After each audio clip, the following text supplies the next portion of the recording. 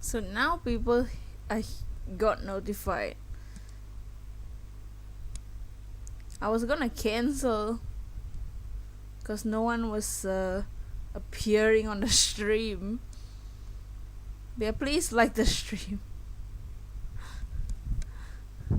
I was almost gonna cancel because no one was here. But yeah, I'll just wait a bit. If people don't really show up, then we won't do this today. But how y'all doing, Pink, Steven, Lukman, Nehemiah, Gumdrop, Petrus Kun, 457? I'll just wait a bit for people to drop by. You got notification for the first one? I think yesterday also people didn't get notified, which makes no sense.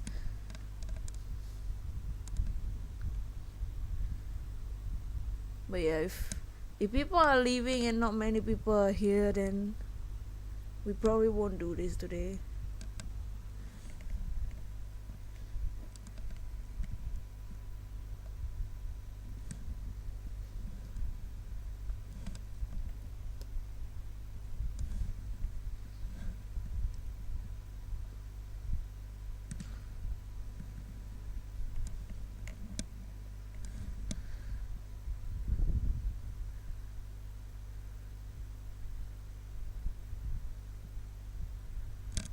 Cause it seems like everyone just everyone left. They came and left. ADC. But yeah, if you guys are down to just start, then we'll start.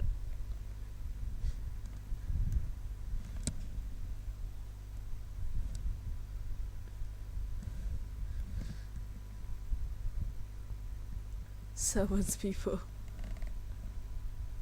Yeah, I don't know why YouTube is like this.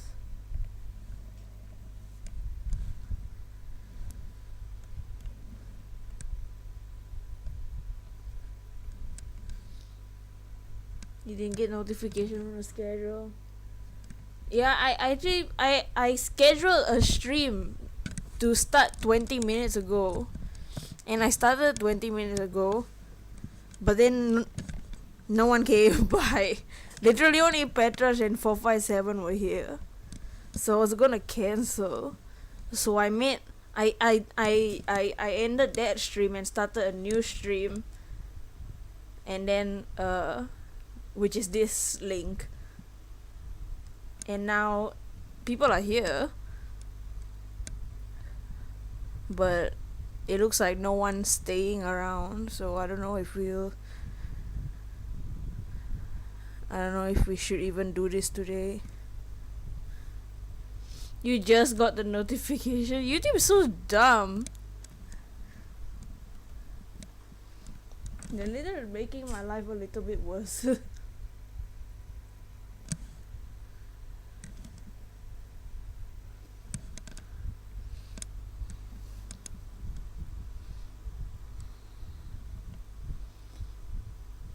It's not a Monday kind of thing. People come to the Ace Attorney streams, you know.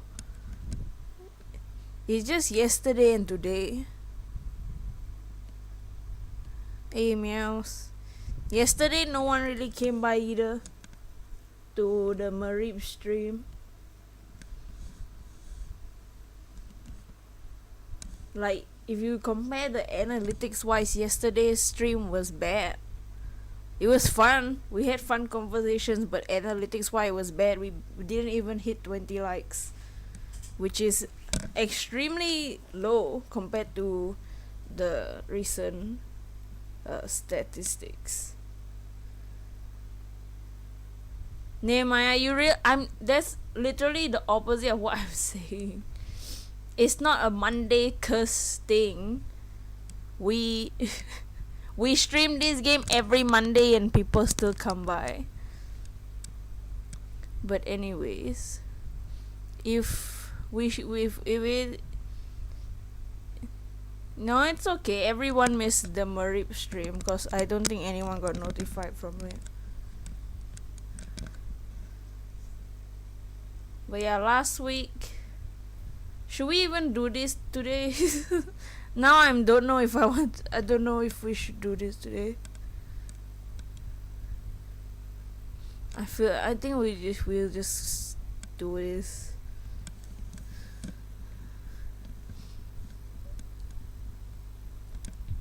Wait, what happened last week? Athena is now arrested. Oh, Athena got arrested. What happened last week? They probably will recap.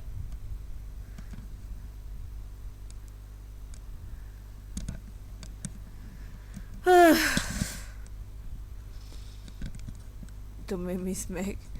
Down to watch the stream. We want to reschedule this. Alright. Sonia got arrested. Yeah, I want to do it today, but now I'm just stressed.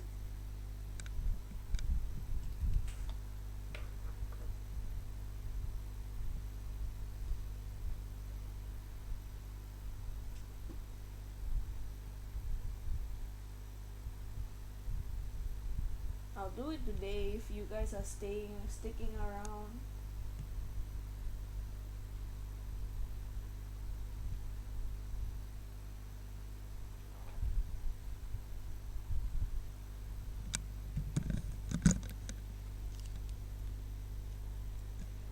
Because with Ace Attorney is way better when there's people. Because then no one will get confused. Hey, mine, yo, what's up? Why did Athena get arrested? I'm trying to remember. What's up, Joseph? How you doing? You going to the pool now? Okay, goodbye. But yeah, last week, Athena got arrested. They suspected her of killing the dude. What the hell even happened last week? I'm trying to remember. Like I don't like my brain is all over the place. Oh yeah, her fingerprints were found on the lighter. So the previous case, Apollo's friend died in the space center.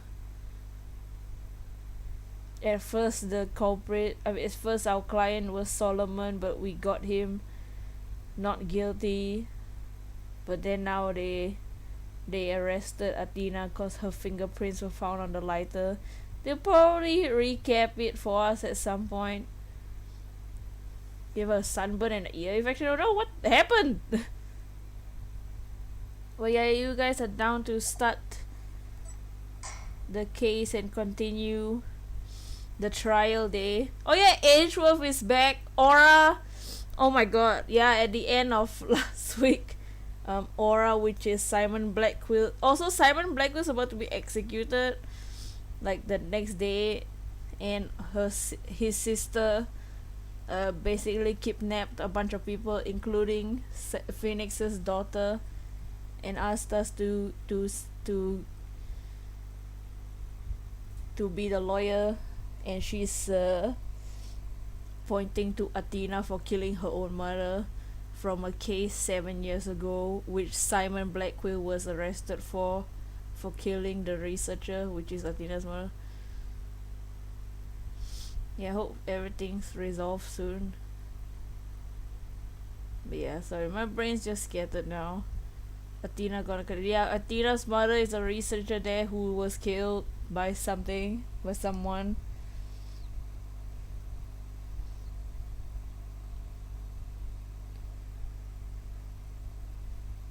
But yeah, sorry, I'm just really stressed right now. Not even from the case, from YouTube. Okay, let's just start. And just end this. Make my life easier. But yeah, now we're going to trial, and Edgeworth is back and will be the prosecutor. Let's look at our court record. That will help us remember some stuff and refresh our brain. Yeah, she lived at the space center because her mother worked there. She used to be there, and Simon was there as a assistant or whatever. But this is my badge. I wish they had freaking music.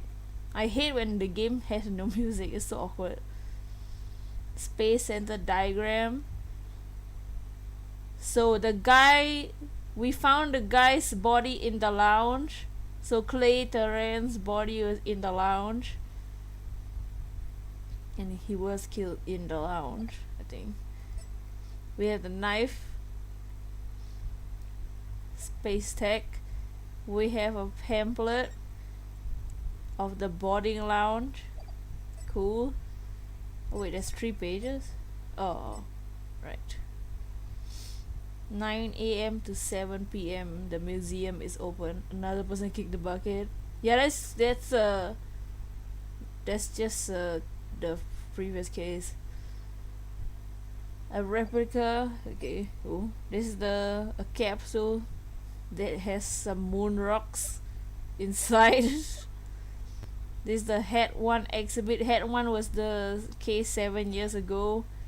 This is Athena's mother's jacket. It has a knife, like a little cut in it. This is the group photo. Hooray! With Poncho, who's wrapped up, and Aura and Athena's mother alive.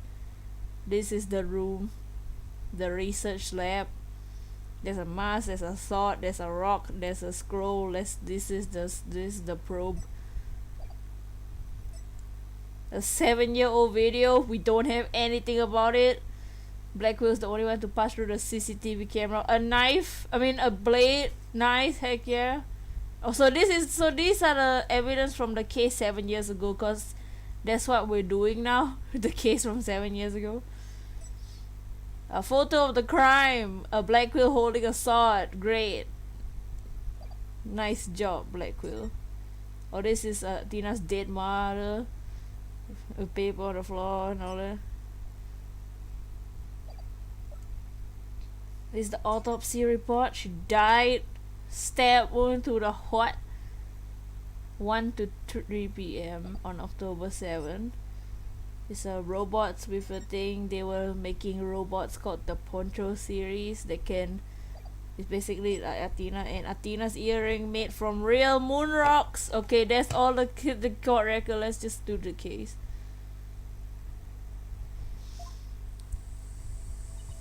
Oh yeah, Pearly came back along with anyone. But yeah, everybody understand what's happening kind of so far? I still don't. I think everybody left, but you know, I'm still stressed about no one being here to even watch the case.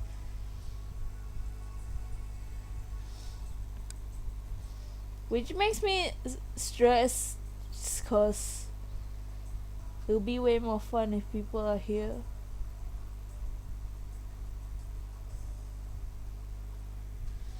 So yeah, I understand. Yeah. Like with shiny hunting, I don't even care. Like people can come and go. With Ace Attorney, cause it's a story. I want us to all be stressed together. We all need to suffer the tears together. I don't wanna talk to myself. What's she talking about? I did a little research. I looked into the special psyche locks you mentioned, Mr. Nick. We've seen them before though. Oh, but Pearly wasn't there.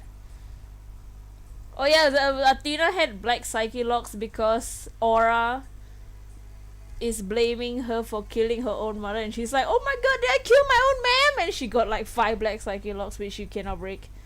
You brought tissues. Finally done. They're done with what? Oh, you did? Thanks, great, appreciate it. A red psyche lock protects a secret a person is consciously trying to hide. If a person falls under questioning, the lock breaks and the truth come out. Yup, that's how I got the truth out of Detective Fulbright and Director Cosmos. There was a blackout. So there was a blackout in the Space Center. Detective Fulbright set up the evacuation. There was also bombs. That's what caused the blackout, and in the blackout, someone was holding a lighter, and Aura Blackquill is the witness who saw the lighter, and then the lighter had Athena's fingerprints. Is Gumshoe on the forest with the giant marshmallow? Yes. But the black psyche lock protects a secret from the deepest place in a person's heart. A secret that the person that isn't even consciously aware of. We've actually seen the black psyche locks before Kristoff had it. Kristoff had black psyche locks, so Kristoff had a secret that he didn't even know. Probably because the cold didn't bother him anyway. So even they don't know it's there. Athena isn't trying to keep anything from you on purpose. For some reason, part of her heart and memories are sealed off even from herself. Cause all I have to do is break the psyche locks. According to my research, a black psyche lock is like a heavy chain wrapped directly on one's heart. If they are ripped by force, it could cause permanent damage to a person's soul. In other words, if I'm not careful, I could traumatize Athena for good. Oh no. Pearly, can you stay by Athena's side, please, just in case I, mentally traumatize her? She must be suffering under the weight of such a heavy burden. Alright, will you be alright by yourself, Mr. Nick? I'm up against Edgeworth. Oh, I'm up against Edgeworth. This should be easy. I had to be able to give this trial much focus and strength. So basically, trauma locks. Yeah, basically, it's a secret that the person doesn't even know. And you can't do that if I'm there. I'll just hold you back. No. Don't trigger me. I mean, I can relax and concentrate if I knew you were with Athena. You're the only one who can do it, Pearls. Alright, I'll do it then. Good luck, Mr. Nick. Okay, goodbye. Good. Now that my mind is at ease, I better get ready. I just tidy up the evidence. Oh! He's gonna take out some of the evidence we just reviewed or whatever. We'll look at it later. Oh yeah, and the courtroom that we're using is the courtroom that got bombed the other day. In the previous cases. Defense, prosecution, judge. There are even people in the gallery. The roof has been completely blown off and the walls have collapsed. But today this ruin is my battleground. Is there a robot? Oh, come on, it's nice action, alright. Wow, look at the sky. God or some facsimile of Delve is now in session for the trial of Athena Soix. Oh. Audit! I don't remember what this robot sounded like last week. Audit! Oh man. This is a proper official trial. Take this more seriously, or you'll start hearing the bones of the hostage snap. Oh no! Please try not to upset Miss Blackquill, I'm begging you. Court is now in session for the very serious and very proper trial of Athena Soix. Oh, Ezra! It's been so long. Look at his pose. He's still the same. This is no trial. It's nothing more than a ridiculous farce. What? What did you say? Edward, did you not hear what I just said in his honor? To his honor? Zaddy. Shake my head. That's right, shake my head. However, this ridiculous farce is very important meaning for our legal system. Recall the case of the UR1 incident, in which a prosecutor was found guilty of murder. Aren't we doing the UR1 case now? That case ushered the odious dark age of the law. I see what you're after. If we can find the real truth behind that case today. Precisely. If we've got them nerves of steel, the darkness will be dispelled and the glory to those shall be restored to the court system. A choo choo choo. Oh, I can't wait for his choo choo choos. It's been so long, Edgeworth. Prosecutor Edgeworth, you sound as if you know something of this truth. I do indeed. A new suspect has emerged of the UR1 case. For 7 years, Simon Blackwell has refused to speak in order to cover for someone else. He's got his serious glasses on. Yes. Brace yourself, Felix, here it comes! I'm sorry, right? But the situation is what it is, and I must do what I must. The prosecution moves to indict Athena Sykes on the count of the murder in the first degree. Oh, there's a cutscene. Regardless the circumstance, I intend to question the defendant with all I have. My God, he is British. For that is a part of my creed.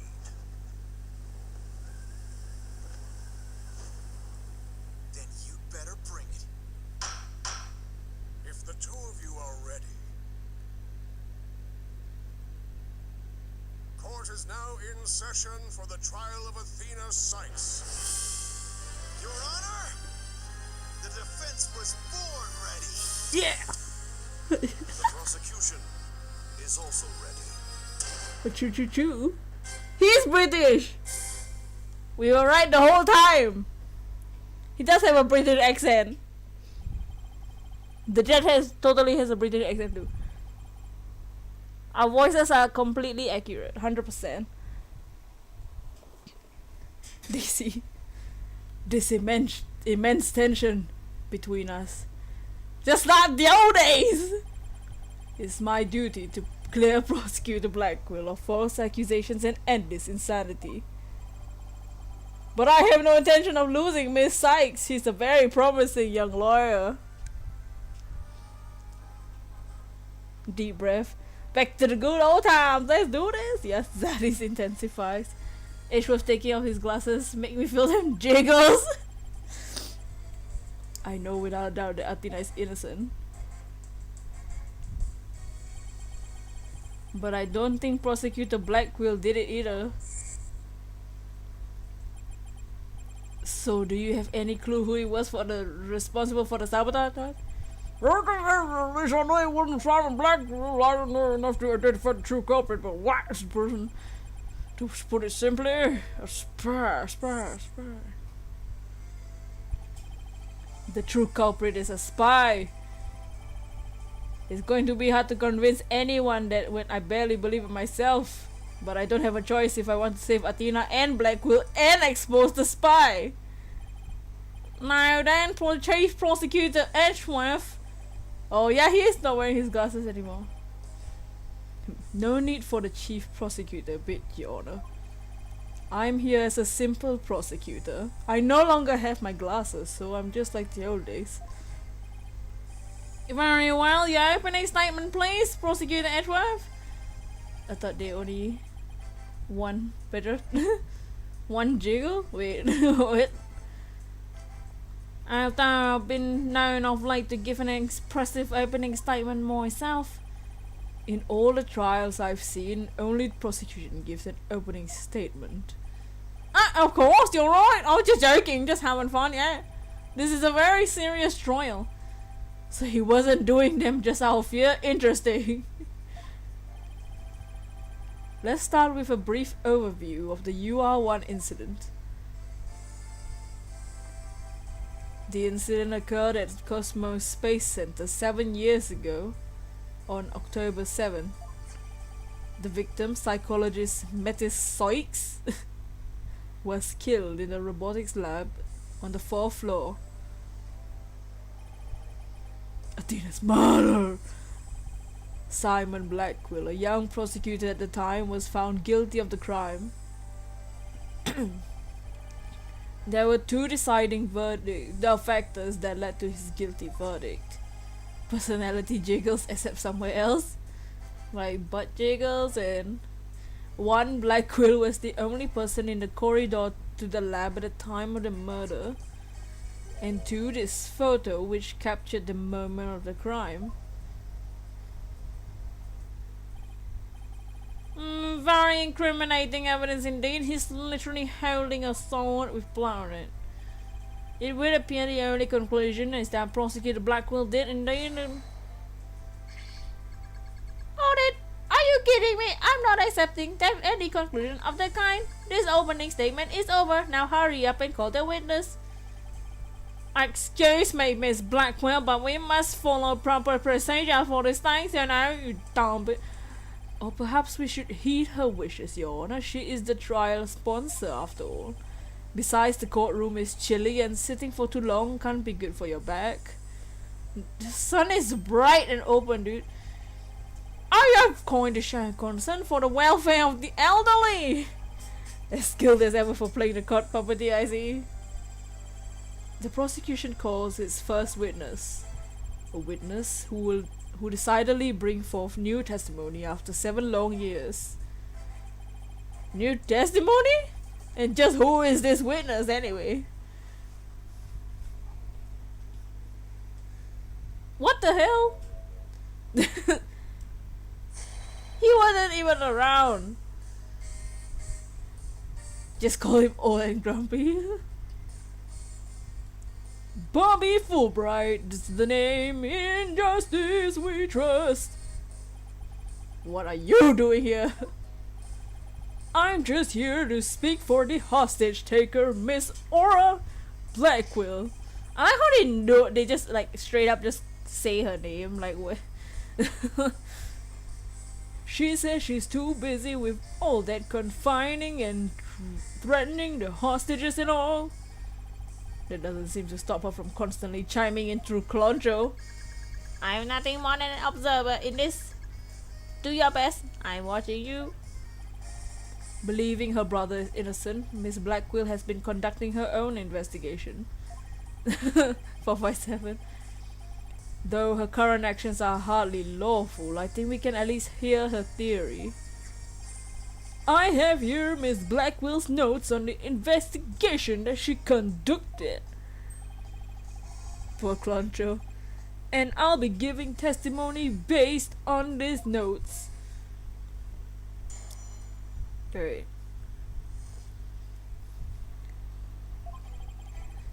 Simon isn't a murderer. He was trying to cover for someone. Someone else at the scene at the time they say Simon committed the murder. I mean, if he really was out to steal the moon rock, then why the rolling case? Because he was using it to hide someone inside. That's why. Give you 30 seconds of advance, Fulbright. And that person, small enough to fit inside that case, was Athena Sykes. And that's Miss Blackwell's theory. It only goes in the face of the official ruling. Huh? What? Her personality will be flat soon. Oh no! About the case she mentions, there were other rolling cases like that in the one in the lab. But they're not for traveling. They're apparently for moving parts and equipment.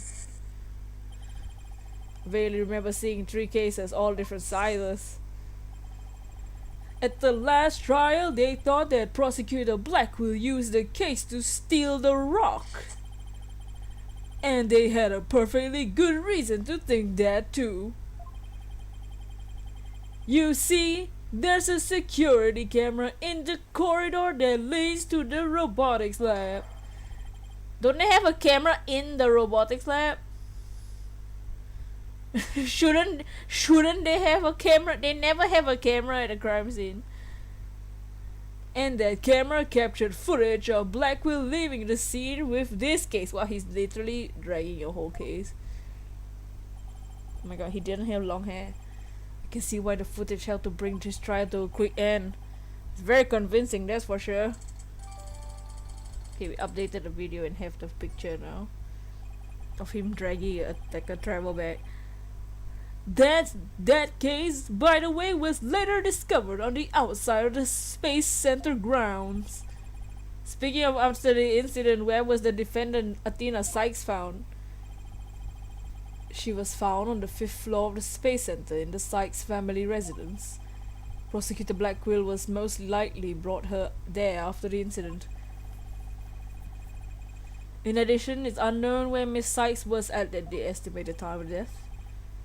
Miss Sykes was too confused by the shock of her mother's death to give proper testimony, and there was no witness or evidence to tell us where she might have been. So what you're saying is Miss Sykes didn't have an alibi? That's what the evidence is saying, yes. Wasn't she like 8? No, she was 11. I understand the reason behind the theory, but I'm far from convinced the victim is the accuser's mother. Are you actually claiming that an 11-year-old girl killed her own mother? Of course, the girl had a very strong motive. I mean, Dr. Sykes was a psychologist who wrote many papers about speech and emotions. You are aware of Athena Sykes' special ability, aren't you, Your Honor? Are you referring to the therapy thing? Yeah, she's done it quite a few times in court. The ability to read emotions from speech and the subjects of her mother's research. Well, as long as it benefits society, I don't see any particular problem researching it. I don't like where this is heading. Not one bit.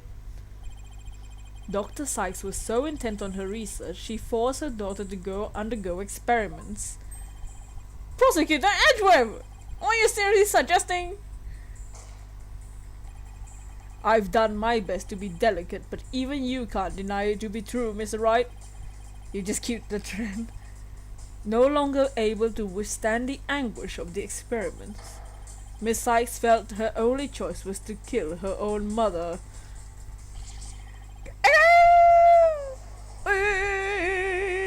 Why are the people in this courtroom? Oh, they're in the court! What a tragic story. I hardly want to believe it myself. But we must proceed. Mr. Wright, if you could.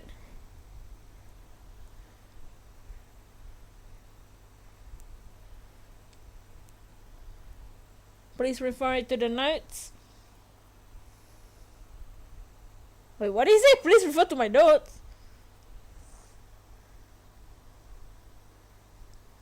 Also, I just realized because Athena is the one that's like traumatized in the corner, we can't use her mood matrix.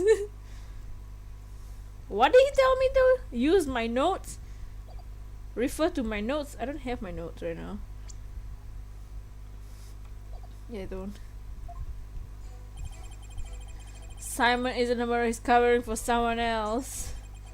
Someone was at the scene. But that's just speculation.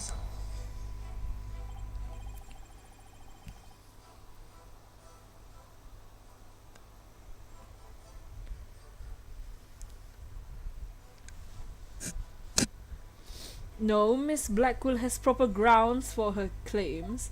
Makes your aura rots in hell. Yeah, for stealing my daughter. Then why did you say so in the first place? You're the one who screamed, "Hold it," and cut me off. Fine. So maybe I jumped to the gun by the teeny weeny bit. Everyone's going stabby stabby.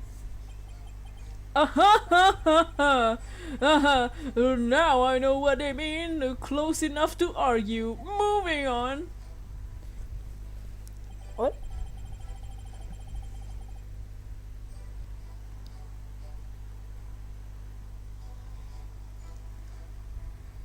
Hold it. Hold it. This rolling case. I suppose you mean the one then that existed in the photo with the prosecutor Blackquill in it. Hey Kizako, you have guests over, hope you win. Thank you so much. No worries, my dude. Have fun with your guests. But was absent when the crime scene photos were taken. Yes, that's the one. And Miss Blackquill has drawn a conclusion from these two photos. She has, and what is that conclusion? You're the one with her notes. My god.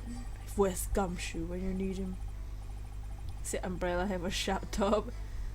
The umbrella. Right, of course, we're reading them now, so why the rolling gaze? Because you're using it to hide, so... Hell did... And how do you propose you hit that person inside one of those cases? Have you forgotten what we just saw? Such a thing only the other day? At your own daughter's magic show. She fit a grown person. Why were you there at the magic show? She fit a grown person into a small box. Oh yeah! Way to ruin the memory of a good day! A magic show? I wish you could have invited me! Actually, I would like to go to. Why does everybody want It doubles for a harpoon. My apologies. I'll invite you both next time, I promise. So, wait a minute. What were we talking about again? Prosecutor Blackwell was using the case to hide someone. And the only person... How did... But that's nothing more than conjecture. That's hardly only possibility. In that case, what do you think Blackwell had in that case? I think it was the moon rock. You're both ready? There were 3 cases at the scene, but Prosecutor Blackwell used the largest one. The moon rock was egg-shaped and only literally 8 inches in diameter. It wouldn't have made any sense to use the largest case just to move a rock. Objection, we must say, hey, what's up really? Be that as it may, it doesn't prove Miss Sykes was inside. Then let me ask you this. Can you come up with a better theory of what was in the case? Well, Mr. Wright, can you? Yikes, give a guy some time to think. Let's see. Should I try to bluff my way through? Should we try to bluff? I mean, I don't see what else we can do. Should we try just try to BS our way through this? That's how we always do. Bluffing is my middle name. Phoenix, bluffing, Phoenix, right?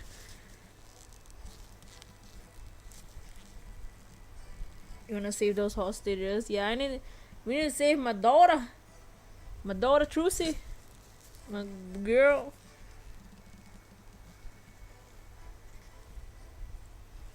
We must save everybody. Let's bluff. Let's see what happens when we bluff. Let's just make some stuff up. I know exactly what Prosecutor Blackwell carried from the scene. Just have to find something else that was missing. No sweat, right? Okay. Alright, that'll be interesting to hear your theory if it's true, that is. This is the crime scene photo taken after Prosecutor Blackwell left, right? All we had to do is compare with this. This photo of Prosecutor Blackwell waited to see what's missing. If he took something with him, then it should be in one of these photos. Lady Luck, don't fail me now. Alright then, Mr. Wright, let's hear your theory. What did Prosecutor Blackwell take from the scene of the murder? Okay, let's look at this photo. And we have to compare it to the photo of the dead lady. Okay, so this is the photo. Spot the difference. Oops. This is the photo of before and after. So the sword, he still has a sword. They're showing 2 different angles.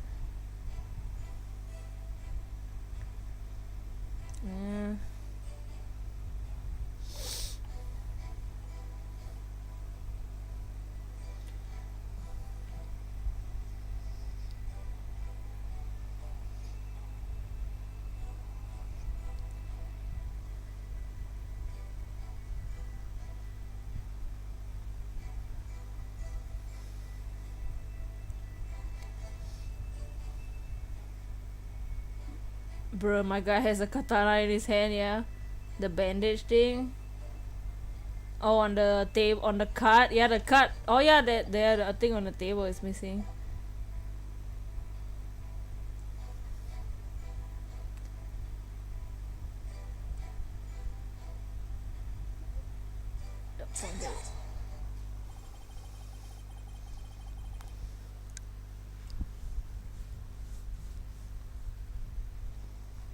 Please notice that there's a robot part on the top card of this photo.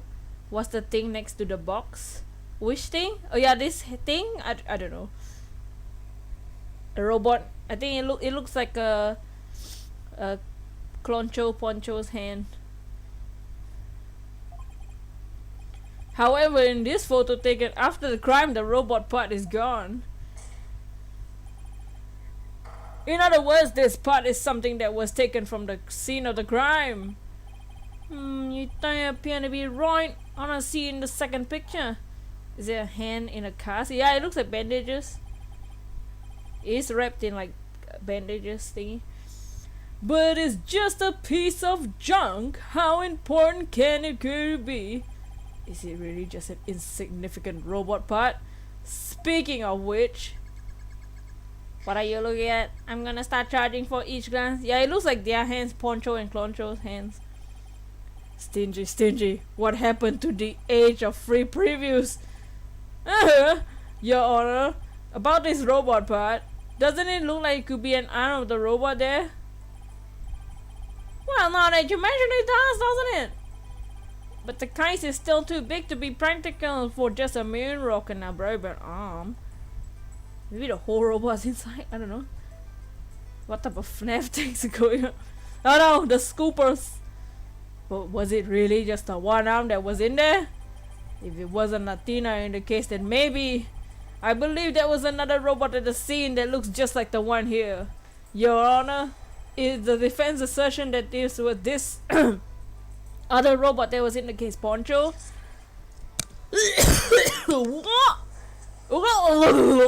Sorry. We can't be certain that the part belonged to a robot. It looks like the arm of the one before us, but it could be something else entirely. What else looks like that? I don't want to know what else looks like that. I point my finger. Besides, it's wrapped entirely in bandaging, making it difficult to verify what it is. Shake my head. I know for a fact that it's a robot arm. I can even tell which robot it belonged to just by looking at it. With this information, we can investigate whether it was there at the time or not. Well, Mr. Wright, I thought you were the technology illiterate type. Wow. When you become such an expert, I feel somehow abandoned. Not to worry, Your Honor, I still don't know how to use my phone. I still know next to nothing about machines. Athena used to wrap the bandages. The robots in bandages. Oh, did she say that or did Juniper say that? One of them said that. But I know this piece of evidence proves that the robot arm belonged to. We have a picture of a robot. Here. It's Poncho's hand. Look at Poncho's hand. It's Poncho. Oh yeah, she did say that she was the one that wrapped Poncho in this picture. She did say that specific picture that the bandages were she did it.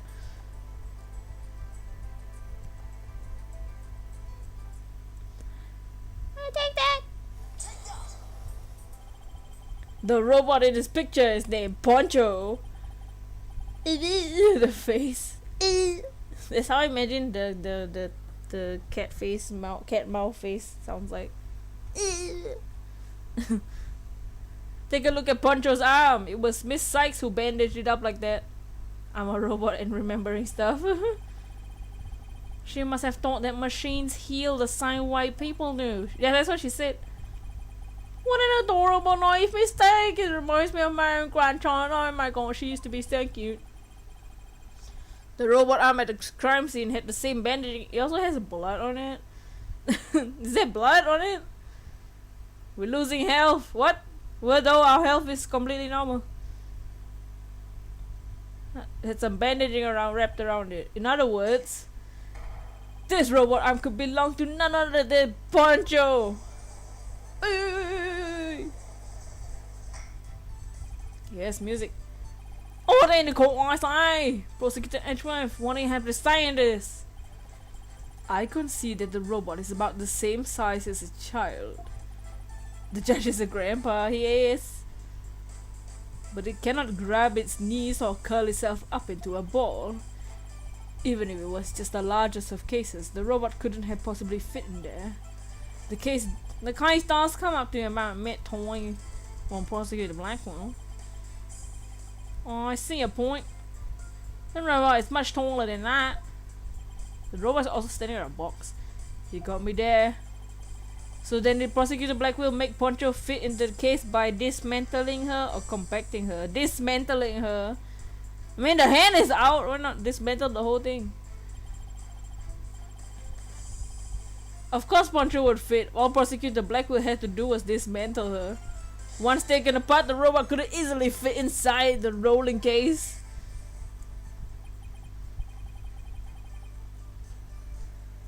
It appears to be a robot assembly device. Disassemble anything in the flash. Press the dismantle button. Sounds pretty neat. Can I push it, Mr. Nick? Sounds rather violent, but Mr. Wright does have a point there. Except that there was a body on the table where the robots are dismantled and assembled. There would have been no room to take the robot apart.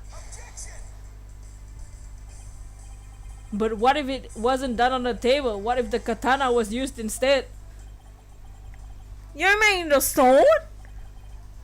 Yes, Your Honor, Miss Blackwell. I like your opinion as a woman of science. Isn't it true that a katana could have been used to take the robot apart? I suppose so. Their joints are made of very tough material. A blade could slice through them. Thank you for your expert opinion, Miss Blackwell. Thanks to you, we now know that the existence of the severed arm in the photo proves that Poncho was taken apart. In addition to the rest of the Poncho was not found at the scene, we can conclude that the true meaning of this photo is very different from the original interpretation. You can't mean... That's exactly what I mean. This photo does not capture the moment of the murder. Instead, it's the moment after the robot was sliced apart. The blood on which you see the arm was cut off is transferred there by the bloody katana. Most likely, the rest of Poncho is scattered around Prosecutor Blackwell's feet. Not hearing this. Why? Therefore, what was transported inside the case was not the defendant but a robot. Rip Poncho, rest in peace. Miss Sykes was never at the scene of the time of the murder. Why is she upset? My head, my body, where am I, God?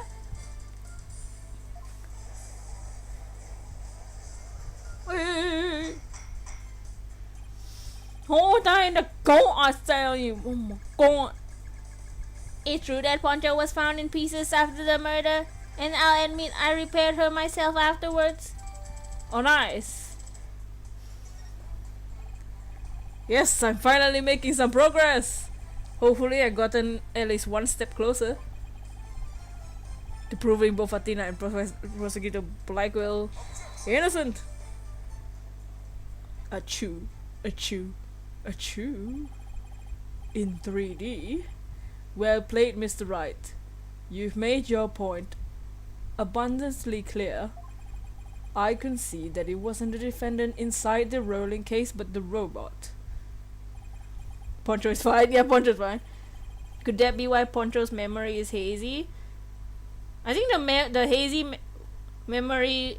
Oh yeah! What was Poncho's memory hazy? It was about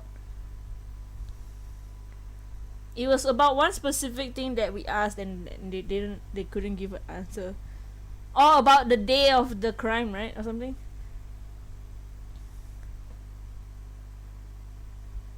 Or was it about this UR1 case? What's going on here? It's never good when he plays things this straight. Does the prosecution withdraw his claim that the defendant was carried from the scene? No, Your Honor, my claim hasn't changed. But Poncho and Miss Sykes couldn't have both been inside that case. Poncho's memory circuits were corrupted, yeah. The notion that the case was used to carry Miss Sykes is Miss Blackwell's theory. Someone Poncho. No, why? I have a different opinion from the outset. Now I finally have the opportunity to voice my theory. Shake my head, you dumb peasants. Maybe Poncho saw the murder. Oh, maybe it isn't. Then someone erased the memory. Thanks to the defense. Edward, he's been one step ahead of me this whole time. In that case, how do you propose the defendant left the scene? Simple. The footage only shows Prosecutor Blackwell from behind. What's more, he's holding the his arm in front of his body, as if he were holding someone or something or someone. Are you for real? Bro, that's hardly evidence.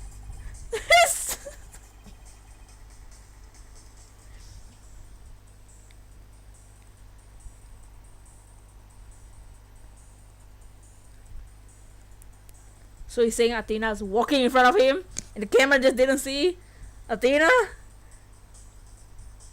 Poncho was asked if the rotation thing happened. Oh, the rotation of the building previously, and it couldn't answer because of the memory situation. Someone erased it probably. Yeah, probably. I wonder if Oldback is in the courtroom as well. Is she even alive? This is like 7 years after when Oldback was like a thing, so she like hella old now. Maybe she's like dead. What if she's no longer with us? I have proof. The circle Prosecutor Blackwell was wearing. The victim's blood was found on the front, and the stain had a highly distinctive shape. A blood stain with a distinctive shape. Please continue, Prosecutor Edgeworth. 7 years ago, the defendant was known to constantly wear a certain item, of which there was only one in the world. A special pair of headphones made just for her. Oh no. She always wore these big heavy headphones. She said her mother made them for her as part of her research. Analysis showed the blood stain on the exact same shape as these headphones. In other words, there was no mere blood splatter. The blood went from the victim's body to the headphones, and then was imprinted onto the Prosecutor Blackwell's coat like a stamp. Oh, bag's probably at the bag. Oh no! She is the bag. A nice gruesome stamp indeed. I want to see the stamp. Blackwell carried Miss Sykes, who had been splattered away, who had been hit by splatter away from the crime scene. This proves Athena Sykes was without question present at the crime scene, and that, I bow, concludes the prosecution's argument. Wait, I want to see this blood stain. Oh, what are in the court? If the defendant was indeed at the scene, the deepened suspicion against her. But we also shown that the robot was there at the scene as well. I hope you're not making the ridiculous claim that a simple robot was the real murderer. I don't really think but they can't say the possibility isn't there. You hope Kiki or Norma wants to move tomorrow? I had PP in my camp again. Detective Fulbright was the robot questioned at the time. How would you... No, but I don't see any record of it. I believe it was considered unrelated to the case. But as it turned out, the robot was actually integrated related Your Honor, the defense would like to call Poncho to the stand. Oh my god. A robot witness? Oh please, we've interviewed literally a whale. Like, come on, man. We've prosecuted. I mean, we've questioned a fish. It's fine. Order in the court. Prosecutor Edgeworth, what do you think about this? I think it's fine. We've done birds before. Why not? When Kiki moves, I go for Kabuki or any cranky villager you like. Mr. Wright has called all manner of witnesses to the stand over the years. But I heard he had a fish the other day. Why not a robot? Nothing surprises me anymore with him. And a parrot? Yeah, we've done parrots before. Let's get Edgeworth impersonate. Oh, Iggy Poo! Very well, allow the witness. Bailiff, please summon the robot named Poncho. Oh, there she is with her circle boobs. What? Witness, please state your name and occupation. My name is not Witness. My name is Poncho. Wow, this robot is really dumb. Yes, I realize that. But when you are the witness stand, you are the witness. No, I'm not. I'm Poncho. Say it with me. Poncho! You douche! Extra, what an utterly inflexible little robot. I literally want to punch this thing in the face right now. You're the last person who should be calling anybody inflexible. Oh, you remind me of my grandchild who just learned his own name. How precious. Alright, Poncho. I'm going to ask you some questions. Man, Edgeworth can never get the name and occupation from the witnesses. Questions? You have questions? Hooray! What are your questions? I want to know if you were there at the scene of the murder of Mattis Sykes. It was 7 years ago on the 7th of October around 2 p.m. in the robotics lab. Certainly. Just one moment. Searching data. ... Search complete. Yes, I was there in the robotics lab. Oh, did she remember us? Rose everywhere. It would seem this robot's testimony is necessary to the case after all. This is great! I knew Poncho must have seen something important.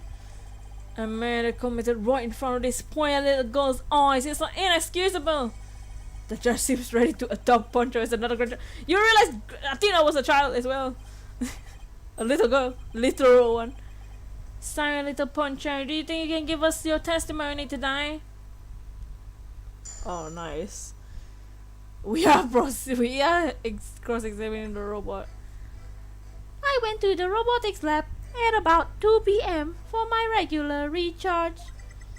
Just as I was about to charge up, Athena came in and hugged Mommy Mattis. Aww. And then Mommy Mattis fell down. Oh no.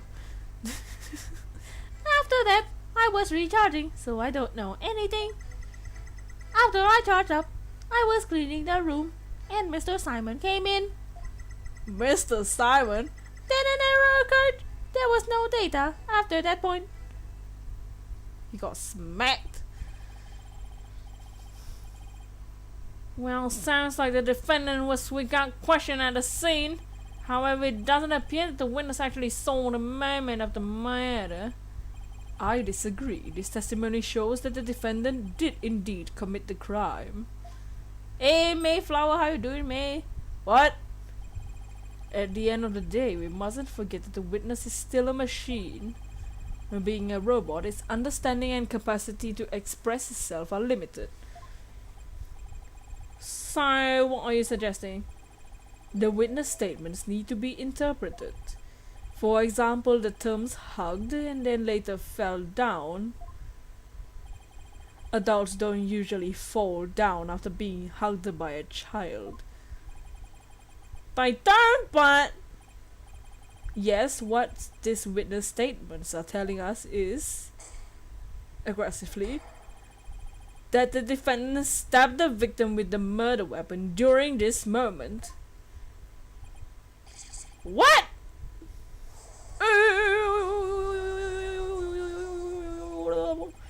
Before Miss Sykes hugged Dr. Sykes, did the two of them converse? Yes, they did. They spoke to each other very loudly, but I don't know what they said. Athena is usually so quiet, so I was surprised. Spoke very loudly. We can interpret this to mean they argued. Oh, I say, murder after a heated argument and the victim fell down. I agree that does sound like a reasonable interpretation. However, Poncho doesn't seem to remember anything that happened after that. When I am recharging, I go into sleep mode. But then I remember everything before that. I have a very good memory. Athena is usually so quiet, yeah, sure. Yeah! Judy! You may as well admit defeat now, right? This cross-examination would be useless. Oh, you know me. I know. Don't be ridiculous. The cross-examination is never useless. Until now, think about it. Robots don't lie.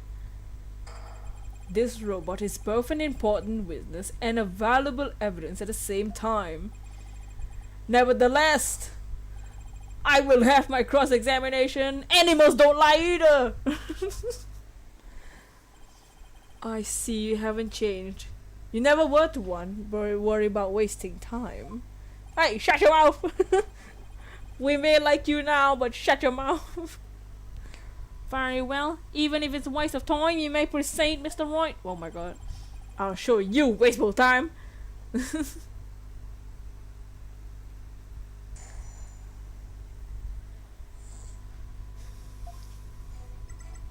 I went to the robotics lab at 2 p.m., okay? Just as I was about to charge up, Athena hugged her. Hold it! Dragon-kun! How you doing, Zadie? I'm in Phoenix, I'm in Boston. We are all the same person. Zadie, Phoenix, and Boston. Hugged her? Hey, Jackal Gaming, how you doing? How you doing, Dragon-kun? Which Edgeworth took to mean stabbed her with a weapon. You said the two of them were talking before Miss Sykes hugged her mother, is that right? Tommy? Yes, they were talking very loudly, but I couldn't tell what they were saying. Couldn't tell? Even though they were speaking so loudly? You're all in one. Oh, and we're all in one hole. The sound hole. 457. Guys, Tom, how you doing, Jackal? All the greetings. I'm only allowed to listen to voices that are directed at me. That's stupid. If it listened to every voice, it would be little better than a mobile eavesdropper. Also, Atrof is here. That explains why some of Poncho's testimony is so vague. It's a shame our little friend wasn't listening in, however. What a useless robot. We could have learned about what they were talking about just before Dr. Sykes was killed. Now then, what happened after that? What the fell down? Oh, I found it! Found it! Hold it! Judo master? Don't want to delve deeply here, but could you tell us how the victim appeared and acted at this moment? Edgy poo! Have you used Dragon Tail today? Oh! Mommy Metis was very surprised when she was hugged. I heard her heart pound. Her heart? Mr. Wright, have you forgotten this document we found in the robotics lab? These robots have a heartbeat detection system.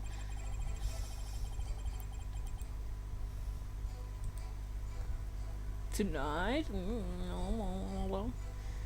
Now that he mentions it, I do remember reading something like that.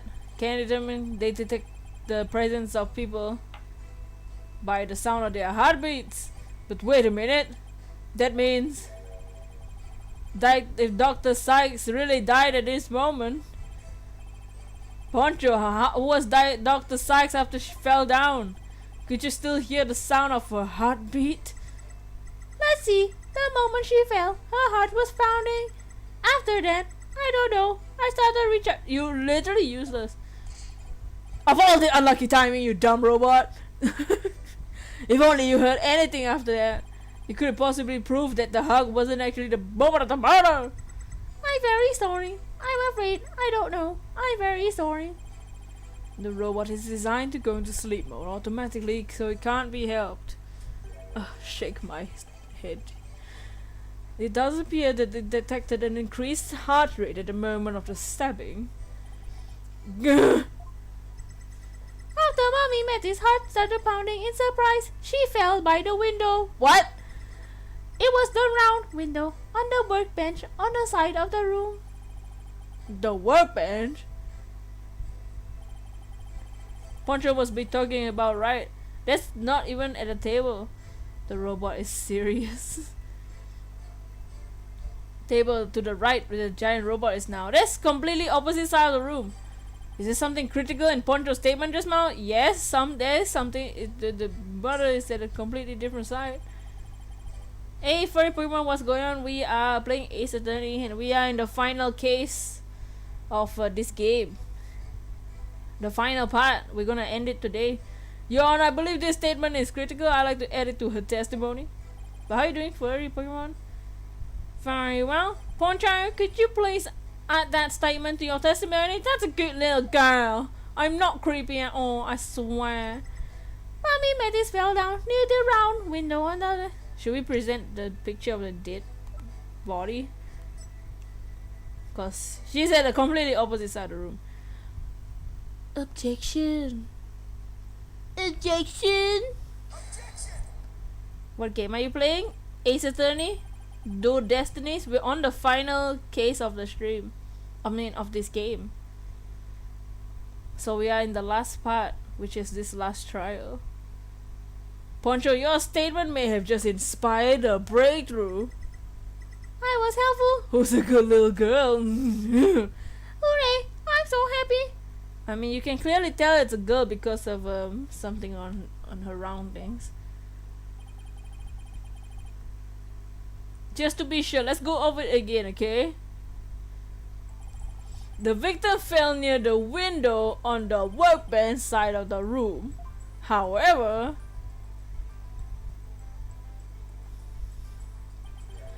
her body was discovered on the operating table. But the operating table and the workbench are at two different locations. Exactly, Your Honor. We just learned a new crucial fact. Oh yeah, her big personality. What could explain the two? Or what could explain the two very different locations of the body? I'll tell you what. The defendant moved the body, the victim moved. The victim moved? She's a female because she has eyelashes, yeah. An 11-year-old girl couldn't have moved the heavy body of an adult. The only explanation is that the victim walked to the operating table herself. In other words, what Poncho observed near the workbench couldn't possibly have been the moment of the murder. Well, I'm very relieved to hear that. Glad to know the murder wasn't committed in front of little Poncho here. Yes, as we just heard in the testimony, Miss Sykes hugged the mother. Nothing more. A choo choo choo. Right.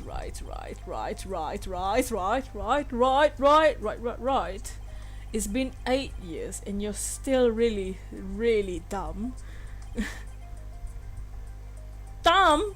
Great, I can't recall ever seeing Mr. Roy in anything but a blue suit. Blue's my favorite color.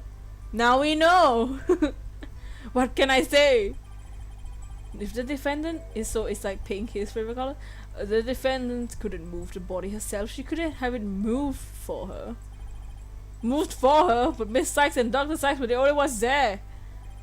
I agree. Since this robot is equipped with a heartbeat detection system, it would have been aware of another person's presence if someone else had been there. We can therefore conclude that the defendant and the victim were the only ones present. The best voice acting you ever heard. Thank you. I tried my best. It's what you're saying it wrong. It's the gumshoes. Then who will you suggest move the body? I point. Don't you know it's in the nature of a robot to help people do? Is it? Miss Panko. For God's sake. Poncho! A12, you dumbass! Yes. Bro! His name is Poncho. Hello, the disrespect. Miss Panko, allow me to ask you a question. My name is Poncho. Say it with me. Poncho. I believe you said you were cleaning after Dr. Sykes fell down. Did you happen to move something large onto the operating table? Panko. Yes, I did. Athena asked me to. Athena asked you to? And what did you move, little Poncho? I don't know. Unless something has an ID tag. I can't tell what it is. An ID tag, you say? Yes, a tag with a barcode on it. We robots scan them to tell that is what a thing is. That paper in the lab did mention something about that. By the uniform jacket or ID tag. Recognizes people by scanning their spacesuit or uniform ID tag. Uniform jacket, ID tag. So it would appear to that Miss Panko can't identify what had been moved. My name is Poncho! I'm literally about to kill you! But we humans have the power to imagine what it was, do we not? We do? Say it with me, girl, you ain't explorator! You're preparing some stuff, ooh ooh. What are you preparing? Well, I do at very least, and I'm literally the coldest person here. Miss Panko, oh my god, he's doing... under the defendant's command, moved the body to the operating table. Oh god! Medical robot being allowed in a court case. We've had a parrot and a killer whale. So, a robot is really nothing. We've had animals on the stand. Animals that couldn't speak. Gifts for Tommy, ooh. Poncho, did you really move Dr. Sykes' body? If this is really important, is there any way you could tell? I don't know. Without an ID tag, I can't tell. Give it up, Wright. If the victim's heart stopped, the body's detection system would be useless. Furthermore, Dr. Sykes usually wore her white coat while she was working. She kept the jacket on her ID tag draped over a chair in the robotics lab, and only wore it for special occasions. In other words, the victim wasn't wearing her ID tag at the time. Yeah, one gift shot. No. The killer whale, you remember the episode of the girl pirate? A human kept alive by mechanical parts. You never know with this game. Who knows what they'll come. We have literally ghosts. We've literally had to cross-examine someone who was being possessed by a spirit of a dead girl. We had to exorcise the ghost with testimony. And from the robot's point of view, the body was simply another object. But Poncho is equipped with facial recognition. If she really did move the victim, she would have recognized the body as Dr. Sykes. Hey, what's up? How you doing? Oh wow! Eradika, Wright. Oh, Eradika, how you doing? Arkakun with the red fam, Wright. Traps, how you doing with the red fam, Wright? Era, how you doing, Eradika? Wait, did that happen before I checked your channel? Yes. In the third game, the final case, we had to deal with like a ghost. How you doing? Thank you so much. What's up, Smoky Quartz Micah? Welcome to the stream. Welcome in. DC with the red fam, Wright. How was your stream? Garrett Legendstone, thank you for the red fam, Ray. Thank you for putting Era's link in the chat. I'm here too. What's up, Che? 242. Look at the way he points. It's pretty good. You think the 4Kids Yu-Gi-Oh version did better? What? I don't have a command for error. I don't know how to put the commands. Doing good, exhausted. How are you? I'm doing good. Just chilling, trying to do this case. This is the final case for this stream. We shiny hunt usually, but every Monday is Ace Attorney.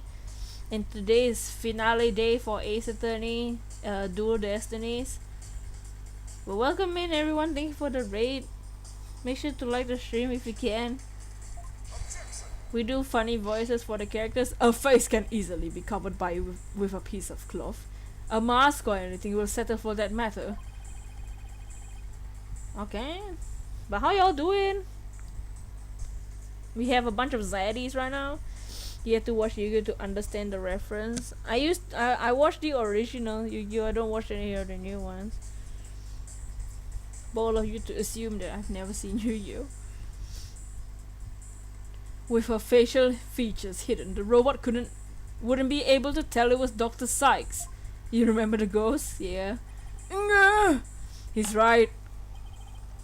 To summarize, Miss Sykes stabbed her mother near the workbench. Then using the robot, she moved the body to the table where she removed the sword and it was stained in blood. Did I evolve toxicity? Or into toxicity? Yeah, what were you streaming? What was the stream?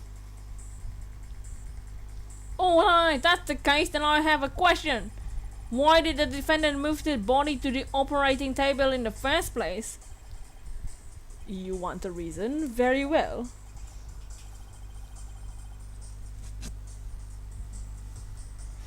You can't possibly have an explanation. Your emotions blind you to the truth. You could learn a lot from our robot friends. Calm and rational thought will open your eyes to the truth in front of you, Mr. Wright. Now then, do you remember the operating table's one special feature? I believe I read that robots can be assembled and disassembled here. Isn't that right? Doing a fundraiser sleeper. Oh nice! We ended with Raihan and we had to finish another time. Oh no! Raihan! Man, I got out of best. Yeah, punch Raihan in the face. He's my rival. For Leon's booty. This is the most extra court case I ever seen. Oh, yeah, we've had some crazy court cases. And that's right. And to the defendant, who was a child at the time, the table was like a magic box that could make robots appear and disappear in seconds. Oh yeah, this lady Athena has a Batman voice, which I don't know how we're gonna do with the serious parts of the case. But in the end, my mom just put her on the operating table and fixed her in a flash. I was so impressed by what my mom did. I still believe Athena is innocent. Yeah, I believe we have to believe in Athena. I even asked her if she would put me on the table and fix me if I ever got hurt. It looked like just magic to me what she could do. You can't possibly be suggesting. This young, sheltered girl had a difficult time distinguishing robots from people. But take a look at Poncho's arm. It's Miss Sykes who bandaged it up like that. She must have thought machines heal the same way that people do. It's one of the adorable naive mistakes. Reminds me of my own grandchild. Athena is the goddess of wisdom. She has to be right. No way. I refuse to believe it. Miss Sykes made a childish, naive, and cruel mistake. She thought that if a robot could be dismantled and vanish without a trace... Prosecute the aircraft! They're so happy to have helped the rescue out. Yeah, that's awesome. I'm glad you did a fundraiser. That's very, very nice of you.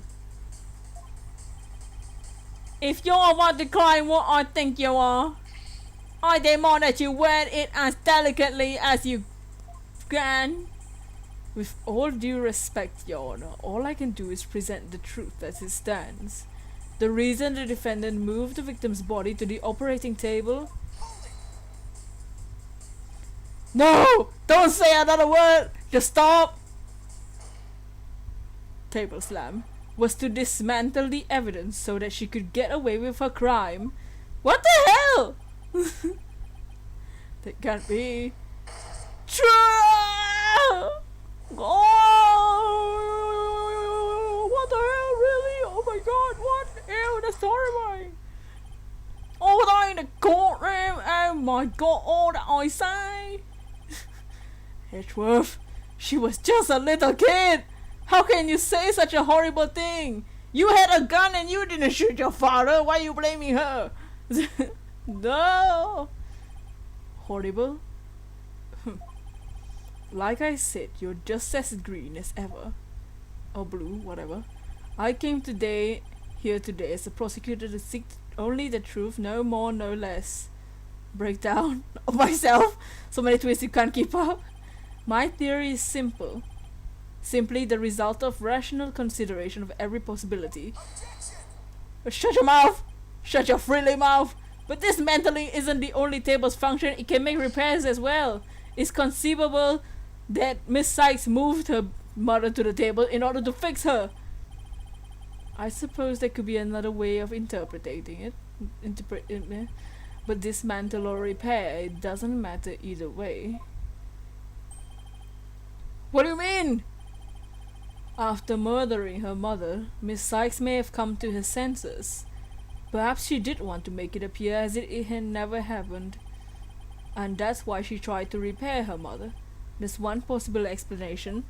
You're just as green or blue, whatever. If it wasn't to get rid of the crime but had to fix it, yeah, maybe she put it on the table so that, you know, it can fix her dead mother. Oh no.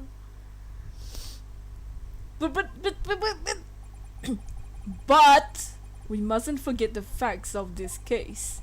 The victim was observed to fall down after being hugged by the defendant, and the body was moved per the defendant's command. The two facts indicate that the defendant's guilt remain unchanged. This can't be true.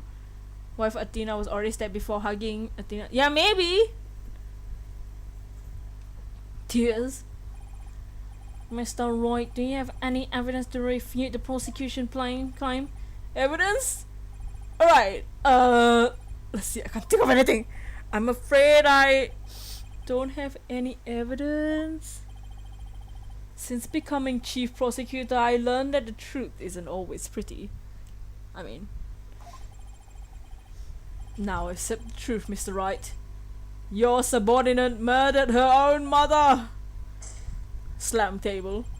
Your Honor, the prosecution demands a verdict. The hostages has suffered enough. Hey, shut up! Don't remind me of the hostages! My daughter is in there. What a terrible and tragic conclusion. It's not over yet! There has to be something. We can't even do the mood matrix thing because, you know, Athena is not here. We can't do perceiving because, you know, Apollo isn't here. Because Apollo abandoned us. He's out of the room. If the defense has my counter argument, I see no further prolong this trial. Ashraff's argument seems solid enough, but there's no way Athena could have ever done anything like that. What do I do? There has to be something, but I can't think of a single thing. Falls down the stairs. Hey, Blossy, how you doing, Blossy? Who's objecting? Someone objected. Objection. He doesn't have an objection. Prosecutor Blackwell. Hemp. This is quite a farce you are conducting here. I could die from laughter. Ha ha ha. Simon. Prosecutor Blackwell, what are you talking about? What I am talking about is that your argument is based on an entirely false premise. Go on, we're listening. Could this be the miracle I needed? Or what's Prosecutor Blackwell trying to pull here? Hey, what's up, Ricky? Hello, indeed. How are you doing? Welcome in. How is everyone doing? Make sure to like the stream. watching this video without context. No. 7 years. For 7 long years. This case has been on my mind. Not for an instant I dare not think about it. I'm the one who killed my mentor and don't think you can alter that fact now. Your boldness, I will take to the stand and I won't take no for an answer. Oh, cool, okay. Prosecutor Blackwell, go ahead. Oh wow, okay. You're sore from practice. Oh no. I hope you get some rest. 7 years ago, I went to the Cosmos Space Center with the intention of killing Dr. Sykes. And when I got to the robotics lab, I found Attila there. I would not be swayed from my purpose, so I waited for Dr. Sykes to return. And then I committed the act. Ah, how cathartic it was! Yeah! I loved killing her! Black Quill, the more you say, yeah, I loved it, the more I don't believe you. You gotta go now, have fun. It was nice seeing everyone. Goodbye, furry Pokemon, thank you for hanging out. You just got some books, planning on staying in bed and reading the books and anime all day. Heck yeah. A little Poncho here witnessed the victim falling, in other words. I don't need any of your other words, old man. I can guess what happened. Which would be? I don't believe you, Simon. She fell means she fell, stupid. Merely dead. A mother and a child fooling around like normal humans. You really don't. Perhaps she tripped like a normal human. Not that it matters. When I entered the lab, there was no trace of Dr. Sykes to be seen. A day well spent. Athena's like his little sister. Yeah, he's trying to protect her. Called the bonus an old man. There was no dead body either, of course, meaning she must have left the room. So the mannequin after the time period Poncho described in her testimony? You should hardly take stock in the words of a wind-up toy. Then how do you explain the fact that the defendant had the robot move something? Athena was always tinkering with robots on the operating table to amuse herself. And she always had Poncho move the heavy ones for her because, you know, she was a tiny little girl. That day was no different. Poncho moved the heavy robot for Athena. What is this? This is awful. What he's saying seems to make sense, and yet... Prosecutor Blackwell, are you trying even now to turn away from the truth? Don't you realize we could bring the dark age of the law to a close today? She's weak. She was a baby. She was 11 at the time. Now she's not. You expect too much from me. I'm a murderer. Beyond redemption. Why don't you just let me go so I can settle down into hell? Jesus Christ. You cannot turn away from Zitras. Prosecutor Blackwell's execution is tomorrow. If the truth doesn't come out now, it's all over. She wasn't buff. She wasn't swole enough. Are you saying that the little girl and the robot had nothing to do with the murder?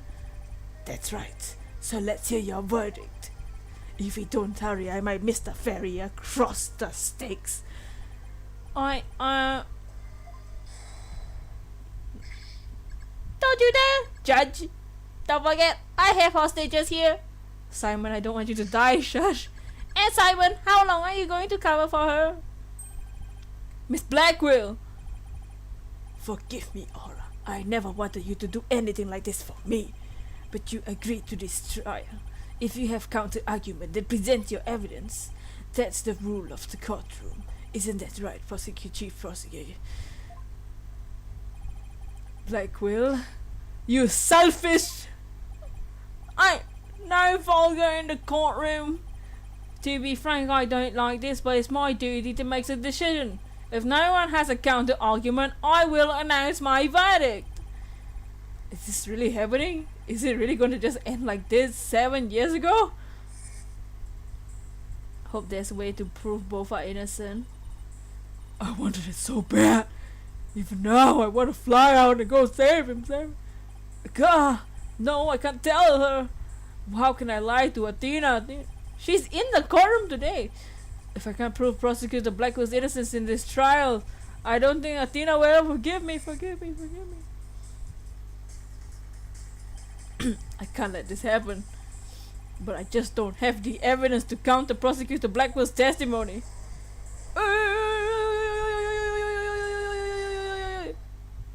Someone's holding it. I bet it's Athena. Oh my god. Athena, what the hell are you doing? Why are you feeling okay? I can hear it. I can hear the voice of his heart. He's hiding something. If he really is, I could sure use Athena's help here. A power might be the thing to get us through this. Sykes Tunnel. Call her Athena like you did just now, dude. No need for you to chime in, just accept that you're innocent. Thoughts. These past 7 years, they've just as hard as me, you know? I mean, just bit as hard on me. What are you talking about? Do you remember that horrible trial? Oh, the sad music. Please, you have to listen to me.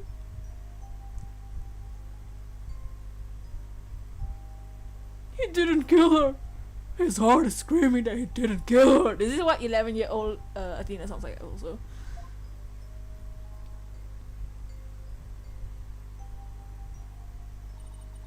Even now, every time I stand in the courtroom, it comes back to haunt me.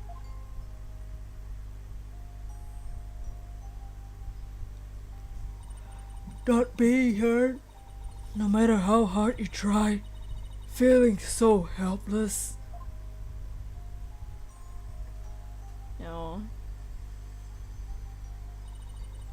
Caught in people's stares, so scared that it feels like your chest is in a vice.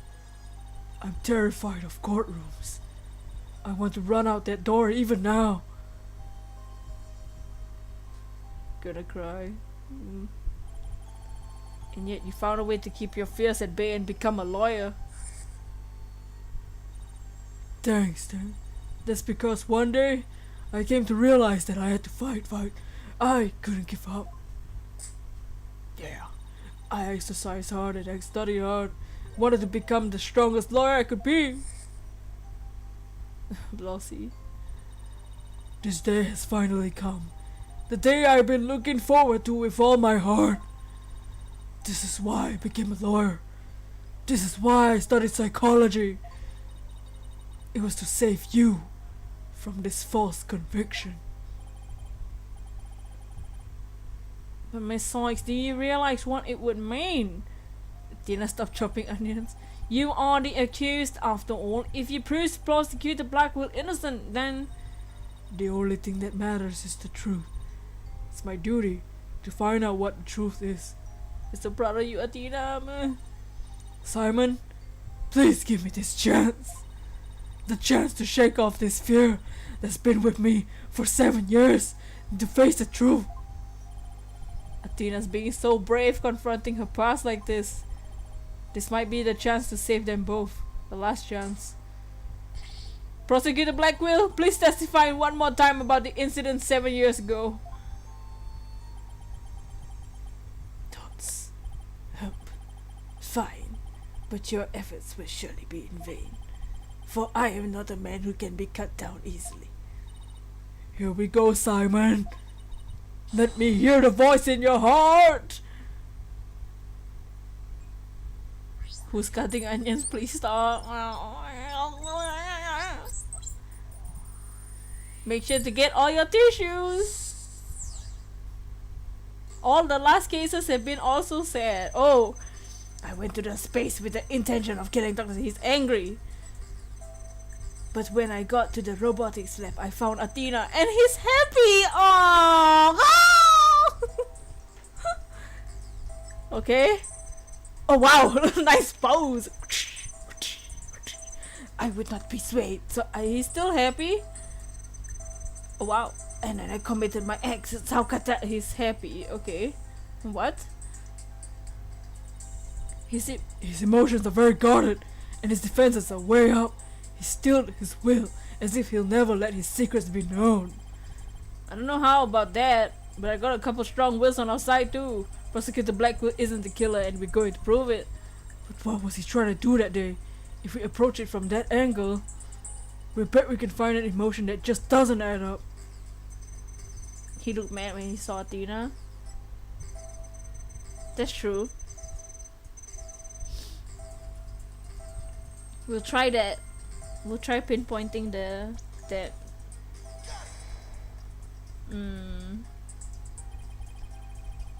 Okay, it wasn't.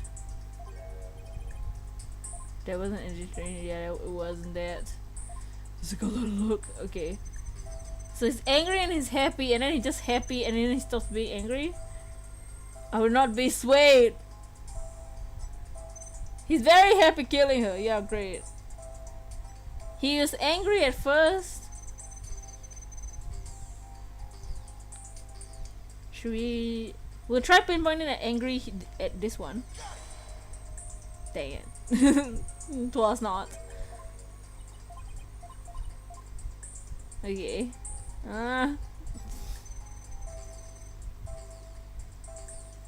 Is he sad? No, he's not sad. You think you think when I got to the robotics right, I found Athena there instead. You think he should be surprised? Gonna keep your street open, wide open. Oh, maybe I'll see you in a couple hours. Okay, Athena MVP, Athena for the win. Yes. You think he should be surprised? Is that the missing emotion? That he's not surprised that to see Athena there? I mean, Athena's always there, so it makes sense. Is he? The way he was happy? Yeah, probably. Maybe we'll try that. Oh yeah, he was happy when he saw Athena because his baby sister. I don't know. This feeling of happiness, even though the person you were looking for wasn't there, you felt happy. Why is that? Simple. When I was looking for Athena and hadn't found her yet, I grew worried. Surprise, it's a small child. So when I saw her in the robotics lab, I was relieved. Merely that. Oh wow, that's like 60% of the noise? Wow, that was fast. Normally there's like, oh, here's 80% left. Just now you said you went to the space center to kill Dr. Sykes, but the first thing you did was look for her daughter instead? I have no intention of harming Athena, so I wanted to confirm that she was safe first. It was part of my plan, nothing contradictory about that. I can't tell if he's a good liar or a bad liar. Gah! The second I find an inconsistency, he cuts it down. Simon knows the principle of analytical psychology. There's less noise now, but I don't see any instabilities they can latch onto. I was afraid of that. We just had to keep chipping away at him bit by bit. Could you update his testimony, Athena? You got it, boss!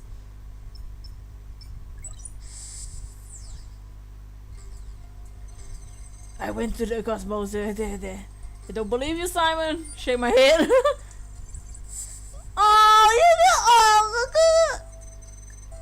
He's not angry anymore. The emotion of angriness is gone though. Look at him! Oh, they're so cute. And then he's just happy all the way. Oh, wait, this one changed. I plunged the katana in. Oh, he changed his words. He changed the testimony. Did not sway from my purpose. And when she did, I plunged the katana in.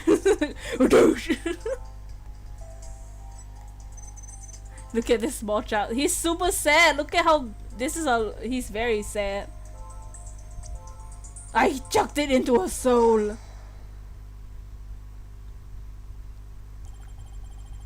Katana. Not even you can falsify your emotions, Prosecutor Blackwood. What? When you said that you killed Dr. Sykes in your testimony, you felt sadness. Why would someone who had laid in wait to kill her be sad at her death? Such an obvious attack. Yes, I felt sadness, but it wasn't for her. I felt sorrow for Athena and her circumstances. God! Can't be talking about that! Can he? I was just a convenient subject for her research. Dr. Sykes was so intent on her research she forced her daughter to undergo experiments. Right? My objective was to save Athena. Not again. From an obsessive scientist who treated her own daughter like a research subject.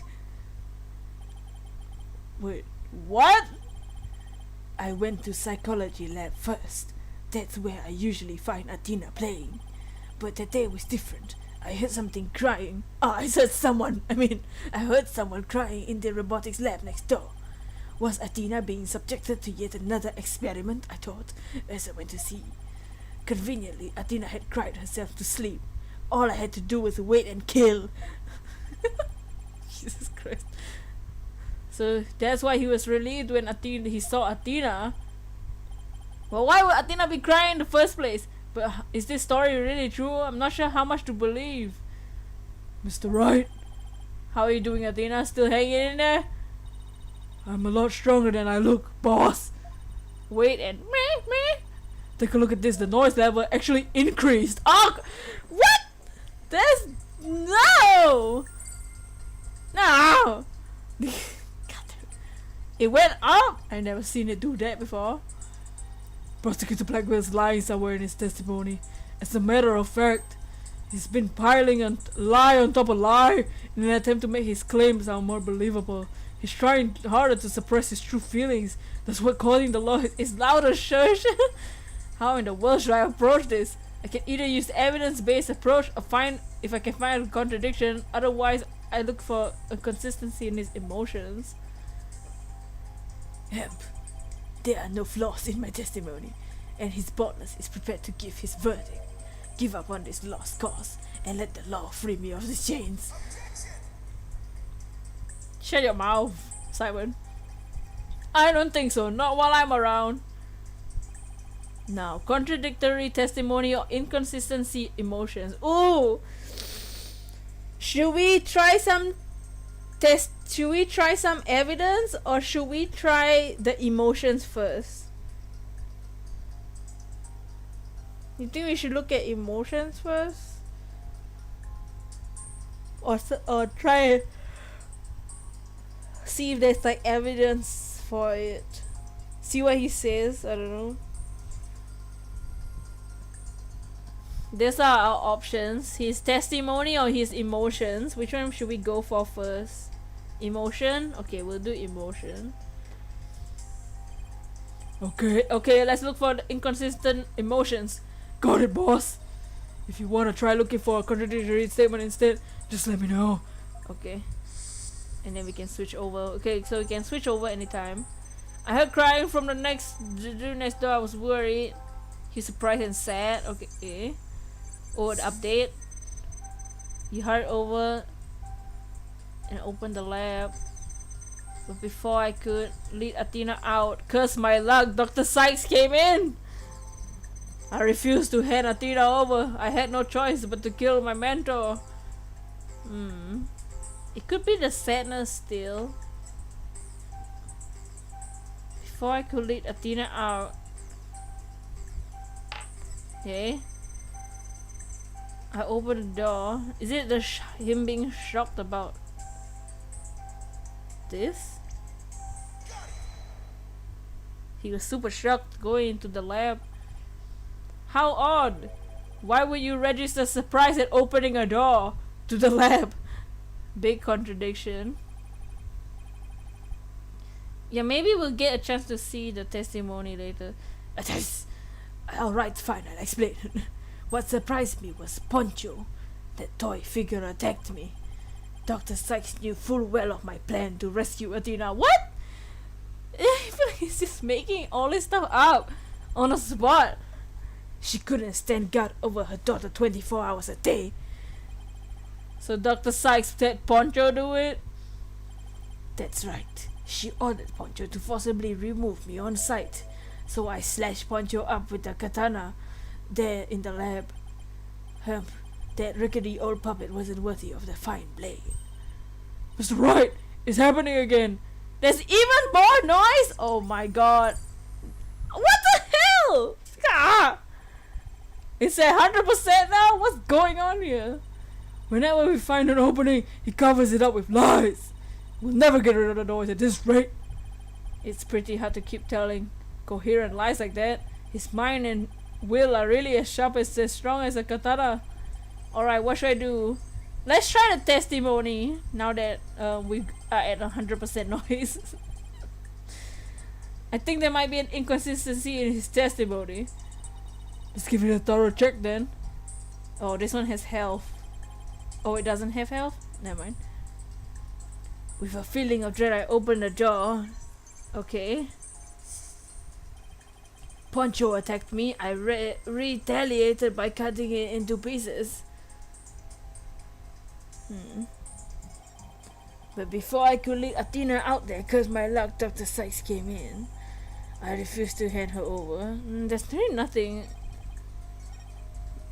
The Poncho thing updated. Hey, Dr. Swablu, did anyone show up? What?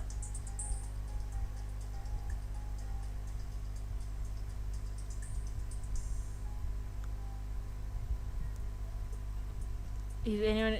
Oh yeah, people did show up. They got a notification on the second time I tried opening the stream. The first time no one got the notification. The second time I tried, it gave out notifications because YouTube is really dumb. Poncho attacked me. Doesn't seem like we can lose health. I don't know. Oh wait, never mind. We can lose health. Oh,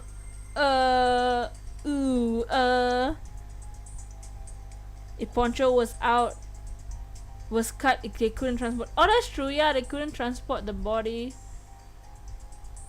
to the table. Wait.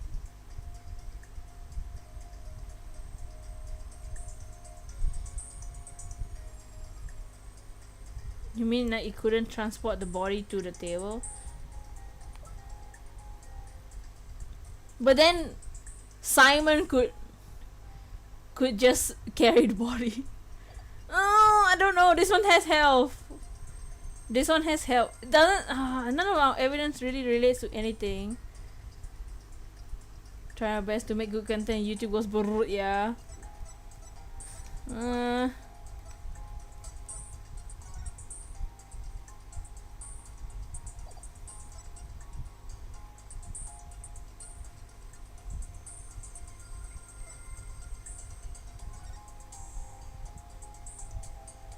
The thing is, the knife would have to be bloody already because Poncho has blood on his hand. So if he just cut the robot before before he killed the Dr. Sykes, how would there be blood, right? I'm gonna try using that as my logic. In the photo of the crime, there's blood on the Poncho thing because there's blood on the blade. I'm gonna try using that logic and see if that works. Objection. This is so tough. Yeah, we've never had someone noise go up and now his noise is back at 100%. Go to stage, just drop the like and say hi, say hey, thank you for dropping by, Dr. Swablu. How you doing? I'm glad you're doing good. Hope we have a good day. Yeah, but yeah, make sure to like the stream if you haven't. Compounding lies with more lies is never the answer, Prosecutor Blackwell. Take a look at this photo. That's the founder of the supposed moment of the murder, isn't it? How many times, more times must I see that witch that damn me for my sin? The ironic thing is, I think this picture is actually gonna be your savior now. See the bloodstain on the end of Poncho's arm where it was severed with the katana? I hope you aren't claiming it's the Roy, but it's the blood, Dr. Roy, Mr. Wright. Oh my god, everyone's a doctor now. No, most likely the blood was transferred from the bloody katana. Goodbye, Dr. Swearblue. The katana already had blood on it, so then it must have been the victim's blood? That's right, but if that's the case, we found a glaring inconsistency. Dots. You said in your testimony that you cut up Poncho, then you killed Dr. Sykes. But in spite of that, the victim's blood is already on Poncho's arm in the picture. What? No, that couldn't be! Exactly. In order for the blood to have transferred from the sword to Poncho's arm, the victim must have been stabbed first, then before the robot was slashed. In other words, Prosecutor Blackwell, your entire testimony is nothing but one giant ball of lies. Aga! Tell us God the truth, Prosecutor Blackwell, now. You have no idea what you're doing. His voice. There's so much discord. I'm hearing not just one or two, but a bunch of rampaging emotions here. It's hard to describe. It's like a violent whirlpool or something. Oh, Phoenix Wright, you will pay for this. ooh, I'm so angry, bro. I never I've been forced to reveal so much, but the rest I'll take to my grave. Prosecutor Blackwell, you are on the witness stand. You are obligated to tell the truth. Isn't that the rule of the courtroom? All of these complex emotions, they seem to be flowing from one source. I think whatever that saw that day is causing these feelings. Maybe it's you. He's the baby. Oh no, is it the crazy thing? Uh-oh! Oh no, he's feeling everything! We have to probe him now! Now it's the probing time. So for those who don't know what this is, we have to probe and pinpoint a specific thing. Following the sound, we open the lab and then something updates. I saw it, the terrible scene. He saw something, so he saw something. So this is what he saw. Was it Athena's? Was it Athena? It's knowing Simon, it's probably Athena.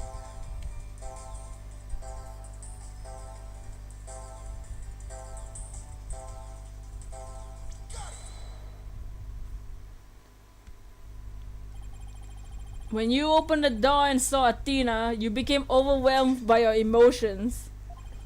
Isn't that right, prosecutor? You should know better. And though it's pathetic, I admit I'm terrified to speak of it. Prosecutor Blackwell, Miss Sykes is innocent. I will always believe that with all my heart. Now, can't you find it within yourself to believe in me too? Athena is innocent.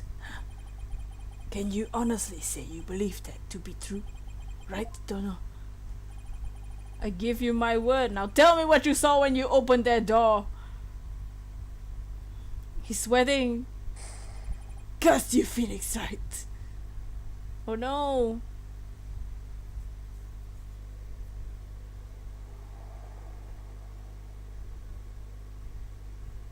It was a tragedy.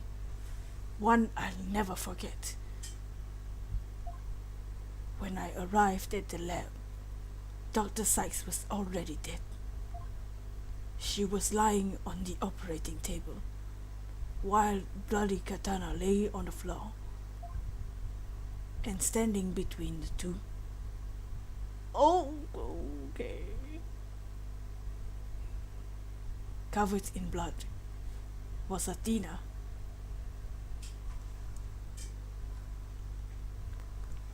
This is where things get kinda heavy, guys. This is an M-rated game because of the blood. She smiled, and with a far-off look in her eyes, she sweetly said,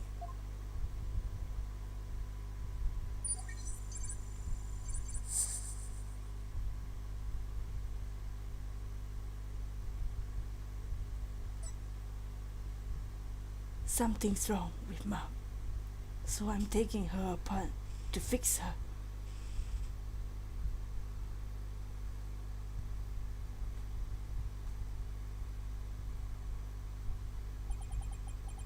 That's what I saw. And now you have it. The truth you so desperately wanted.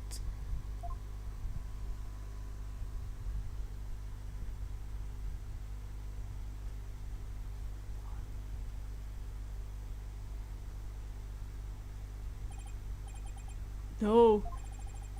Prosecutor Blackwell finally tells the truth, and this is what it is. It's beyond devastating. Oh, Athena! I tried to take my mother apart. Athena! I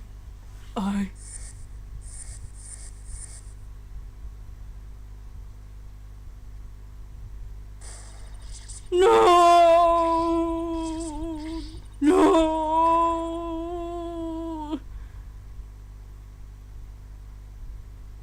All we need is to prove Psyche's innocence. Aurum! How are you doing, Aurum? So it was me. I'm the one who killed my mother. No, Athena! Athena, don't make me this sad. What's up, Aurum? Your first time being here for this game, but had to show up for the finale. Hey, yes! No, another breakdown for us. That's the second time today. Athena! Well, how are you doing, Aurum? Make sure you check out Aurum's channel. As I said, right. The truth isn't always pretty. Trying to stay cool in this heat, but being good. Yeah, I feel you. It's been hot here too. Hey, Lars. Welcome in, Lars.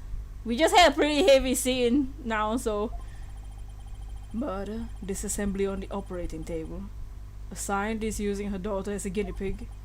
Sadly, it appears that my theory was correct after all. It's true that Athena didn't like her mother's research. But you dare cast aspirations of my mentor, claiming Athena was used in such a manner. Dr. Sykes could be awkward with people. But she loved her daughter with all her heart. Maybe I've been serious after you finish it. Yeah, you can. It's all in the playlist. Someone murdered her. I refuse to believe it was Athena. Oh, Athena, no. She loved me. Your mother hated to see you suffer because she could hear the voices of people's heart. She wanted to set you free of your pain, so she worked tirelessly on her research.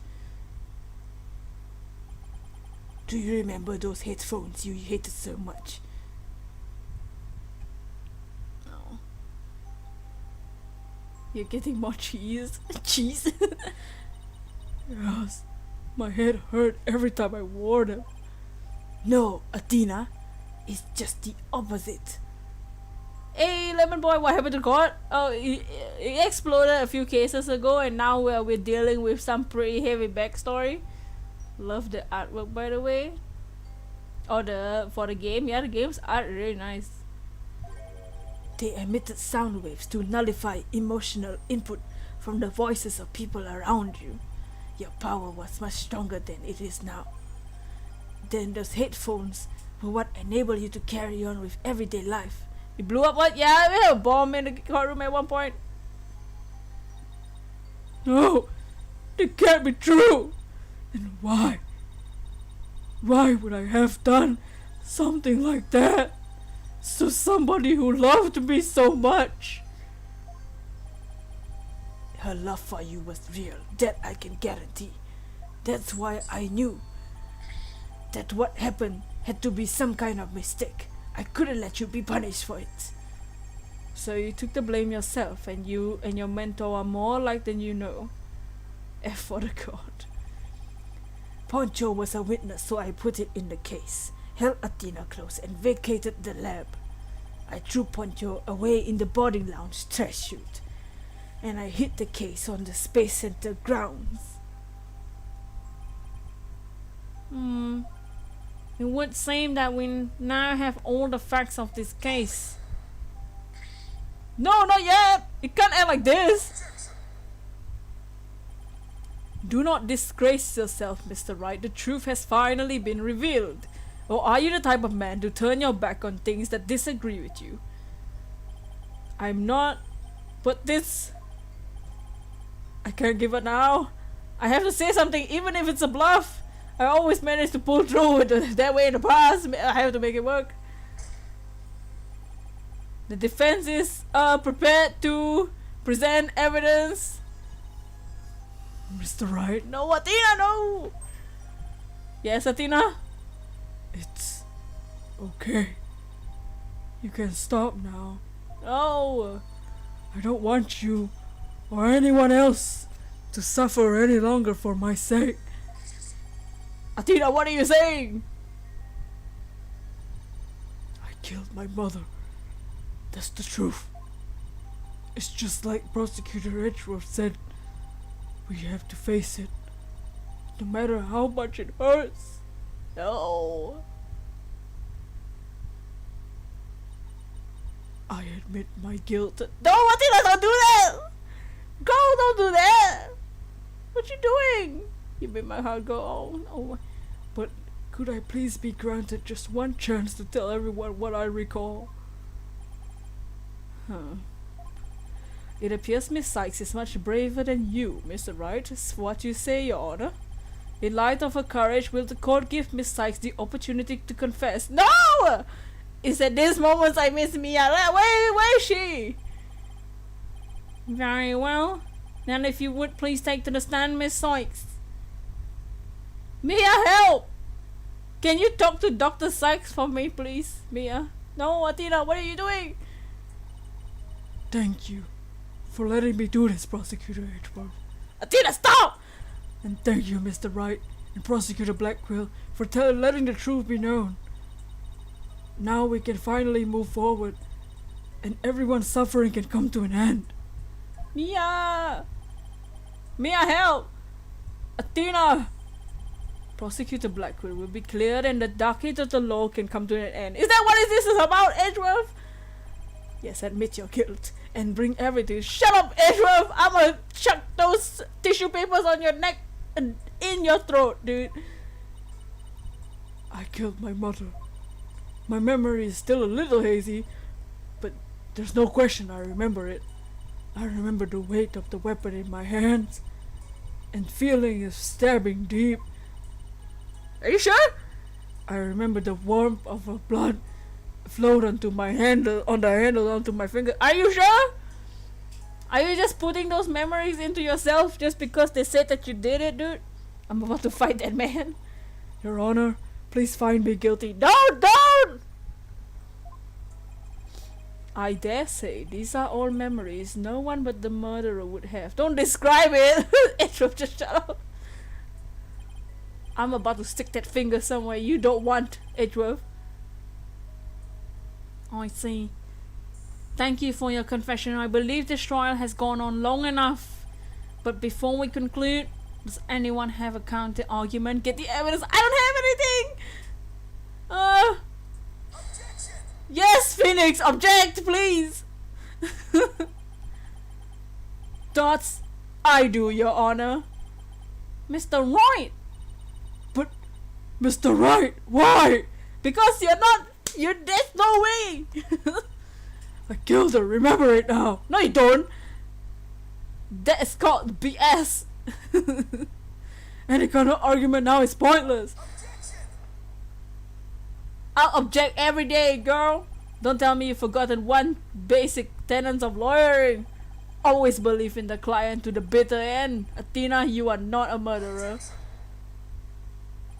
I said that you never changed, but could you actually regress in these 8 years?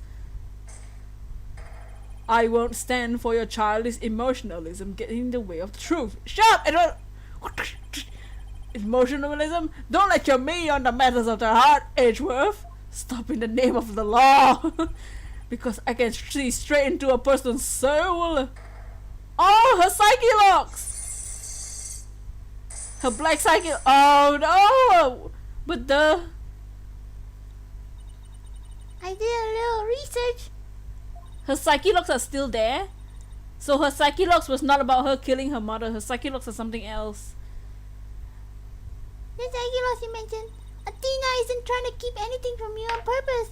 For some reason, part of her heart and her memories are sealed off even from herself. Time to unlock them. Those are black psyche locks. We didn't get to unlock the ones Kristoff had.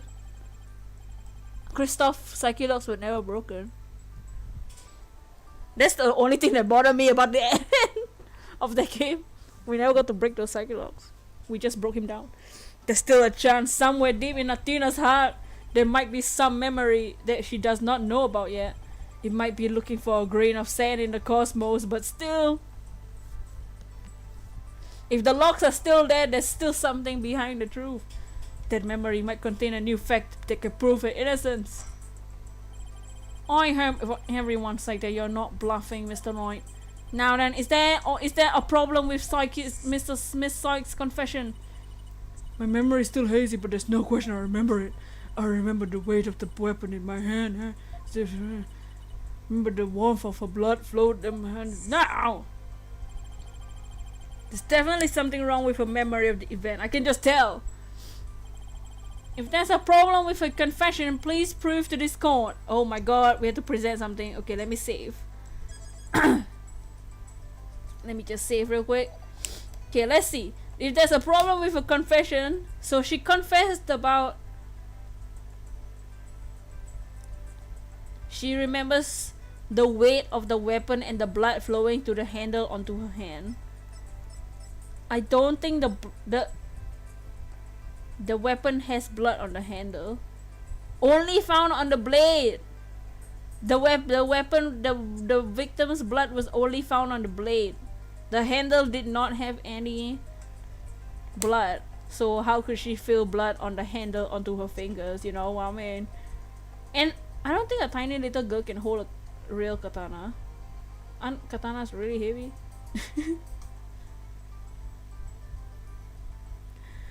Take that! Isn't that the katana the defendant used to kill the victim, Mr. Wright? I respectfully and vehemently disagree, Your Honor. But I remember it! Shut up, Athena! Shut your mouth! I remember holding the weapon and getting blood on my fingers! That's exactly my point. If blood really did get on your fingers while you were holding it, there should be blood on the handle. But please focus on the handle of the sword. There's not a trace of blood on it. Therefore, this is clearly a contradiction of the facts. You're right. Am I?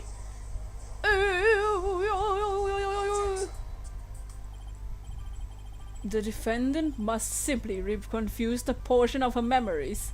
She mentioned it was hazy to begin with, and we can't mull over every minor detail. But she also says there's no question I remember it, a fact we can't ignore. In that case, why don't you explain what this contradiction of her memories means? Gladly! Just give me a second. I wanna say Athena didn't stab anyone, but she did say herself that she remembers the feeling of committing the act. Think, Felix, think! What could the contradiction with Athena's memories mean? The blood was wiped off? Or the defendant used a different weapon? What? The blood was wiped off the weapon, or the defendant used a different weapon? Like, the defendant doesn't mean Athena specifically?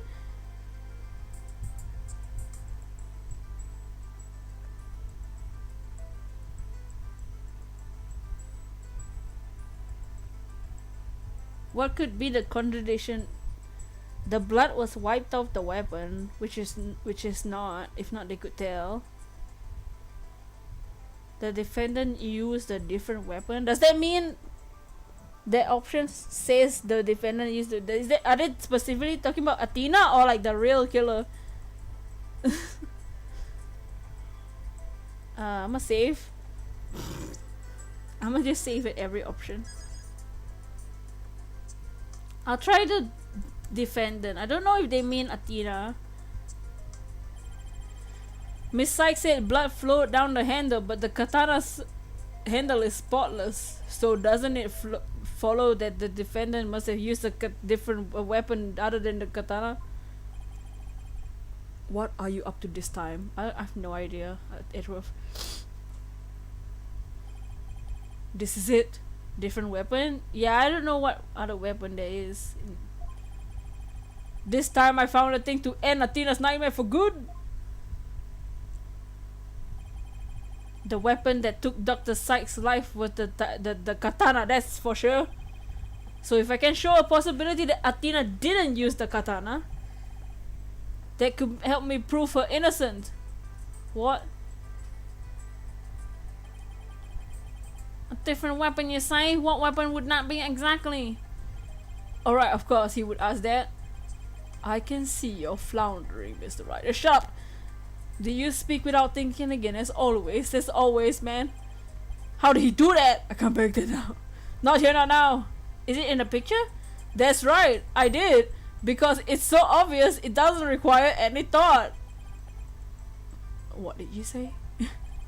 Okay, so maybe that was an exaggeration. Poncho's arm. Oh, was she carrying Poncho's arm? Smack it everywhere. There has to be something. Oh, but the was there? Oh, maybe it wasn't Poncho's arm. About to throw hands with this man. Was there some other bladed weapon in the robotics lab that day? Maybe there's something in one of these crime scene photos. What? Wait a minute, there is something. What? Where? I don't know what he's talking about. There's a high probability that that was in the lab. That what was in the lab? I don't have any particular weapon here in evidence right now, but I do have a piece of evidence just like it. I don't have zero idea what he's talking about. Another blade? What the hell is he talking about? Is it supposed to be in the photo? Okay, let's look at what was in the lab. Let me reread what he said. Maybe there's something in one of the crime scene photos. Wait a minute, there's a high probability that was in the lab. It has to be a bladed thing. Okay, let's look at pictures. Okay, wait, what's he saying? Other than katana, this is another blade that may have been at the crime scene. The capsule?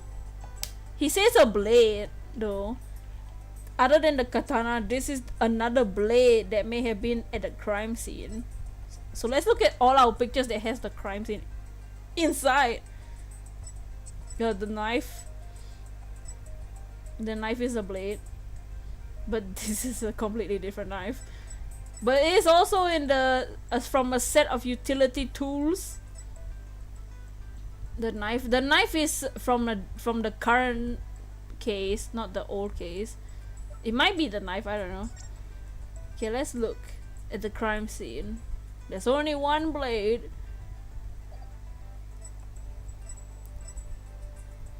Because the knife is the only other blade, but I don't know if that knife is still counted.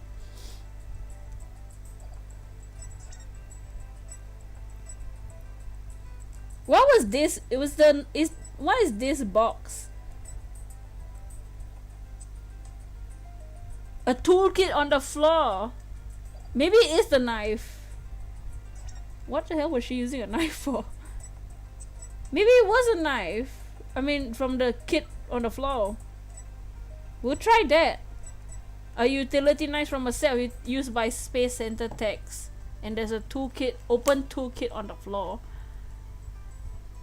So we'll try presenting the knife. That's the only other blade that we have. That, even though it's a blade from a different case, we'll try the blade. We'll try the knife.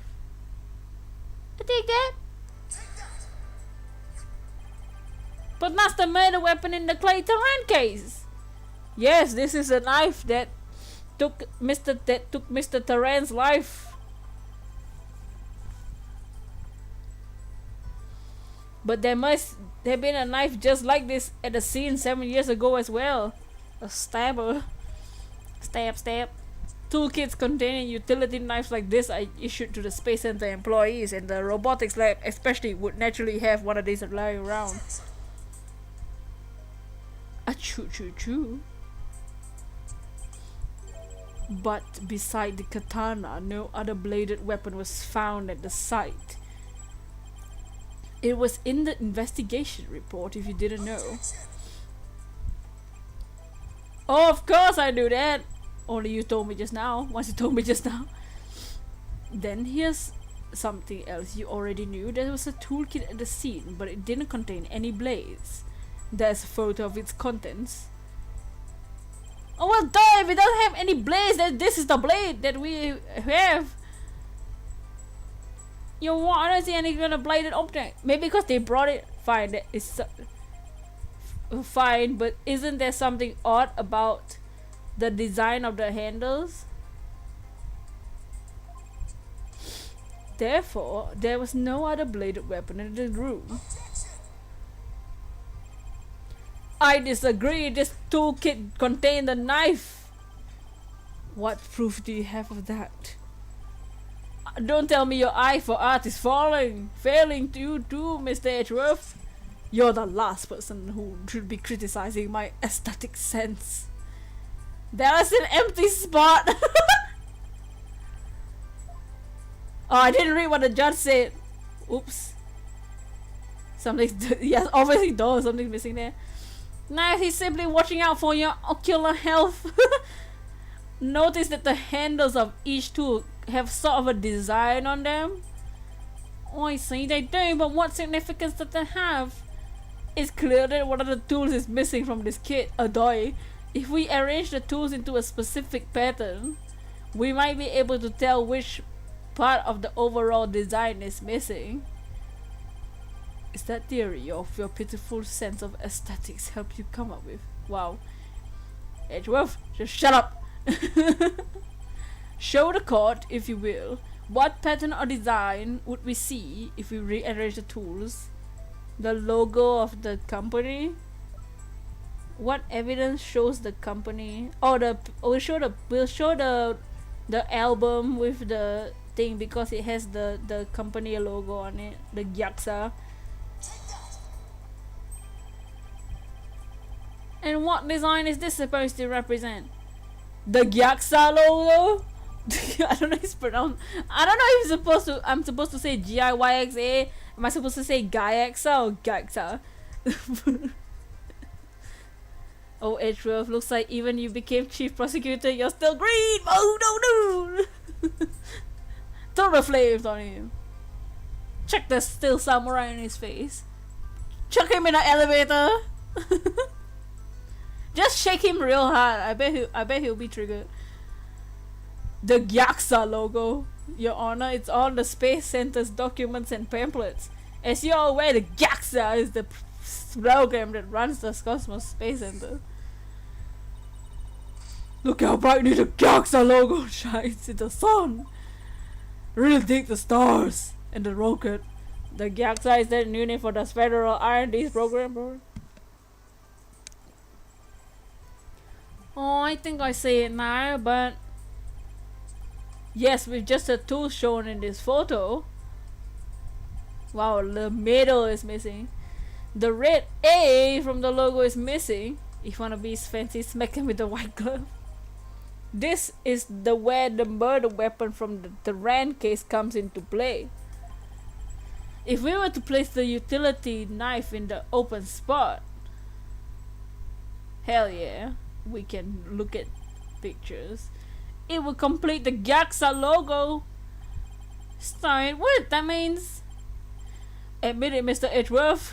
My aesthetic sense is keener than yours. While you're at it, admit that the weapon Miss Sykes used could have been this one. Oh. Oh, what in the god? Miss Sykes confessed to having a memory of stabbing the victim. Admittedly, Miss Sykes mostly did stab someone using the utility knife. However, the weapon used to kill Dr. Sykes was the katana. Therefore, the act of stabbing Miss Sykes remembers couldn't be that of Dr. Sykes. Thoughts? Very well. Let's suppose for a minute Miss Sykes did use the utility knife. He wasn't shook at all. What the hell? Tell me, how does that change anything? Come again? What if the katana was only be used as a decoy to conceal a true murder weapon? Oh please! What if the real weapon took the victim's life was the utility knife? Don't be ridiculous. Are you changing the premise of your entire argument? I just shake my head.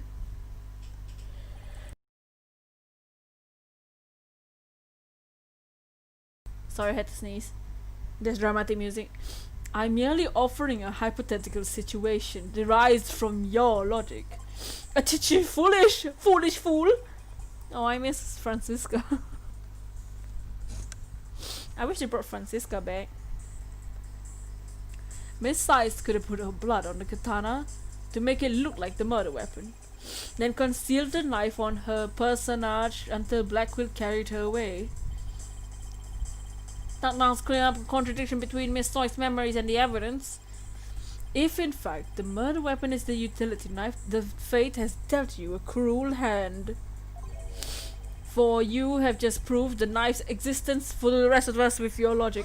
Bless you both, and thank you for the bless. Thank you for all the bless. You think I think who Athena stabbed with the utility knife? The prosecution is attempting to lead the court. You're the one attempting to lead the court, Mr. Wright. You think you know? Oh. Katana too heavy for a small child, right? By forcing us to forget the facts of this case. How? Need I remind you there are only 2 people in the lab at the time of the murder? And the defendant herself recalls stabbing someone with her own hands. No! Don't tell me. It matters not whether the murder weapon was a katana or a utility knife, as long as we know the victim and the defendant were the only ones there. You cannot escape the fact that it was Athena Sykes who killed her own mother. I don't believe it! Why? Why does this keep happening? Every time I find a contradiction, it vanishes and suspicion keeps coming back. It's almost as if... No! Phoenix, don't say it! I swear to God, you and I are supposed to be the same person. You're finally starting to get it. Your contradictions keep vanishing because the charge is true. The suspicion keeps coming back to the defendant because that's where it belongs. No, shut up, Edward! Phoenix, right? When will you open your eyes and accept the truth? I'm about to poke your eyeballs. Phoenix, don't! God! No, stop it, Phoenix! No, stop it, sir. Phoenix, I swear to God, don't give up on Athena. I don't want to believe it. It can't be true. But what if... No! Not what if! Mr. Becker! Mr. Wright, you fought a good fight. I think it's all you can do. Phoenix, no! Apollo, where are you? Is giving up really the only option? No! Since when? Is giving up the option? Never! Mia, where is she? No, snap out of it, Phoenix. What's the matter with you? Give it into the top. Yeah! Someone interfere, please, right? Forward is the only way to go. Do it as Athena says, beat him up! Yeah! Mia, help! Mia, help! Can't you do something, Mia? No, Your Honor, not yet. It isn't over yet. Right! God damn it! Shut up! I can't lose sight of what's important. I believe in Athena and I will always believe in her to the very end. Defense lawyer never gave up on his client. I have to pick myself up and stand firm. Make that brain of yours work, Phoenix. Mia, please. If I don't see a way, I have to go back and look for one. Time to rethink this case thoroughly. Oh, I gotta use my brain. I concede the fact that Athena must have stabbed someone with a utility knife. This must have been what Poncho witnessed as Athena's hug. Prosecutor Blackquill didn't see the knife at the scene, which means this means that someone must have removed it from the lab when he arrived. Before he arrived, who could have taken the utility knife from the lab? Like taken it out of the lab? It should have been someone else because clearly the knife is not there. It's either Athena because it's someone else. A third person was at the scene because the knife isn't there anymore and Athena doesn't have it. Obviously the dead body doesn't have it. If I trust in Athena, I have to conclude that there was a third person at the scene. According to Poncho's testimony, only her and her mother would Athena and her mother were the only two there. So then how did this third person manage to escape Poncho's detection? I know this person must have fooled Poncho's facial recognition by covering their own face, because Poncho has facial recognition, so obviously if you cover your own face they can't recognize you.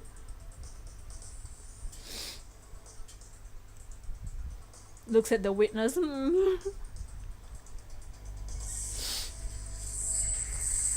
The person hit their face. Wait a minute, Poncho has a heartbeat detection system too. If they covered their own face, Poncho would have still detected their presence. She wouldn't have been able to tell who they were. That's it, the culprit could have covered their face and posed as which person to avoid detection.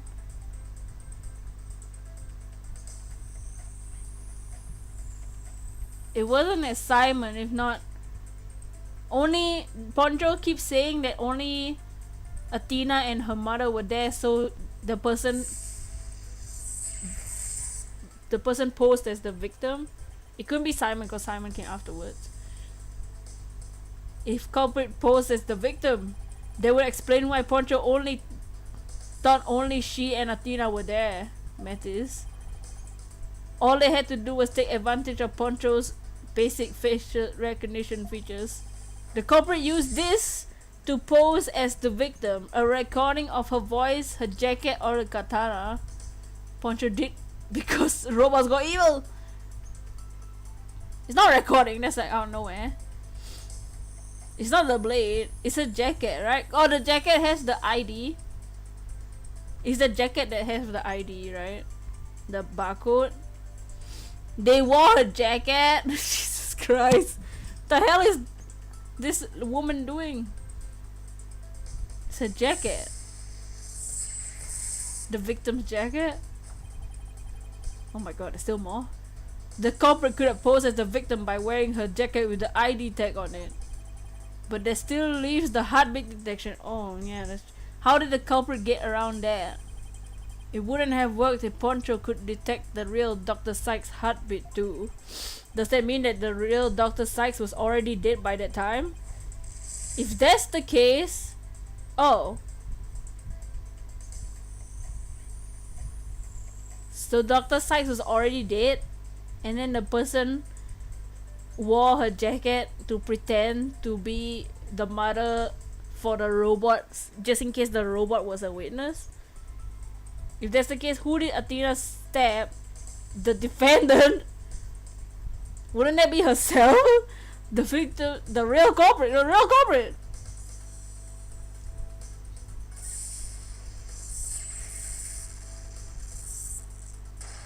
Athena stabbed the real culprit. She stabbed the true killer.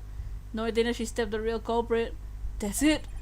The person stabbed wasn't Dr. Sykes. It was the person who murdered her and pretended to be her. The real culprit.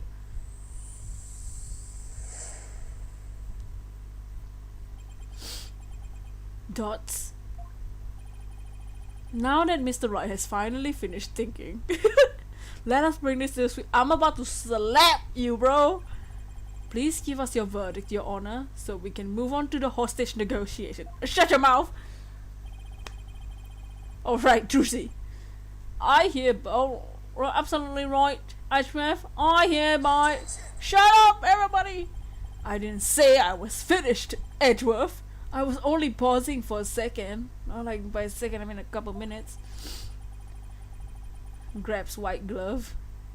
Because I realized something so shocking, I had to take a break to die. I had to breathe for a second. But now I know for a fact that Miss Sykes is innocent. But Poncho saw me!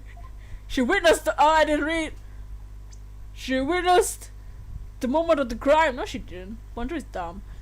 Yes, Poncho did witness something. She saw the hug.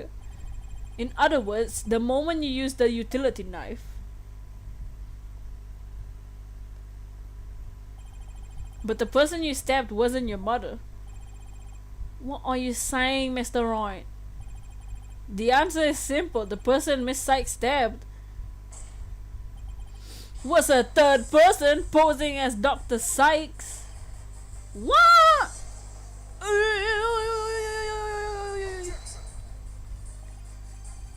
Do you really expect us to swallow that, Mr. Wright? You can swallow something else then! According to the robot statement, there was no third person there. Did you really think I wouldn't see through your ludicrous grab for time? Nani? After all we've been through, Mr. Edgeworth, I'm disappointed. Don't you know by now that this smile of mine means I have absolute confidence? Ha, you make that pose all the time, regardless of the fact. Hey! Cloncho's strange malfunction. Cloncho? Oh. Mr. Taran, you look pale. Shall I help you with the sick bay? Oh, I totally forgot that this happened. Mr. Taran? Yeah, Cloncho thought that Apollo was Clay Taran because Apollo was wearing Clay's jacket. Oh. That was another case of mistaken identity caused by a jacket ID tag. All because Cloncho couldn't read Apollo's facial features due to the eye patch. You can't swallow this, but you can swallow. Oh!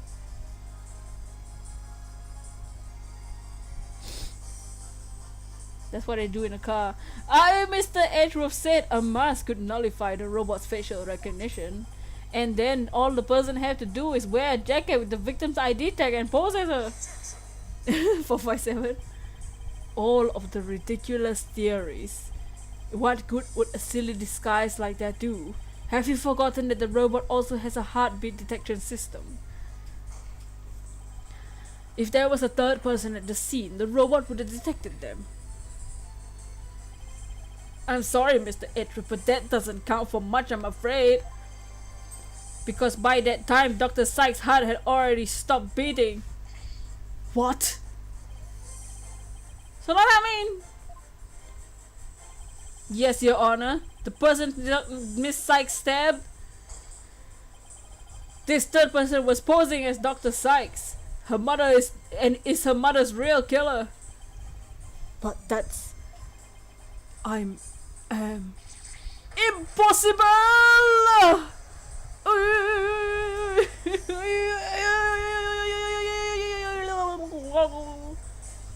A mask? The person I stabbed was wearing a mask? Order in the court! Miss Sykes, did you say something? A mask? Oh. Yes! I remember! Oh, that's scary. Oh no, Athena!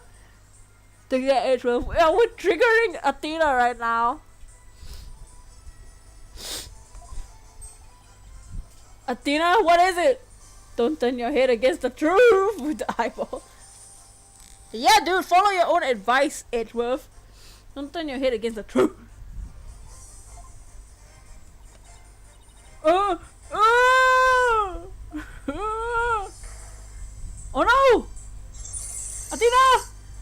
Athena, your psyche locks! I remember a man with a mask! Oh, that's horrible. That's not scary at all. How could he? What did he do to my mother? Oh, my head. Oh, her memories are coming back. Miss Sykes, are you alright? I think we should get help. That's not a scary picture. No! No! Oh! The black psyche locks. They're breaking! Yes! Please break! Oh my god! Ooh, Athena! Wait! Wait! No, wait! Police said that would traumatize her, wouldn't it? Call 911. It's all coming back to me. Everything that happened the day my mother was murdered. Didn't police say that would traumatize Athena? Oh no. I mean, it's good that we broke them. Unlock successful, yes. We didn't get to break Kristoff's ones, but we broke these ones. They're gone. The black Psyche-Locks are finally gone. You didn't really stab your mother, did you? It's alright, Athena. Just tell us what you saw that day. Traumatized time, boys. She looks fine. I was drawing a picture, and when I was done, I went to show it to my ma'am. I opened the door, and then...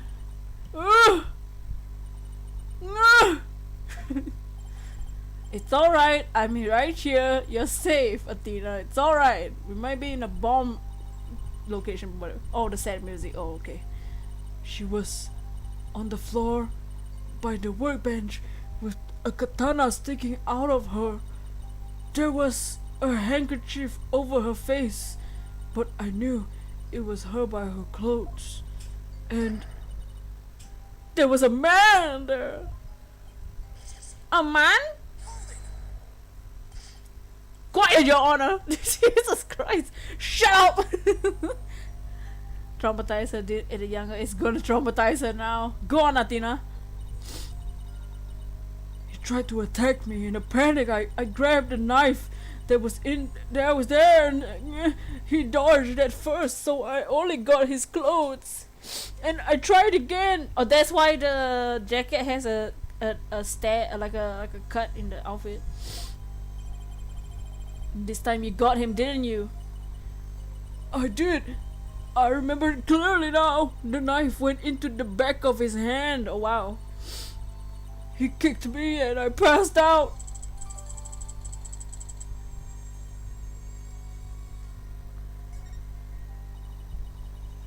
When I came to, my mom wasn't moving. I had to do something. I had to fix her, I thought. So I asked Poncho to move her to the operating table. Got him, boy. Something's wrong with Mom, so I'm taking her apart to fix her. So that's why she said that. Your Honor, as you can see, the defendant just given critical new testimony. A man was there before Miss Sykes arrived. A man who covered the victim's face and put on the victim's jacket. His man is the real culprit. Miss Sykes.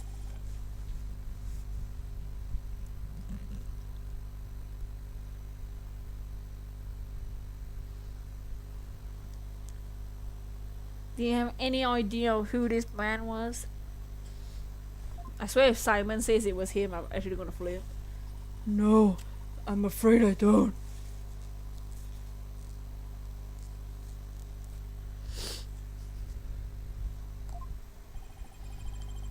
A few moments ago, Miss Sykes mentioned a mask. Athena, can you tell us anything about that? Yes, the mask. It was my mom's Japanese theater mask. Ew, the one on the wall. The one hanging on the wall of the lab. This mask is here on the wall. It was kinda spooky, that mask. My mom used to tell me that a no mask has the power to turn an ordinary human into being a phantom. Simon, I know what you're gonna do. Shush. A phantom? What same? That a new suspect has emerged. That means all suspicion against Miss Sykes has... I said... What are you doing? You see, this is precisely why I can't trust the court system. Shut your mouth, Aura. Miss Athena Sykes is the murderer. What is your problem? You won't accept any other verdict, but what if that's not the truth? You dumb hoe. Miss Blackwell, this is not good. A new suspect. Where is the proof this person ever existed? Who says it wasn't all just a dream? The little princess, groggy little head. I'm about to groggy little head a ghost kill them. Some dude. She's right. We don't have any hard evidence that a masked man existence. Oh, Athena! Thank you, Mr. Wright. I'll never be able to repay you for all you've done. But I'm fine now, because I can say with certainty that I didn't kill my mother. You really hate Athena, don't you, right? Aura is the murderer. Athena, I'm so glad for you. Oh, we got her past her trauma. More and more memories are coming back now. Yeah! So I like to say one thing if I could. Poncho came to the robotics lab at around 2 p.m. to recharge. I went to the robotics lab around 2 p.m. to recharge. Just as I had to recharge, Athena came in and hugged Mrs. Mommy at Metis. Then Metis fell down. After that, I was recharging and I don't know. I see where you're going with this. Is Mommy Metis was the killer in disguise. Right, then he must have come to the robotics lab before 2 p.m. The trauma was quick. Do I have anything here in the evidence that can help me find this person who came to the robotics lab at before 2 p.m.? Okay, let's look. Before 2 p.m.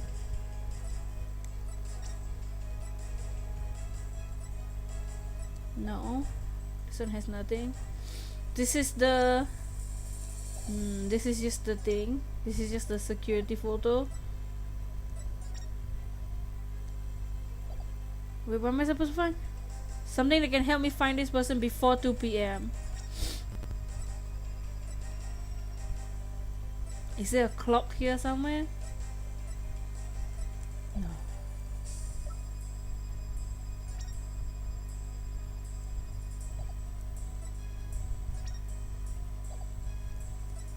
I literally have nothing. Should we see before? Wait, where's the photo with the security camera? Should I present this and maybe they will give me the security footage before 2 p.m.? The 7-year-old video which they showed Black Quill passing through. Maybe I can maybe they'll give me CCTV footage before 2 p.m. I'm gonna try that. Because I have nothing else that there's a possibility. Yeah, I don't see anything else that there's nothing that has, none of the pictures have like a clock or anything. So I'm gonna try that. I take that. This is Prosecutor Blackwell leaving the scene after the incident at around 3 p.m. What I'm wondering, does this video show anyone else passing there before then? I don't see anything in the investigation report. It looks like they didn't check. They didn't even check! Just as I thought. Everyone's an idiot. They didn't even check. So if we rewind the footage and go back around 2 p.m., we should be able to see the true culprit leaving the scene. Very well, let's take a look. Okay. There, please stop it right there. Who the hell is this? This is why you check your security footage. Is this not suspicious? He is literally bleeding from his hand. Oh my god. The dumbest people on the planet right here, guys. The police. Just like you said, there's a man leaving the scene of the crime. They didn't check the security footage. When one guy came out with a bloody hand, Jesus Christ, who in the world is that? I don't know. He's even wearing the jacket. He literally has blood on his hand and he's wearing a jacket. That's who the little dumbest police was. This game's police. Miss Sykes, do you remember this person? That's him! I'm sure of it! He's bleeding and everything. He's wearing my mother's jacket! Yeah, and that jacket is only given to people involved with the Hat 1 and Hat 2 missions. I really wanted to see her jacket. Yeah, the jacket has a cut on it. There's Dr. Sykes. I swear the police. Look, it has the cut. You can't really see it, but there's a cut on it and his hand is bleeding. Bro, how is this not suspicious? How did they not see this picture? This should have been the first suspect. Still looking at security camera footage. Can you see it? There's the slash I made with the utility knife that day. And I'm sure that knife is under that jacket somewhere. Silent, everything Miss Sykes said. Exactly, it proves that Miss Sykes' memory was correct. Dr. Sykes' killer arrived at the robotics lab before 2 p.m. He killed her and hit her face with a handkerchief. Ugh. Ew. And then he disguised himself with Dr. Sykes' jacket and mask when they were in the lab. The culprit probably knew beforehand that Poncho charged up at 2 p.m. every day. So he waited for Poncho to come to the lab for regular recharge. To create a witness, by leaving Dr. Sykes' jacket on, the culprit tricked Poncho into thinking he was Dr. Sykes. The police saw them. That's not suspicious. Yeah, just scrolling through the footage, he's like, yeah. Oh, Simon, we know who that is. Thereby making it look like she was alive at the point in time. All to disguise the real time of death. I shake my head. Oh, now what? It's a nice theory. I'ma punch your face theory. The picture is right in front of you, Andrew. I'm afraid it's just not possible. How? What? Why not? The victim's jacket is clearly visible right there in this photo. He's looking at the camera and everything. And that right there is precisely the problem. The ID tag on the scene confirms that beyond a doubt it belonged to the victim. If the person left the lab was truly wearing the victim's jacket, oh, then how could it possibly have wound out at the crime scene? What's going on? That doesn't make sense. Nice theory, you dog! It was right. If the culprit was wearing the jacket, how did he get back to the lab? The killer brought it back? The victim brought it back? Or the defendant brought it back? Wait, what would that even mean? The killer is the guy in the CCTV. The victim is dead. Or the defendant brought it back? Athena? How would Athena bring it back? Athena was already brought out. The killer brought it back? How would the killer bring it back?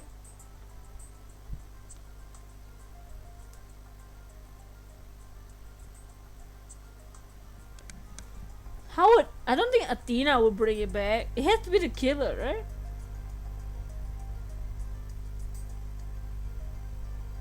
It's obviously not the victim. Maybe Athena? Yeah, maybe Athena. We'll try Athena.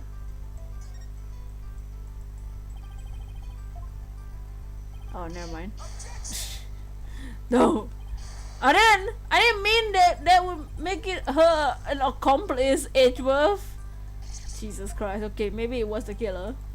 My god, I say Athena and he thinks I'm making Athena an accomplice. The killer used the jacket as a disguise to make his escape, but in order to conceal that fact, he had to get the jacket back to the crime scene. So the culprit simply returned the robotics lab later and planted it there. Contradiction resolved! Phoenix! Except that it would have been impossible. The only person who came to the robotics lab after the killer were Prosecutor Blackwell and the people who reported the body.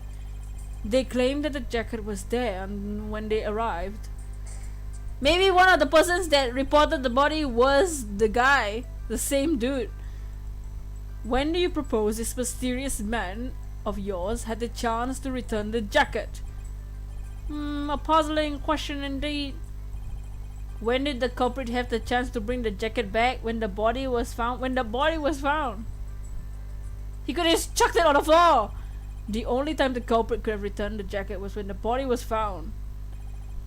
Mr. Wright, do you realize the implication of that argument? I do. For most people that come across a murder, they focus on the tension on the body. The culprit could have just taken advantage of the split second to plant the jacket. In other words, the true culprit of this case, man known as the Phantom, was the first people to discover the body. I would never thought that.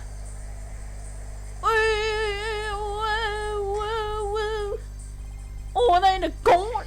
What is the meaning of this, Prosecutor Edgeworth?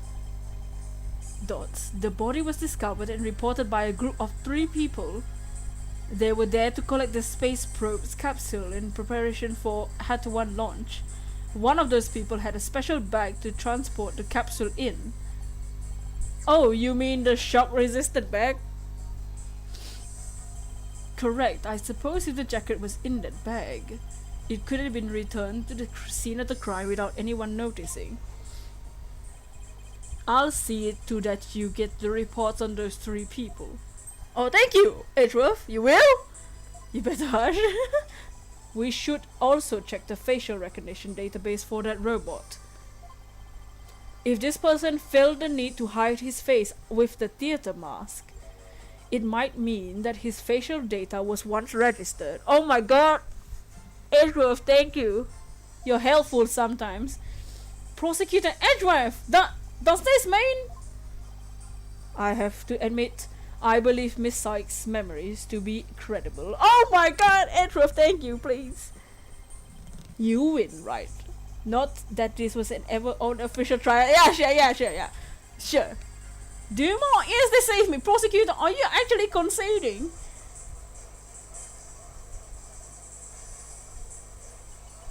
Is it true?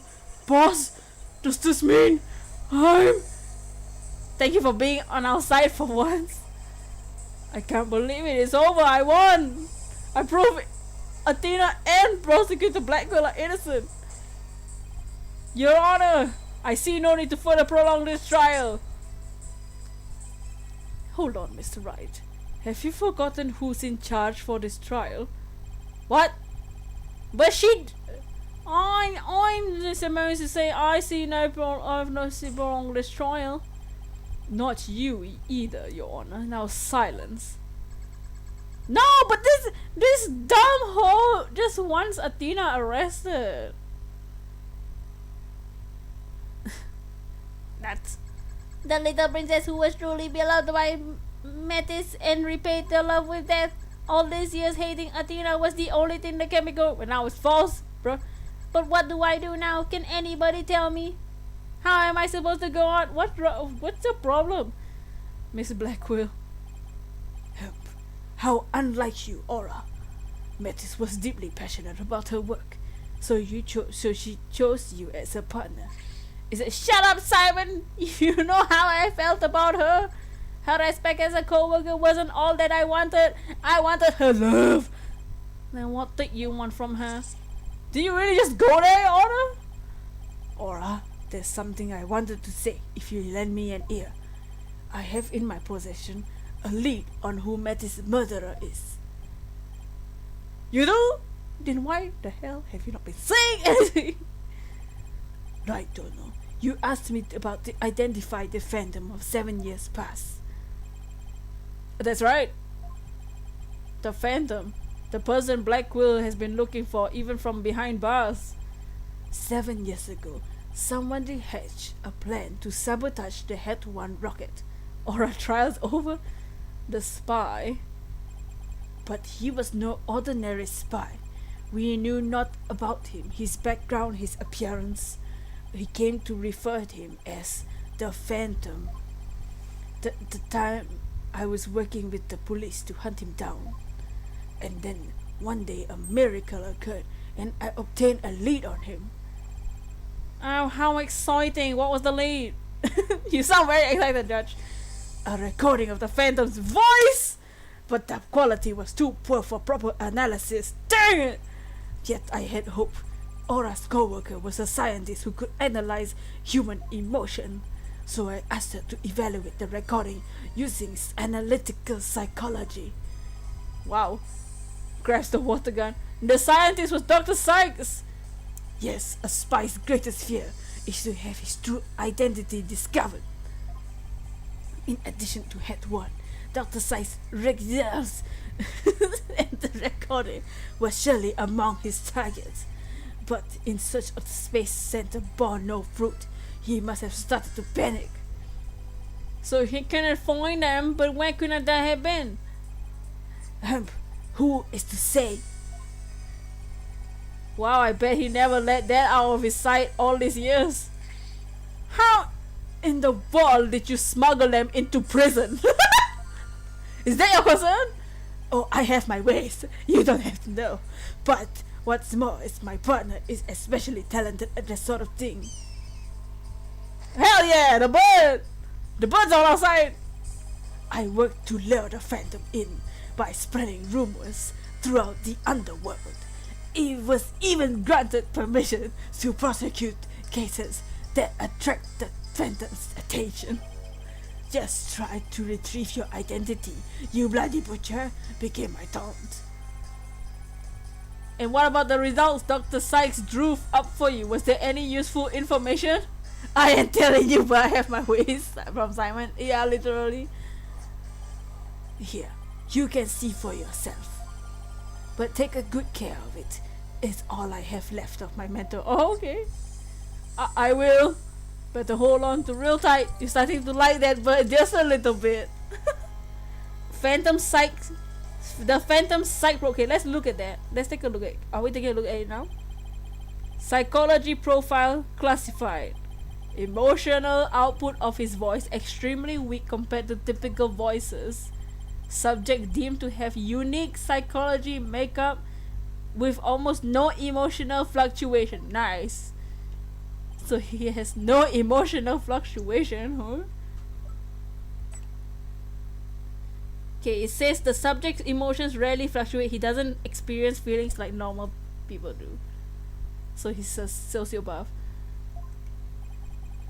A spy who experiences no emotions, no sadness, no anger, and naturally, no fear. He is the very definition of a phantom. A monster with no heart, don't you see? This creature is the rot that destroyed our lives, and what ails us into motion. The Phantom indeed. A fitting name for one who has brought darkness into our world. Well then. Seems like a fine image of this man has started to take shape. Based on what we've learned, I'd like all of you to conduct further investigation. This is not a formal trial, but I do want to follow protocol. If I may, I'd like to hand out my verdicts and bring these proceedings to an end. Whatever, do what you want. Let my daughter go. You'll hear no objection from me. Thank you for once. Oh my god. Yes, please. It's over. It's finally over. Very well, in that case, Prosecutor Blackwell, will you take the stand? Oh yeah. As a result of this trial, your innocence has been proven. The verdict handed down 7 years ago is hereby overturned. Hump. Dots. Thank you. And now, defendant of the current trial, Miss Athena Sykes. Your Honor. Mr. Wright. Thank you. Thank you for everything. Athena, you're more than welcome. If everyone is ready, I will now give my verdict. I swear if anybody... Oh my god! Who is it this time? Yeah, you!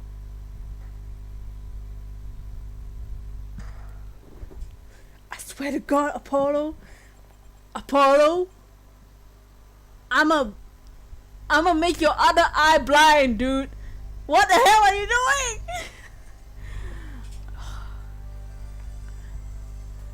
Apollo! Stop! I hate this. What are you doing? Dots. Apollo! I'ma backhand you. I did not raise you this way. Apollo, what the hell? Apollo, you better not. What the hell is happening? Apollo? Congratulations, Mr. Wright and Prosecutor Edgeworth. You better congratulate Athena. You uncovered the truth from 7 years ago and you saved Prosecutor Blackwell. However, I can't allow this trial to end just yet. Oh my god. Apollo, I swear. Why, Apollo? Why would you do this to us?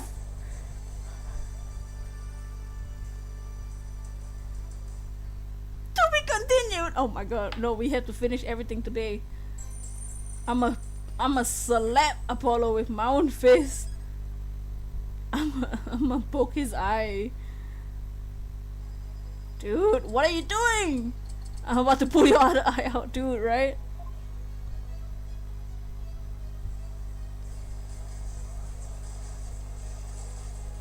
Are you kidding me, right? Mr. Justice, please explain yourself. Don't tell me he is. It's very simple. There's isn't much to explain. The defendant, Miss Athena Sykes, might not be innocent. What are you talking about? They always say the same thing. The case from 7 years ago has been settled. I'm not talking about the past here. I'm talking about the present case. Oh my god, him and his Clay. DC. It's still not clear who killed Clay Terran. Oh my god. But Apollo, why would you? Dots. Miss Sykes. Miss Sykes? You've been looking for the past hour and 16 minutes. Please listen quietly to what I have to say. I don't want to listen to you! What is Apollo trying to do? Your Honor, please allow me to a little of the court's time. But this trial is the case from 7 years ago. Mr. Blackquill, I'd like to ask a favor of you. Oh! Apollo! Do not be on the side of Aura, man! I swear to God! It's not clear who killed her mom either!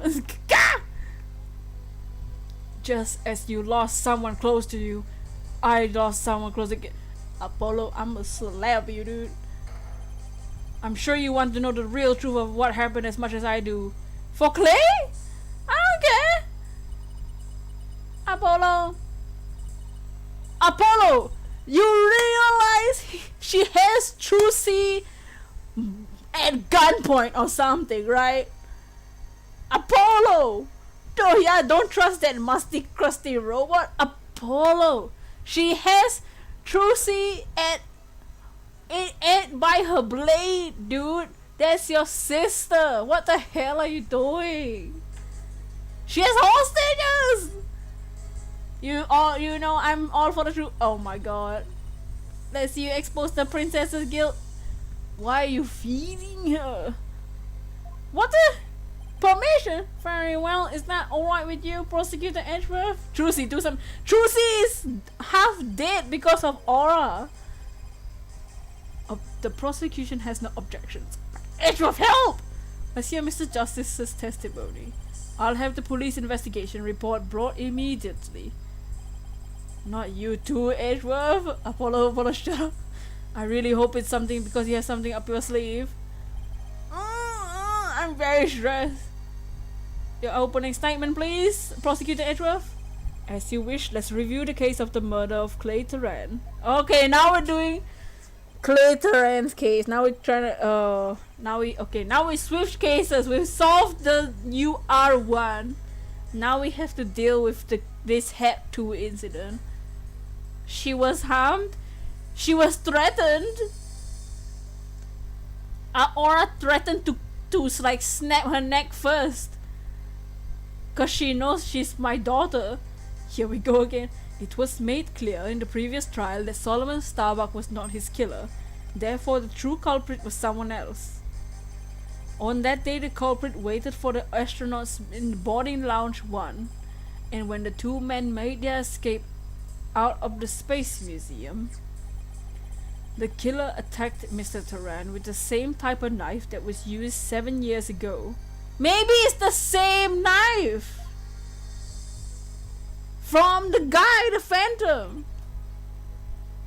and not Athena. Athena ain't got a knife. Why would the thing is, if a knife was used, why would there be fingerprints on the lighter and not the knife? What, he put his hands on her? I'm about to put my hands on somebody. Angry ape noises. That's just Athena. You're about to throw hands, not go like. The murderer then escaped to the space museum. Next, director Yuri Cosmos switched the launch pads. After that, the culprit exited the space museum via boarding lounge 2. Therefore, this trial must make clear who Mr. Terran's true killer was. In other words, we must discover who it was that escaped through the space museum that day. Thank you, Prosecutor Edgeworth. Mr. Wright, is the defense ready? Yes. Whew, yes, Your Honor. Better rearrange my evidence. Okay. Now then, Mr. Judge, let's see what we have in our evidence. So right now in our evidence we have the space, the maps, the knife, the capsule, the exhibit, the earring, the Phantom's report, Terran's autopsy report. Now we have it. The security camera footage from that we saw before. We got back the launch pad. Aura's statement about the lighter with the elf emblem. We have the lighter itself that has Athena's fingerprints and the victim's blood. We have the emergency letter which was used for the evacuation from the bombing, and we have the phony Fenty bomb fragments. So here are the bomb fragments.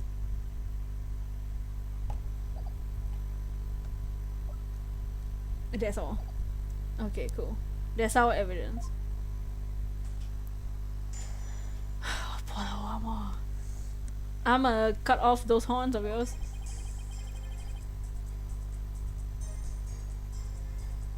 Apollo, what are you saying, man? I suspected Miss Sykes of the murder of Clay Terran. I'ma Terran your face. I'ma Terran you over with my car. My growing suspicions were confirmed when the incriminating evidence presented itself. In addition, she's the only one who could have utilized the launchpad to switch. How? Why? That is why I wish to indict Miss Sykes on the charge of Apollo. I'ma slap you, bro. I'ma throw hands. Everybody to grab your knife and start stabbing Apollo. Apollo! Bro, we are already injured enough. You don't need more injuries from us. Oh, not in the court. Apollo, just why? You realize you're charging your own co-worker with murder, don't you? Yes, Your Honor, because that is the conclusion to my investigation. Show me about your investigation. You don't know anything. But Apollo! Why? How could you suspect me too? Dots. Listen here, you sheethead. Mr. Wright, your cross-examination, please. Don't tell me what to do! I'm your boss! I don't get it. Grab your knives. Just what did you find this past few days to make you think this?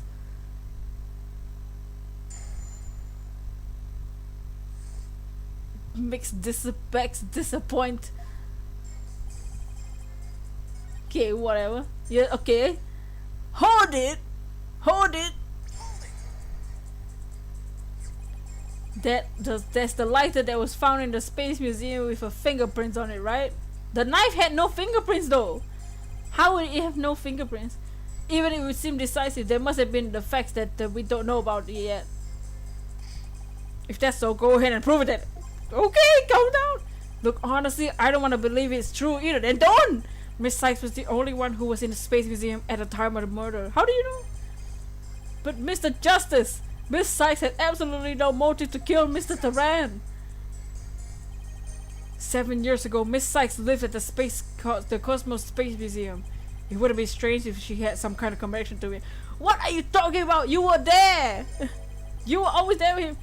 Besides, sometimes people kill for motives we can't even imagine. I know you've seen plenty of cases like that in your own career, Mr. Wright. Shut up. I still can't believe this. How can you actually suspect Athena, Apollo? Disappoint. Hold it!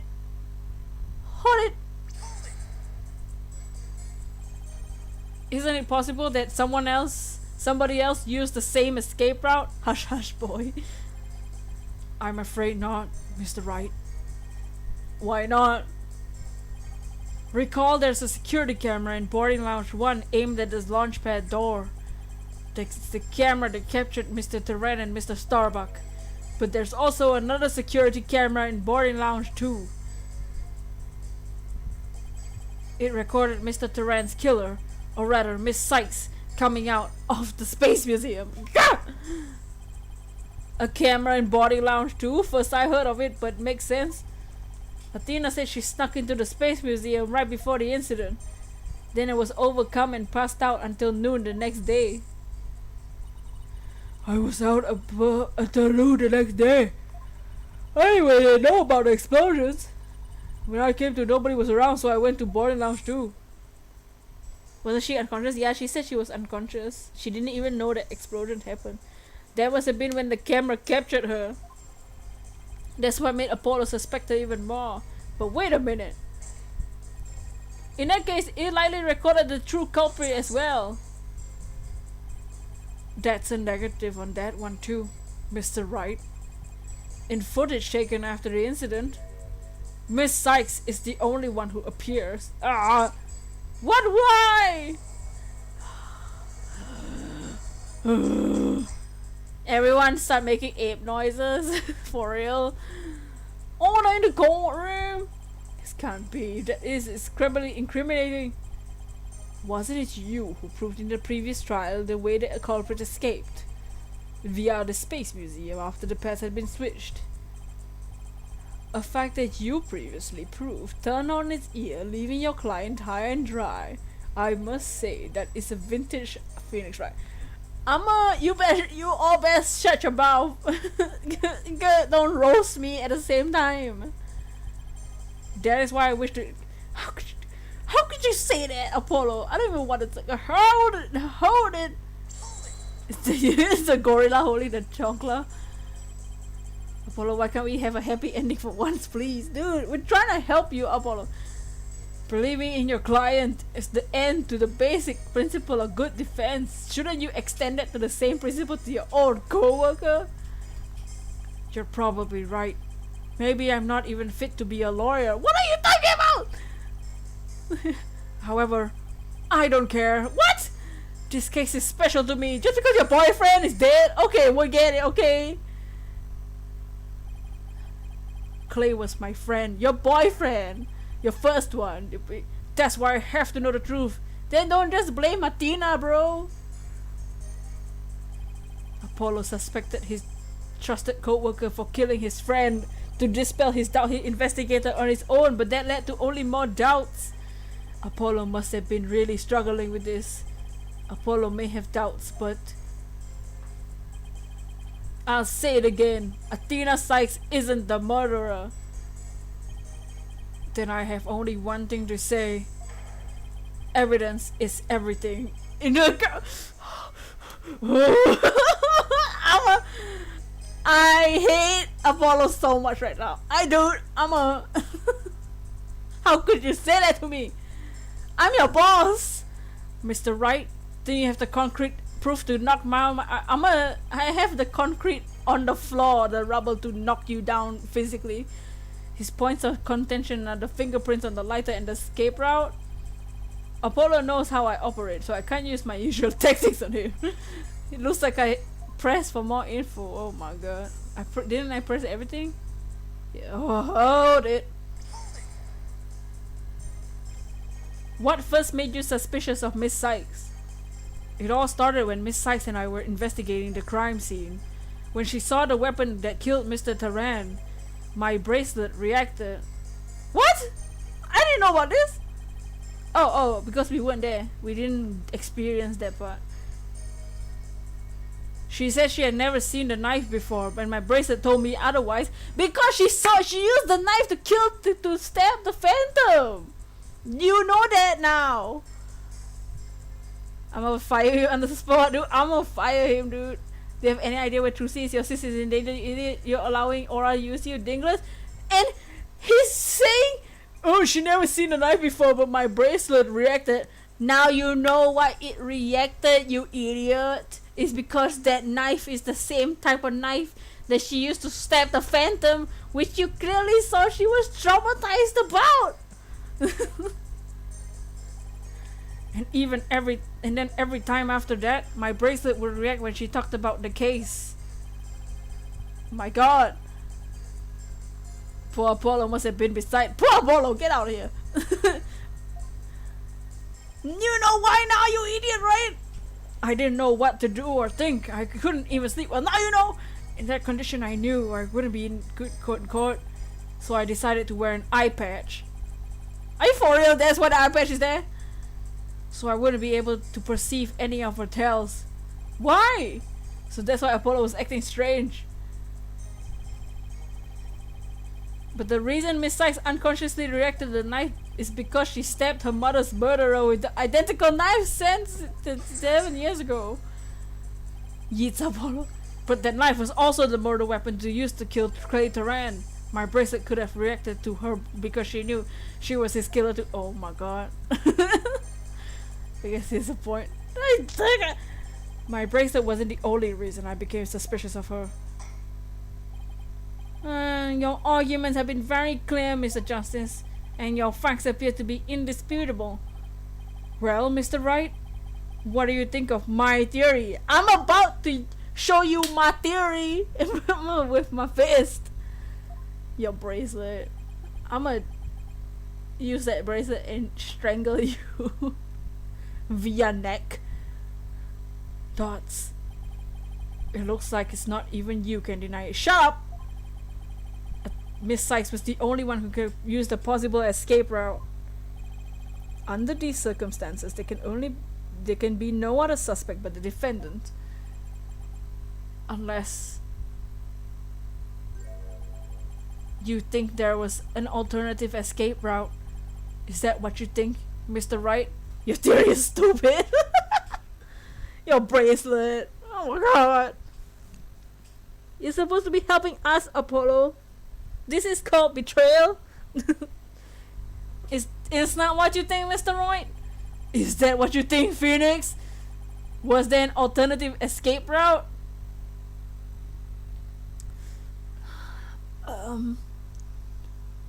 Do we say yes or no? Was there another escape route? Where else would it even be?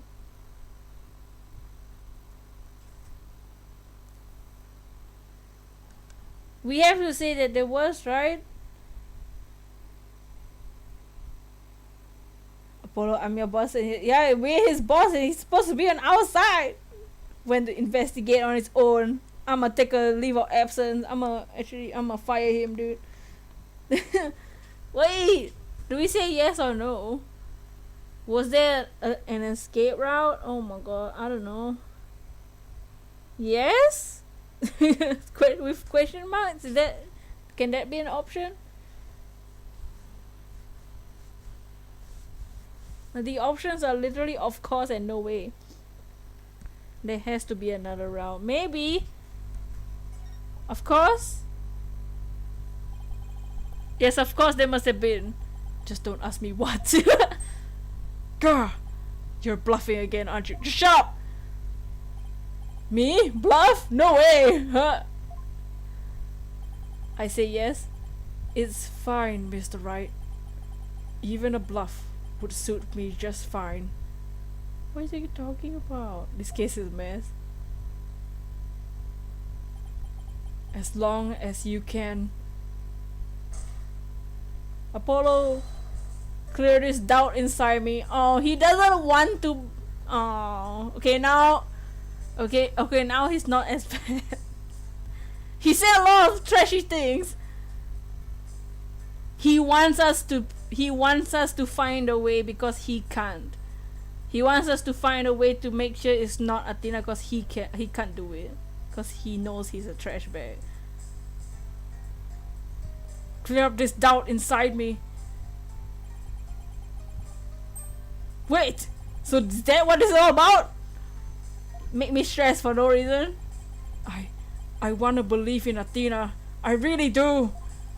But what is faith without doubt? Don't give me that. That's why I need to question her guilt. And once that truth finally comes out, I can really truly trust her. To be fair, they just met like a month ago. Like a couple of months ago. Now I have slight sympathy. We can put the knife down. We can all put the knife down. He wants to believe in Athena. He just doesn't know what to feel, and he's too dumb to find out the truth, so we have to do it for him. So that you can really trust me? It seems your junior partner just showed us what trials are truly about. I believe you're right. Oh, we prosecutors painstakingly question every detail in pursuit of the defendant, while we lawyers believe and defend our client to the end. When both sides go all out against each other, that's when we discover the truth. Precisely.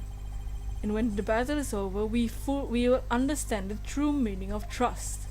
That is exactly what trials are about. Wouldn't you agree, dear old friend? Yeah. I couldn't ignore the seed of doubt that was growing inside me, so I decided I needed to face it head on. No matter what the truth is waiting ahead, I won't be afraid. I'm afraid of your nonsense. Dots. That's so Apollo. Always uber earnest about things like this. He said he didn't sleep either, so he's probably sleep deprived. Yeah, he's probably just too dumb. Mr. Justice, I vow to dispel every last bit of the doubt in your heart. Also, you have to take back everything that you said once we solve this case. Good, because I want to believe in Miss Sykes again. You're really hoping there was an alternative route, weren't you? But if I use the process of elimination, there really aren't many possibilities. Director Cosmos was at the southern exit, leaving only the control room and the corridor. Which door could have the culprit escaped to? Come on, Mr. Wright. Where do you think the culprit escaped to? They escaped to the space museum. They escaped to, what is this E? What is the E? Do we know what the E is? Trash shuttle is an option. What is the E? Does that mean emergency ladder?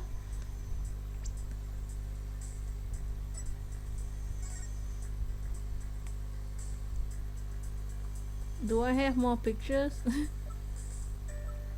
Do I have a better picture of the lab? Of the map? There's a ladder. There was the emergency ladder. Lowered to the ground from the window of the fourth floor robotics lab.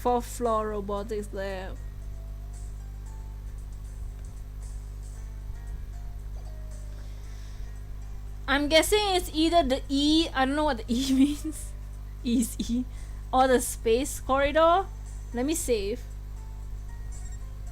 I wanna see what they say about the E.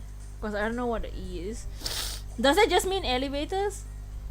Oh wait, yeah, it is the elevators. Never mind, I'm really dumb, right? E is elevators. So this is the floor. This is just the location, and then these are the elevators. So it should be the corridor.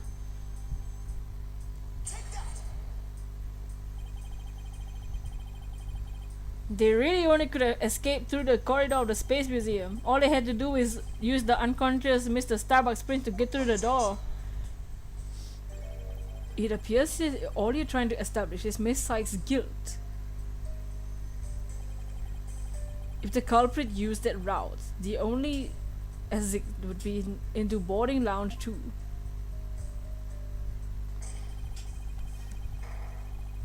Or they still stayed inside. Maybe they didn't leave. The logical conclusion of your argument is that the killer is none other than the defendant. Ugh. Dots, I knew it. That's the only way it could be, huh? No, Apollo! I didn't mean it.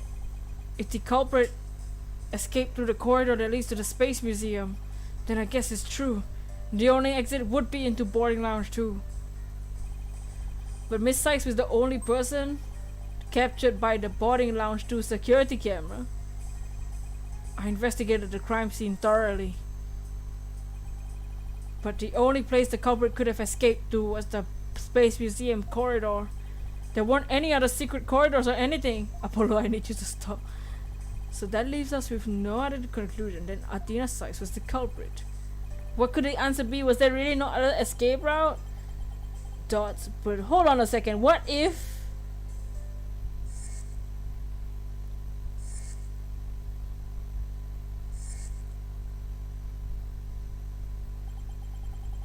Where did those mysterious leaves come from when we saw the corridor? Yeah, the leaf. We didn't ever mention about the leaf. What if they're a clue to the real culprit's escape route? Well, leaf can only be from outside, so what? I think it is possible that the culprit escaped into the space museum, but then came out using a route other than boarding lounge 2. Leaf? Yeah, we found a leaf on the ground. Like a leaf, just a random leaf from outside. Oh! Launchpad 1 and the Space Museum. We found the leaf in the corridor to Launchpad 1, I think. And the Space Museum was switched after the bombing, meaning the Space Museum was moving along the rail at the time, which is exactly when the alternative escape route opened for the culprit. Are you kidding me? Judging by the intense look in your eyes, I take it you're serious. Okay, what do you miss? Simon's innocent, Athena is innocent, then Apollo was like, yeah, no, maybe she's not innocent. She's innocent for the old case, but what about the current case with my man's Clay? And then Apollo gave us all anxiety for like a solid 5 minutes, and then he was like, yeah, I want to believe in Athena, but I don't know how because I'm too dumb. So we're trying to solve it. There's a leaf. Very well, Mr. Wright, do tell. And now we're trying to solve the case of Clay Terran. We finished the case. We finished the whole UR1 whatever. Except that we don't know who the phantom that killed the mother is. Where could the culprit have gone from? Wait, where could the culprit have gone from the museum corridor besides body lounge 2? I don't know, the outside, the freaking floor, the ground, outside. I mean, the leaf is outside. SharePoint outside. The leaf outside. We found something odd while investigating the museum corridor. Oh, it was a museum corridor, my bad. Namely, a few dead leaves on the floor. Considering where dead leaves come from, they point us to exactly where the culprit escaped to. Yes, I remember seeing some leaves myself. Gah! Do you mean? Yup, while the Space Museum was in motion beyond the corridor safety door was an alternative place that the culprit could have escaped. They jumped out! In other words, the culprit real escape route was the area outside the space center. They jumped out. What the freaking? That's freaking insane! Do you know how impossible that would be? That corridor is on the 3rd floor. Even if the culprit tried to leap to the outside wall of the Space Center building, they would fall to their death. Ordinarily, yes, but after the bombing incident, the culprit could make use of a certain item. And what item was it exactly, Mr. Wright? Alright, this is what the culprit used to leap outside the wall. Wait, what? Emergency ladder? Lowered to the ground from the window of the 4th. Okay, never mind. Wait, what did they say? This is what the culprit used to leap outside the wall. Like they only break their legs. Something that would help them leap to the outside. I only have like a ladder.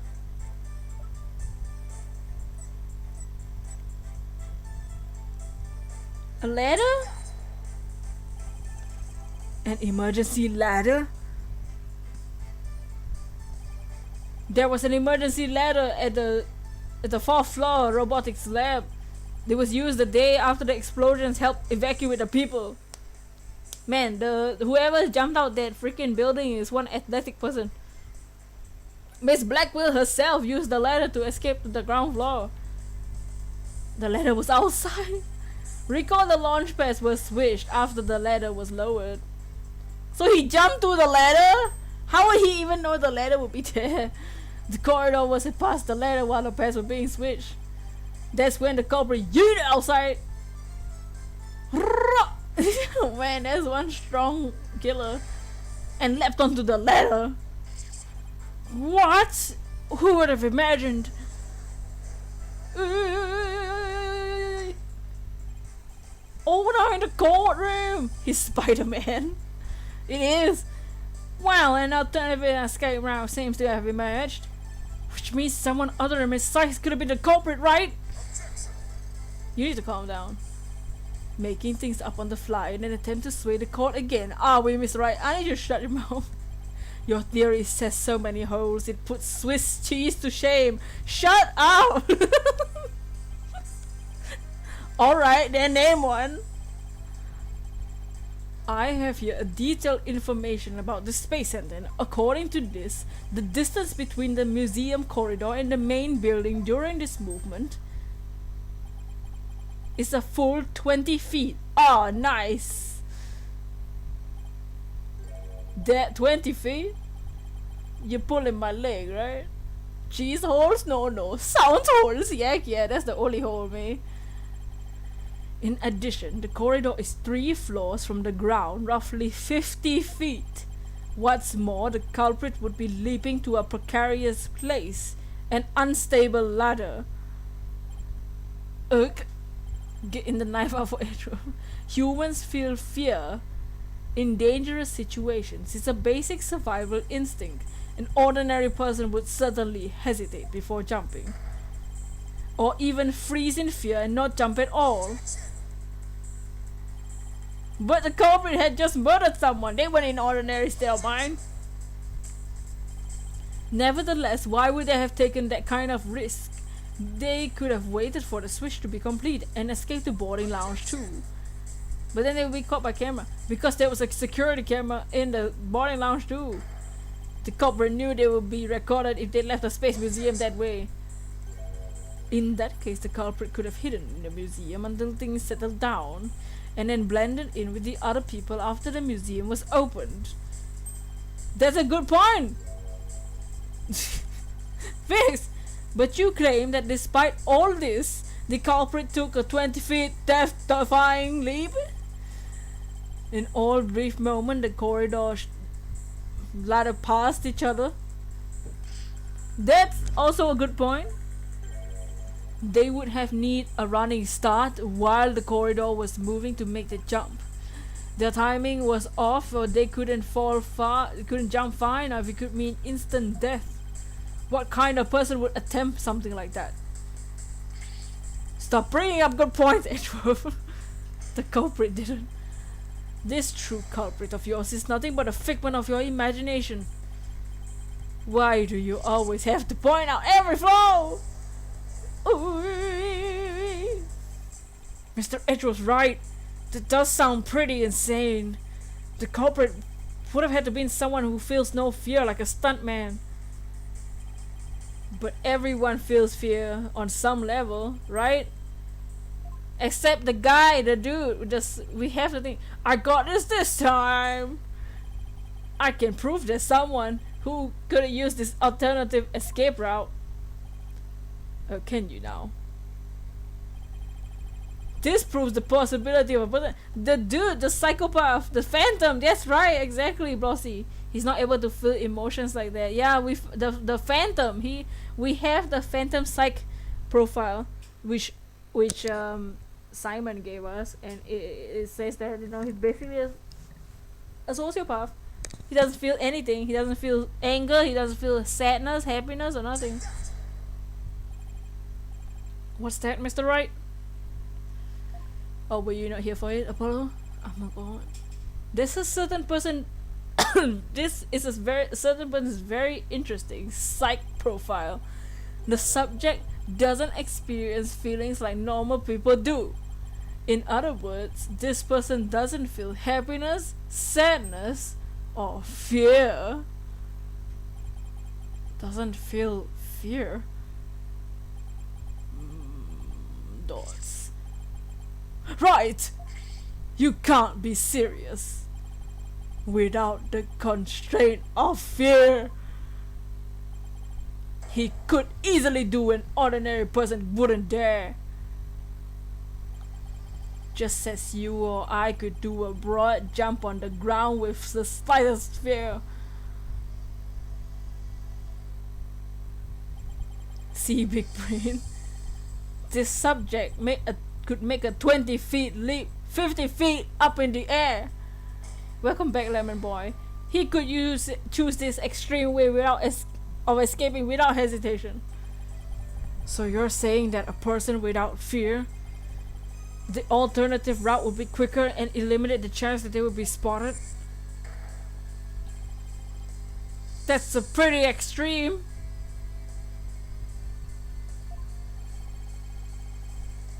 But was there such a person at the scene? Yes, the Phantom, that mysterious shadowy figure who keeps popping up. Oh there! The Phantom again? I knew the Phantom was behind the scenes of the Space Center bombing, but I wasn't sure if he was connected to the murder of Clay Terran as well. However, now it's all clear. Apollo looks done. What happened to him? A lot. He got, like, he had to bandage his eye cause his eye, he didn't want to look at Athena, and then he was a victim of a bomb, and then he got knocked again. The Phantom is the one who not only bombed the Space Center but also killed Mr. Terran. What? Ah!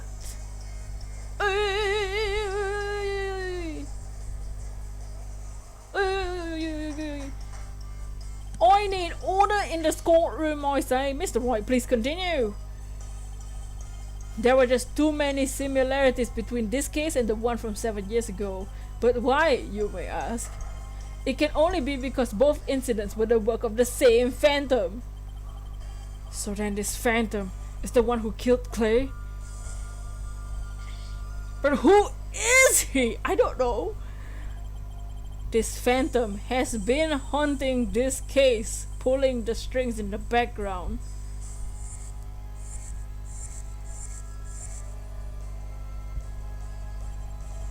Who could this unidentified international spy be? Right, this escape route must have been part of the Phantom's plan from the start. Hey, what's up, Flip? No, that's wrong. Oh wait, wrong trial game. How you doing, Flip? Az was tricking the Director Cosmos into switching the launch pads. The bomb on the second floor was meant to make the elevators and stairs unusable. That's why he gave advance warning and planted the bombs where he did. Yes, I think you're right. Oh, this is Apollo's voice. But it doesn't explain this one last thing. So I lowered my emergency ladder like the detective leading the evacuation told me to. It was such a pain. Why couldn't they have used the ladders in the other rooms?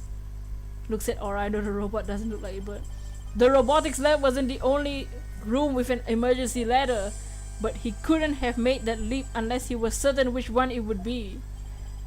So you mean the Phantom must have been someone who knew the particular ladder was gonna be used?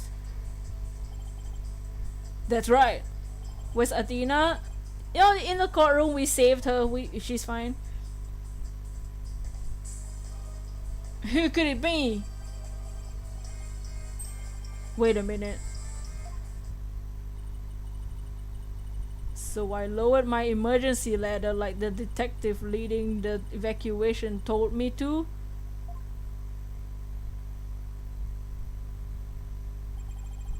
Miss Blackwell lowered the ladder after being told to by the detective leading the...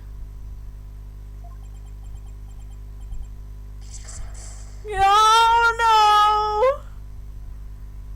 Oh! You've gotta be kidding me!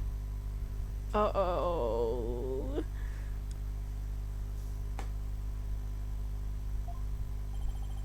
Did you figure it out, right?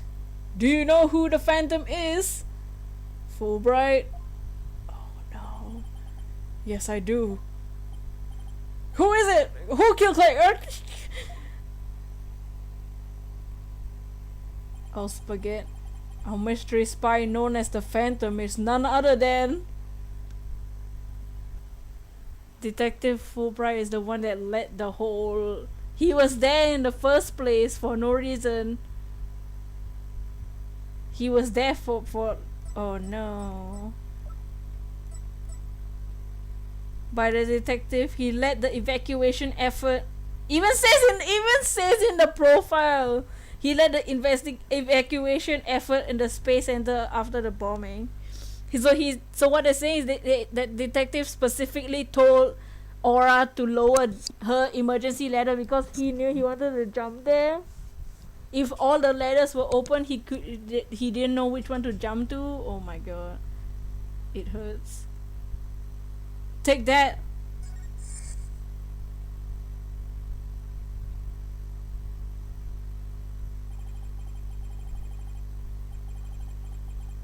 After the explosions, a member of the staff crossed paths with a certain detective. Well, I sure knew he was behind this. I was on duty on the 4th floor. It was quite the madhouse, I tell you. Oh no. As for the detective who was leading the evacuation from the 4th floor. Wow, look at this 3D. He had a very specific objective in mind.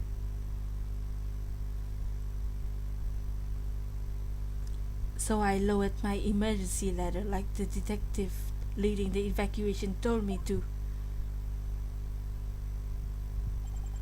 His objective was to secure his own escape route.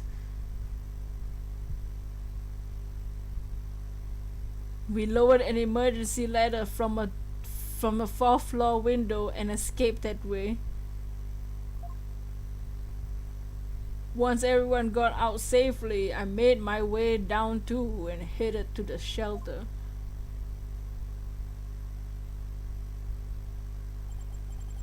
This is a detective you all know. He is even the lead detective of the current case. He appears to be a very emotional man, but his psych profile says he's without emotion.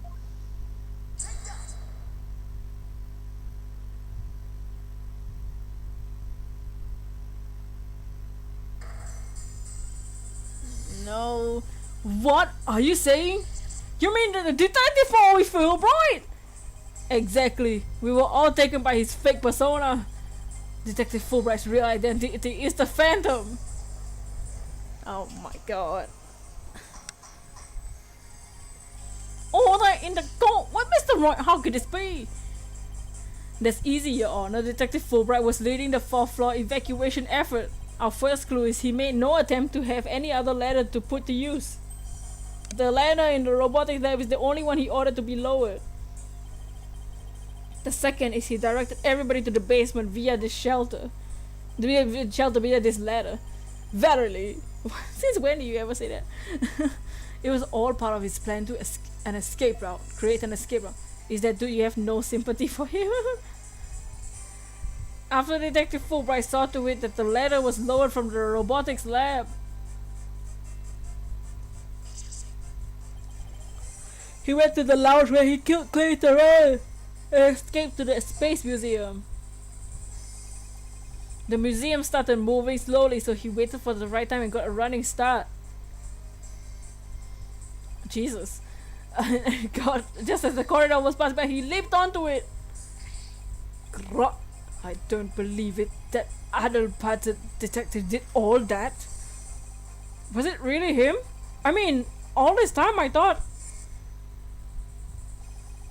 Sorry, we didn't catch your name. My name, I'm Bobby Fulbright.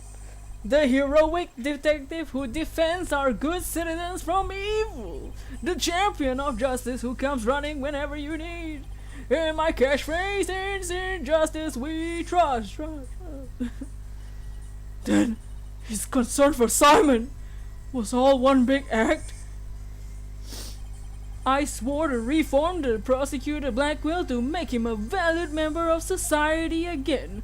So I can't just sit by and watch him give in to his emotions and tear the defendant apart.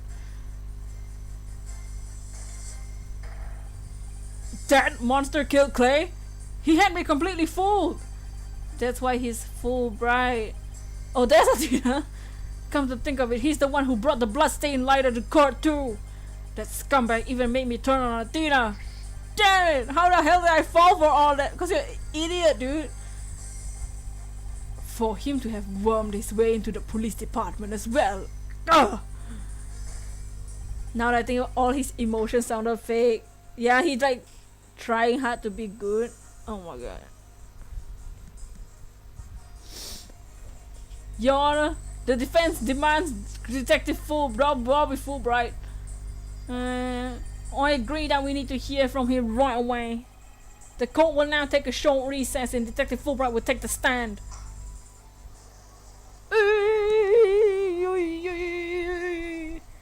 It's your waifu Echipu. Brandon, how you doing? Oh my god, a break. He was smiling the whole time. Did not want to see him frown unless I missed it. He's pouted before. Thank you so much, Mr. Wright. If it wasn't for everything you did, I... Don't thank me yet. We still have an uphill battle to fight. You got it, boss. Oh, Apollo, do you feel bad? Do you feel bad? What you say? Dots. Look at how sad. Oh, Apollo! Oh, awkward. Dots.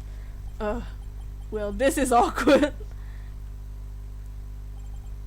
Athena, can you do me a favor? What is she need to do you a favor? Huh? What is it? Now, Apollo, apologize. Apologize! Could you punch me, please? Oh, please. Athena, do it! Punch his eye. The other one. What? Why should I do that? What, does Apollo have a big bandage on his head? He was a victim of a bombing? Which one is he?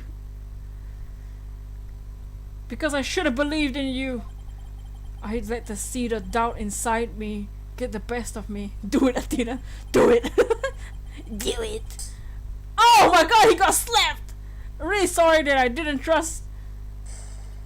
Don't be such a dope! Well, at least he got slapped.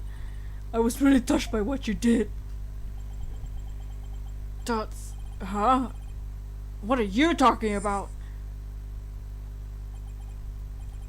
I want to believe in Tina. I really do. But what is faith without doubt? I want to question her guilt.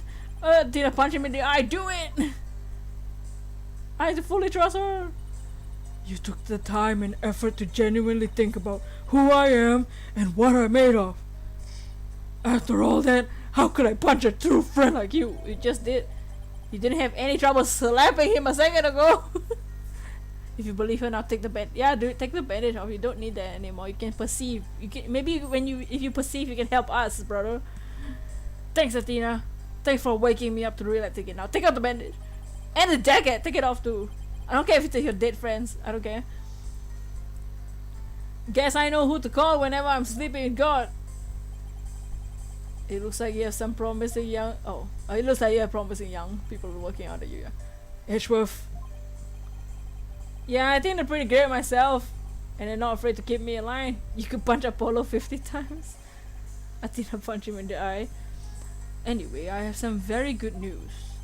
Aura Blackwood has surrendered the hostages. And the hostages have been set free! My daughter! Trucy and all the others. Oh, thank goodness, where's Trucy? Miss Blackwell said she had something she really needed to do.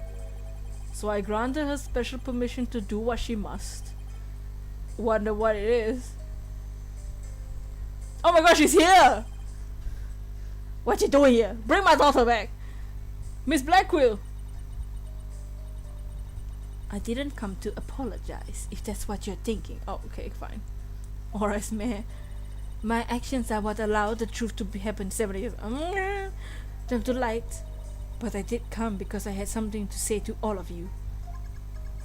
Miss Aura. She better not be here to complain about something. Where's my daughter? You're going to stab?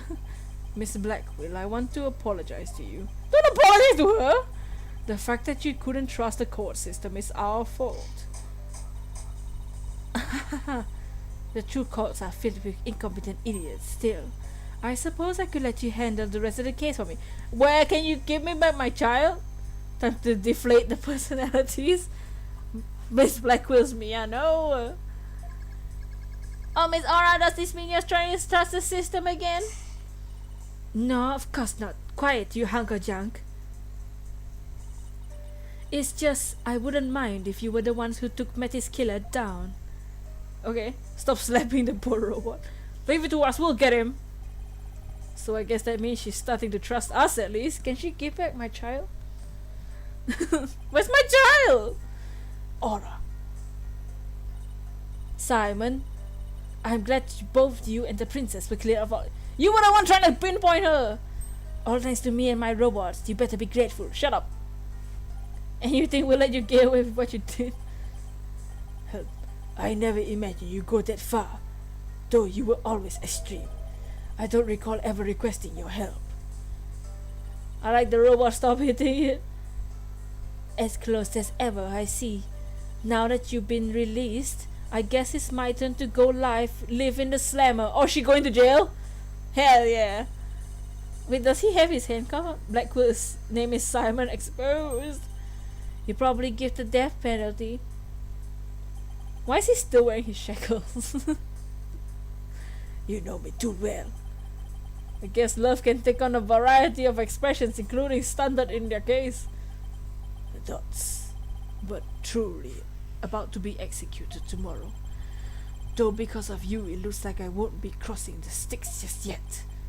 Tots, you have my heartfelt thanks, Aura. I'm sorry I caused you so much anguish. Simon, don't cry. Oh. Sniffle. It's not as a big twist as Francisca crying, but she sniffles. Maybe he likes wearing them. I don't know. Is she crying? Oh, she's crying. You can't really tell on the screen, but I'm looking at the game. She's crying. I'm so glad, Simon. So very glad to hear you say that. Oh, Francisca's better. Yeah, sorry, Francisca's the better sister. Aura. Alright, that's enough of that. Bailiff, take me to the detention center. Yeah, go to jail. Blackwell, what do you mean? You don't have a heart? What Miss Blackwell did was inexcusable. But it's clear she did it out of love for her brother. Now where is my daughter? I still can't wrap my mind around Detective Fulbright being the Phantom. I can't believe he killed Tay! I can't believe I've been working beside this him this whole time. Right, he murdered my mentor, which brought great distress upon little Athena. Oh, little Athena! Chief Prosecutor. Go to jail. Yes. I would ask you a favor. Would you allow me to stand at the prosecutor's bench for this trial? What? I wish to claim the Phantom's head by my own hand. Sure. That's my plan all along. Yeah, sure. Who's Clay? Apollo's friend. The case we're doing now is the victim is Clay. After all, it's highly unconceivable for a man in my position to stand in court. Why? What are you talking about? Sir. The formal paperwork has yet to be filed, but you are hereby conditionally released. Please take the prosecutor's bench in your official capacity. Get him, Simon! And uncover the truth by your own hand. I much oblige. Yes! Take him off! You don't have to break them no more. The day to part with these has come at last. Chief Prosecutor, could you? Oh, my pleasure. There you go. Luckily, I have the keys to these specific shackles. Yay! He's free! Oh, smile, please. Say cheese. Dots. How long have I waited? Well, you break them often, so it's not been that long since you didn't have shackles. Maybe it's the sense of freedom, but even the air seems fresher. and lighter and brighter, and yeah. And I will relish slashing that black guard full right to the stretch without mercy. Better with eyes. He's free. I don't have to be able to read his heart to see how happy he is. I'm so glad, but I won't. I will cry just yet. Well, you already did, so. After all, we still got a trial to finish. Oh yeah. Black will smile. It's okay to cry, Athena, I promise. She already cried just now. Prosecutor Blackwell, Mr. Wright, please avenge Clay's death for me. Yeah, sure. Just take out the eye patch. What are you talking about, Apollo? You're coming to the defense bench with me. I am? Well, I can't expect Athena to assist me. She's the defendant. Zaddy Blackwood could break me out his hands. Oh, that leaves you, Apollo. But are you sure you want me? I took a leave of absence and everything. Yeah, sure, whatever. Scumbag. Fletcher's naughty. Well, our office is pretty short-handed and you're all I got. Thank you, Mr. Wright. Apollo! Athena, I can say with all my heart now. I believe in your complete innocence. And now we're gonna prove it to the world. Heck yeah. Thank you, Apollo! I know you can do it! Yes! Avenge time. So, Ooh. you won't be needing that eye patch anymore, right? Right, because I'm fine now. He had to do that.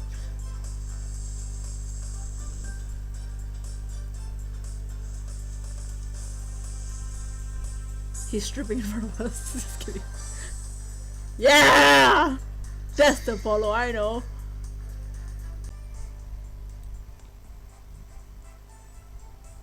Say sorry, the stream yeeted for saying, but I swear me and Phoenix are the same person because he's literally saying what I just said. Now that's the Apollo I know. Welcome back, Polly. Apollo is back. Yeah. Welcome back, Apollo! Apollo back in business. Apollo stripper. Maria, how are you doing, Maria? It's almost time for the trial to restart, though it looks like you have things well in hand. Yup. I should head back to the prosecutor's office. You're not gonna stay? But why? I want to look into a few things, namely the first people on the scene 7 years ago, the facial data registered by the robot, and the detective Fulbright's background. Sounds great! Oh, thanks, yeah, thanks. That's actually good. I expect to be repaid with a victory, right? Now if you excuse me. Bye! I get paid for this? Okay, you two set to go? Heck yeah, this is the team! Apollo, now just take those pants. Oh! Not in the courtroom. You bet I am. Let's do this! Heck yeah, the full team. The squad is here. This is it. The final battle. The murder of Apollo's friend. The courtroom bombing incident. The whole gang. Does Apollo have abs? I don't know. Never seen. And the case that ushered the Dark Age to law 7 years ago. That didn't involve me. Destiny has called us to bring the one responsible to all of the justice today.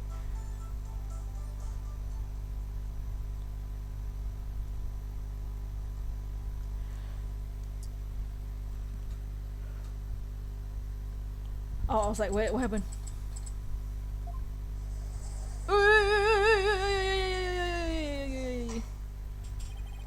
Let us now reconvene. The defense is ready, Your Honor. The prosecution has never been more ready. You know, this is the first time we've been at the defense bench together since our debut. Really? Now that you mention it. Although back then I thought you were more loud than reliable.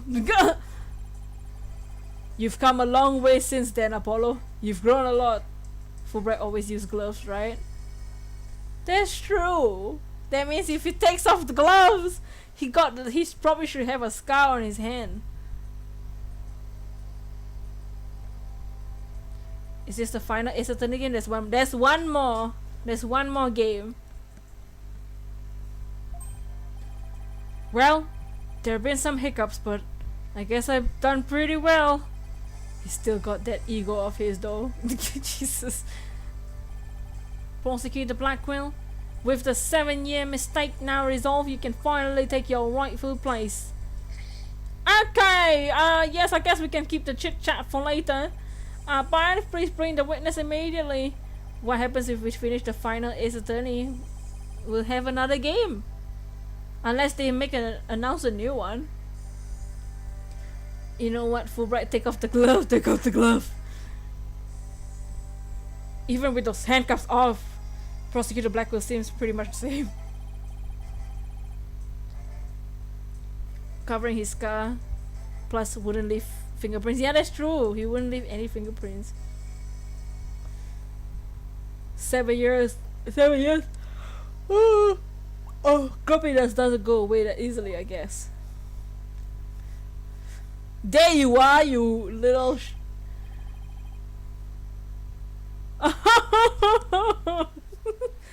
Bobby Fulbright here. I'ma snap your neck. I heard I was needed on the stand, so here I am. Rossi. Detective Fulbright, do you know why you've been called to the gift testimony? Yup, cause there's only one reason I'd be called. And that's because it's time for justice. In justice we trust. This is so dumb. Everybody dies for just making everything dumb. You can't fool us with the act anymore. Your justice is nothing but lies. What? Are you questioning the integrity of my sense of justice? Thoughts? I mean, sure, sometimes I make mistakes, but hey. Dots, he's acting exactly the same as always. Tell me about it. He must be feeling awfully confident. Dots, Fulbright, if you wish to dispel our suspicions, let's get through your testimony. Growls at Bobby Fulbright. Alright, fine. You want me to prove my righteousness? I can certainly do that. Look at his smirker! Embodiment of justice. I am the embodiment of justice itself. I won't have you make me into a villain with your far-fetched arguments.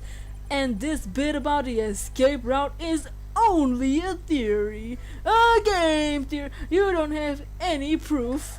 What we do have is proof that Athena Sykes is the culprit, the lighter with the prints on it. Stop laughing and smiling. So you're saying the suspicions against you are completely false? I knew he's so secretly evil, the smell of plot twist villain. And the defendant is the real culprit? That's right. The lawyer escape route is totally circumstantial. We clearly have proof. If we'll take the glove off. He doesn't have any proof that I made a big leap onto a ladder. We don't have proof, but you are correct about that. However, you don't have any proof for your claim either. No, I guess you're right. You can't define justice with evidence. Who can define it anyway? Justice just is.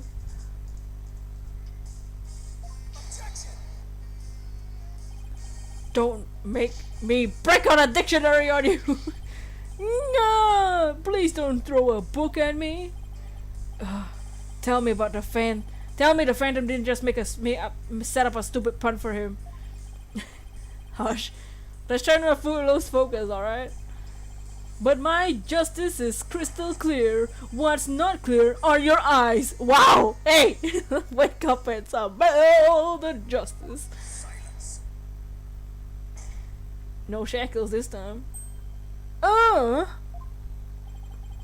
Enough of your rubbish, Fulbright. If you have even an ounce of justice, then you will answer the cost question and prove it. Don't Prosecutor Blackquill? Prosecutor Blackquill looks torn. Well, Fulbright was his partner after all. Prosecutor Blackquill is right. The truth should be revealed in cross-examination. The suspicions against Detective Fulbright are at this point only suspicions. Get the bird to attack him. As is my duty, I will judge the claims against the detective as impartially as I can. Does anyone have any objections? That's fine, Your Honor. Now ask away and don't hold back. Well, there don't appear to be any objections. Very well, Mr. Wright, please begin your cross-examination. Oh my god.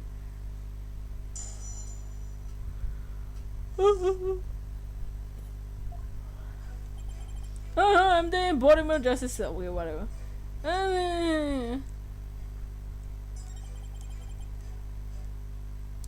Hold it!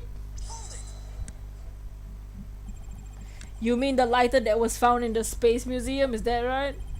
The one and only! After Miss Sykes murdered Mr. Tarrant, she escaped into the Space Museum. That's when she probably dropped the lighter. After that,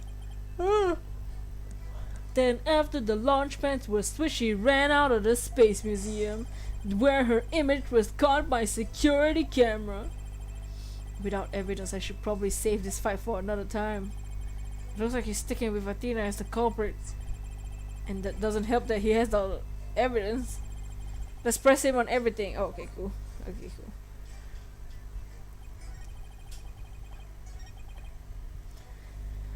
Hold it! The embodiment of justice? Those are empty words. But they say if you keep saying something, it would eventually become the truth. What? Then isn't that how some people make their dreams come true, by wishing over and over?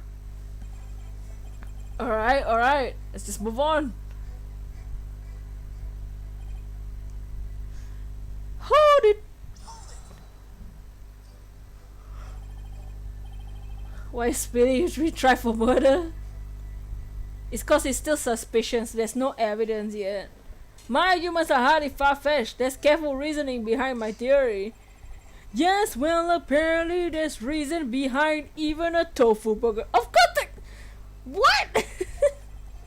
But what we have against Miss Sykes, though, is not just reasoning, but solid evidence. And it's called the lighter, with Miss Sykes' fingerprints on the victim's blood. And the victim's blood. Look at the smug face, you wanna throw a Firefox ball? That's true, but wait. Detective Fulbright was the one who brought that evidence to trial. If you harbor any suspicion, I suggest you ask Fulbright, right, Dono? Especially about the lighter. He's right, but what exactly should I ask about? The number of prints? Or the position of prints? What? They said which hand, right? The lighter. Oh wait, no, the aura. There was Aura's statement. What did Aura say? Aura said that the person was holding the knife in their right hand and the lighter in their left hand. What? Which? Wear gloves, you can't have fingerprints. Athena's wearing a glove. Athena's glove has only a few fingers out. Which hand is the one that Athena has gloves on? Do I have a picture of Athena?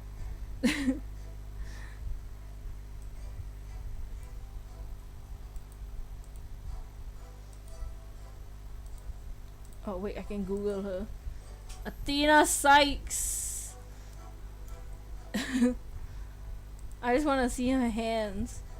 Athena has glove on her right hand. Wait. Oh yeah, it's a glove on their right hand. What? The left? She has a glove on her right hand. The left, the right, yeah. She has a glove on the right hand and no glove on her left hand. So he says the number of prints, cause her glove is like what, some 3-finger glove or whatever. How many prints were found exactly? 3. The thumb, the index finger, and the middle finger of her right hand. Of her right hand. That's it. Oh yeah, that's Athena's hand. Could you please have it? Added to my testimony, you got it. But you may turn it. Be it investigating or testifying, speed is key. Oh my god. Okay, so he's saying it's Athena's hand because of the thumb, the index finger, but it's a right hand on the lighter. But Aura is saying different. Aura's statement is different. As much as I don't want to trust Aura, Aura said that the lighter was on the left hand and the knife was on the right hand.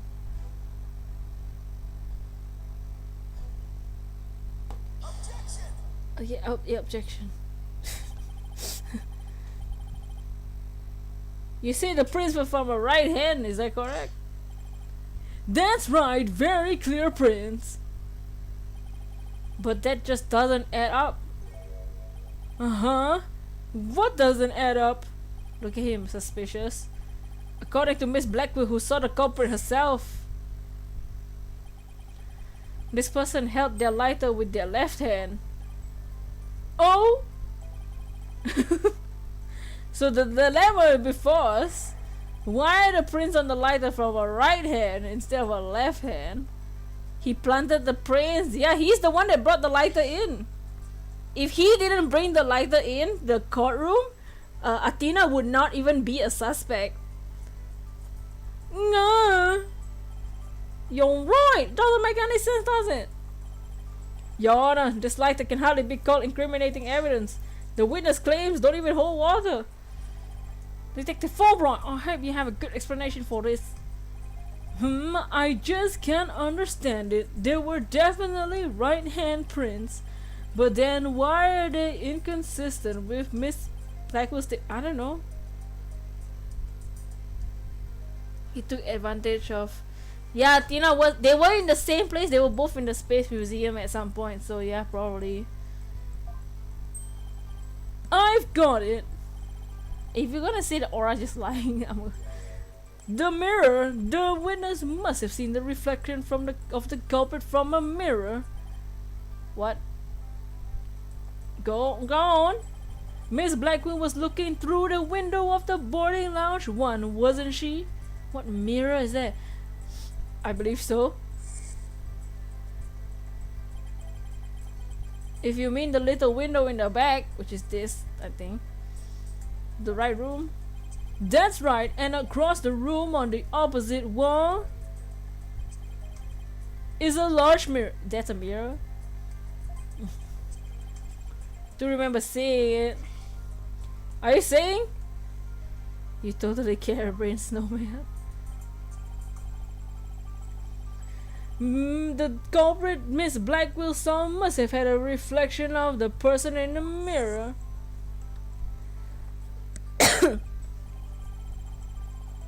I see. In that case, the left and right would be appear reversed, right? Now do you see? That is the logic of pure justice. Or an excuse. But your argument is only conjecture. You don't have any proof that what Miss Blackwell saw was a reflection. Mirrors don't go that far. I have no idea. I don't know. You soon nick what? You soon nick yourself. Like that. Put some muscle into it. Huh? That's right. Besides, the lighter couldn't have been in the left hand. Why not? Miss Blackwell says she saw an Earth emblem on the lighter, didn't she? That emblem is on one side of the lighter. You're right, there's no emblem on the other side. Exactly, blank and smooth as the judge's fine scalp. Wow. If the culprit had held the lighter in their left hand, they would have covered the emblem. But if there was fingerprints on the lighter, there should be fingerprints on the knife, but there's nothing. Uh-oh. What's more, this is the kind of lighter you flick open with your thumb before lighting. So if the culprit had held it in their left hand with the emblem out and visible, they wouldn't have been able to open it, let alone light it. If they had it in their right hand, they could easily open and light it. This all means that the culprit was definitely holding it in their right hand. Stop flirting with the judge. No! Come back, my beautiful contradiction. It appears you planted a flower that bears no fruit. See how it withers before my flower of justice? Oh, ew. He's tough. He's managed to discredit almost everything I've proven to this point. In justice we trust. Now do you see I'm not this phantom you've talking about? What's the person who was holding it was left-handed? See, the it'll still have to be the same way because the emblem is on one side of the thing. Are you really sure there's a spy? I bet it's a figment of your image. Shut up.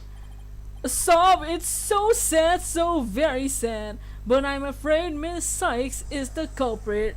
But if there's prints on the lighter, there should be prints on the knife. That's the thing. Detective Fulbright, I believe you said that the emblem is only on one side of the lighter. Are you sure about that? Of course I'm sure. Why don't you take a look for yourself and see? Do you see an emblem on both sides of the lighter? Oh! Apollo! I knew it! You're lying, detective. Pardon me? You mean even a crocodile's crying more credible than you? My bracelet reacted to his statement about the emblem. He's definitely hiding something big. And I think we will use my talent. It's not a talent. Your mother gave you that bracelet. We might be able to figure it out. Perceive, y'all. Justice Stoner, are you gonna use that cheat of yours? It's not a cheat. Shut him up. Shut him up. It's not cheating, Prosecutor Blackwell. Very well. Your talent. Whether I like it or not, I suppose we can use whatever works right now. Go on then. It's not cheating. It's abilities. With Prosecutor Blackwell's reluctant blessing, apparently. Okay, go for it, Apollo. Here goes then. Detective Fulbright, could you repeat that last statement one more time? What in the world are you up to? Alright, fine. I'll say it as many times as you like. Listen carefully. The Earth emblem is only on one... Wait, the Earth emblem is only on the side you can see when held in the right hand. Proceed! Woo! The Earth emblem is only on... Okay, let's look at his face. On the right side... We have to look for changes. Mickey Mouse or something. No, Mickey Mouse is haha. You can see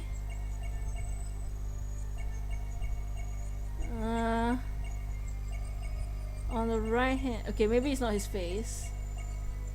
Is he sweating too? Listen again. Maybe it's his hand. Or maybe now I have to listen to the whole thing again.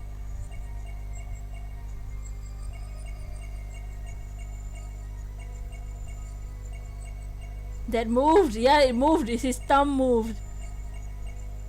His thumb moved. He's a deep pitch Mickey Mouse. Okay, now I have to listen to the whole thing again. Look at his thumb move. His thumb is moving when he's saying the Earth emblem. God Gotcha!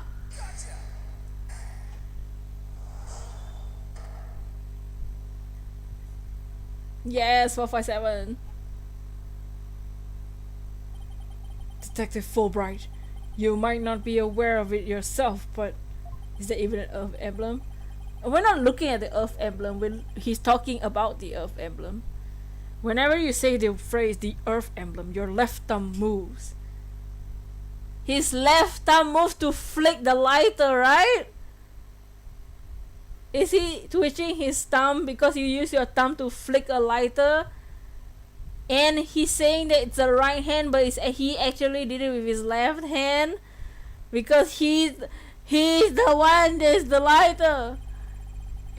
In fact, it appears as though you're running along the edge of your holster.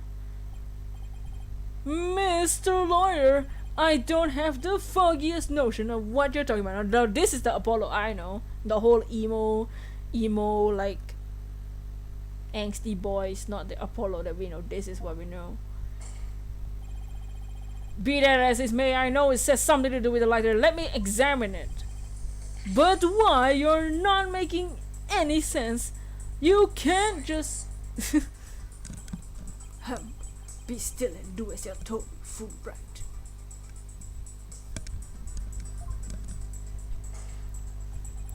If you have nothing to hide, you shouldn't mind them. Damn it, look-see, don't you? What? Not you too, Prosecutor Blackwell? He doesn't know left or right, or he's lying. I think he's twitching his thumb because he used his left hand to twitch the lighter. Not sure what this is all about, but before Mr. Prosecutor Blackwell insists it must be something important, I will allow defense to examine the lighter. Oh, we get to examine the lighter. Dot. Good. Maybe we can learn something new. I hope so. Now let's check every inch of this thing. Yes! Oh wow, ew.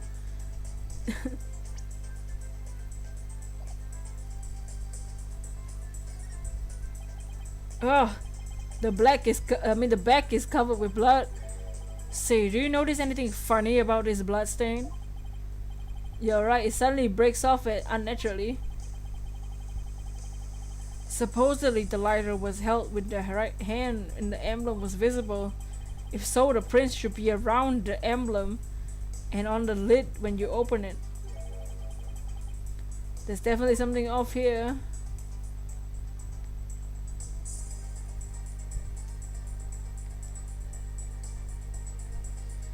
No wonder he has a bad Detective Gumshoe ripoff. Because he's evil.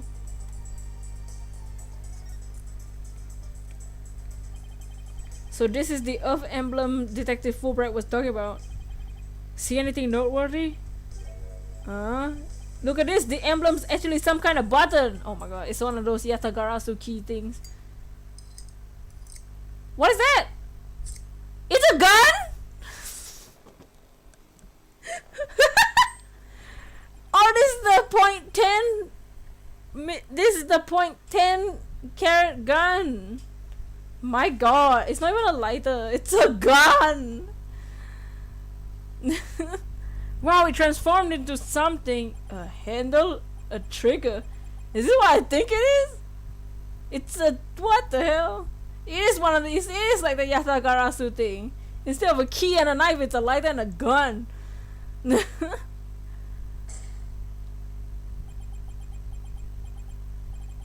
There is no question. It seems what you have there is a gun. It's a flamethrower. Oh, what? So this is why he didn't want us to inspect the lighter. It's a freaking gun. A gun, so that's it. Your Honor, please recall this morning's trial when Detective Cosmos was on the stand. The bullet that hit the oxygen tank was extremely small, maybe a .10 caliber. This little compact gun probably takes bullets of that caliber. It looks like this is the gun that was fired at the scene. Oh, flabbergasted! The loiter was a gun?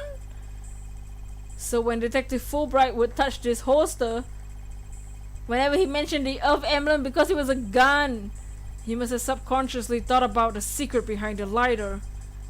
Points gun at Fulbright. Parry this, you filthy man! he parries it with his justice. In other words, he knew it was a gun from the beginning. Dots? We see our true colors, man. A lighter that transforms into a gun seems pretty spy gadget to me. It's not the kind of thing any ordinary person could get on their hands. In fact, I say it's strictly in the domain of elite spies. Detective Fulbright, you will explain yourself. Dots? There's nothing for me to explain. I didn't know the lighter could transform. Yeah, right. I mean, it was found in the Space Museum. Then I brought it straight in. I didn't even have time to check it out. Yeah, right. Whenever you mention the fire emblem, you touch your holster. You subconsciously did that because you knew it was a gun. Accuse me all you'd want, but where is your proof? Do you have any evidence I knew the lighter was a gun? Not exactly. And whose prints are on it, Miss Sykes? Prints? You're wearing gloves. It proves she's the culprit who fired the gun at the scene. Gah. When a piano detective is right. Are you guys trying to prove your client innocent or what? Although it pains me to do this now that we are where we are, I have to make it the following assertions coming from the prosecution side. The person who fired the gun and directed Cosmos in the lounge after the incident, and the person Miss Blackwell saw holding the lighter, and the person who murdered Clay Turan, and the person who bombed the Space Center are all the defendant Athena Sykes. The prints on the lighter are decisive proof. Oh my god. My proof in the form of this .10 caliber going through your brain. No! Now do you see, a man on the side of justice couldn't possibly be the culprit. I think this about sums up Miss Sykes' part in the whole affair. The evidence certainly does seem to point to the defendant's guilt. Do you have anything to say, Prosecutor Blackwell? Evidence is everything in court. Therefore, Fulbright's claims stand firm. No! But, calm down, Apollo. He's just saying that because he has to protect, he has to the prosecution. Mr. Lawyer, our job is to pursue criminals in the name of justice. Say justice again, you won't be able to live to say it. Hey, Leprous Bleep, Bleep Bleep, how you doing? How is life? This has been a very stressful case. It got very dark for like a little bit. Mr. Lawyer, you shouldn't cast suspicion on people based on something such as dubious such as a habit. Yeah, right. In fact, you have a bad habit of showing up in court with an awful case of bedhead. Hey! Now's not the time to insult the hair. Says the man who wears sunglasses at night. They're roasting each other. Hey, what's up, Austin? How you doing? If it's proof you want, it's proof you'll get. But how you doing, Liv? In Austin, welcome in. I'll prove the lighter is not Miss Sykes, but yours. Sounds like you hit on something, Apollo. It's just, if the prints on the lighter are a basis for accusing Athena, I think we should reconsider the credibility of the evidence itself. You may think the lighter might be forged evidence? That's right, it could be all part of Fulbright's bigger plot. Did he do anything out of the ordinary while I was on my own? Bro, a lot of things. Guess what? What? I can definitely think of a few things. It is indeed. Have a look at this. What's this in Atlanta?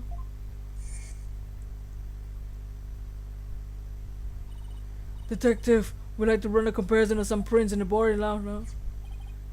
Ah, yes, I just happen to have some print data. He did have the print data. You can make a copy for yourself. Consider it a gift. If we assume he'd been laying a big trap for us all along, There's gotta be something off about this piece of evidence.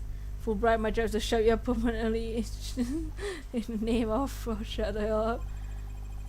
You got Paper Mario Origami King. Oh nice. Are you enjoying those games in SpongeBob? What's wrong with the evidence? How the prints were left on it, the owner of the prints, where the prints on it,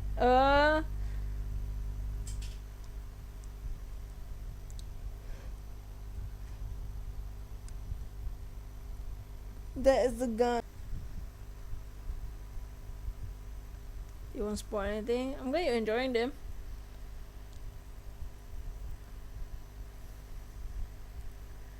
How they were left on it?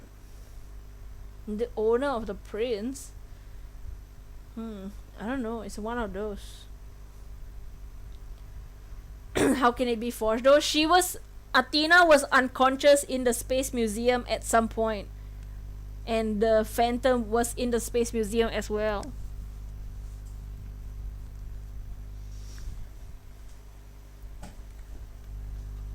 I'll try how it was left there first. No, I guess I don't see anything strange about how the but there's gotta be something. Never mind, they just correct me anyways. Are they really Athena's fingerprints? They definitely match the print data. But what about the data itself? Oh, because he is the one in charge of the print data. He might have put fake. He might have just changed stuff in the print data. What a troll. Because he was the one in charge of the print data. Detective Fulbright, you were the one that provided us the lighter and the print data.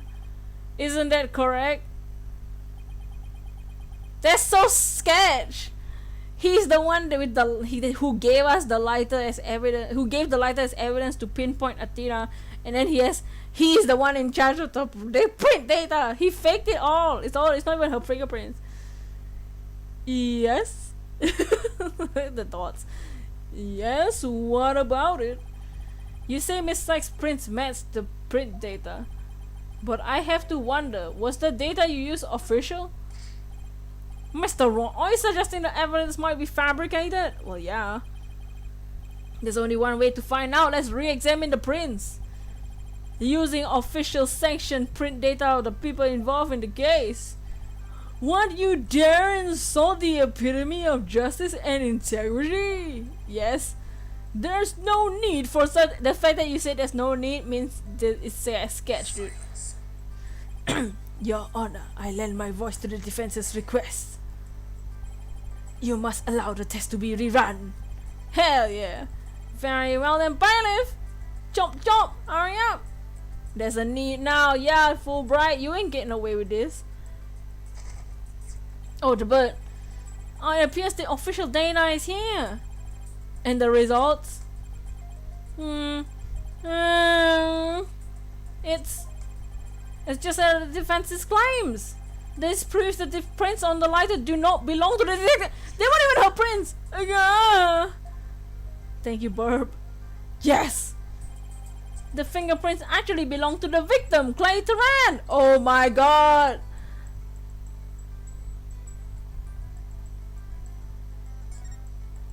It's his lighter. There were Clay's fingerprints on the lighter? I see. Come to think of it. Wasn't it you, Fulbright, who collected the victim's prints? Ah, what a troll! I personally removed the glove in the investigation. We had to get his fingerprints confirmed his identity, so he swapped the fingerprints data. When you took the deceased's fingerprints, you could have easily planted his prints on the lighter with his blood. After which you wiped off the blood off his hand.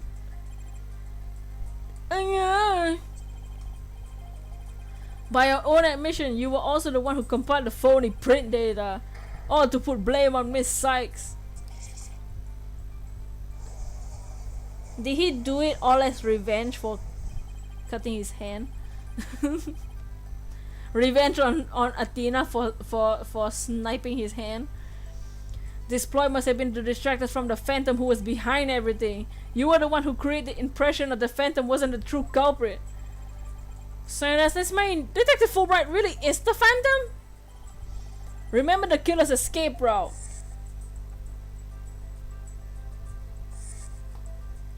You made a scar on my head in jail for you.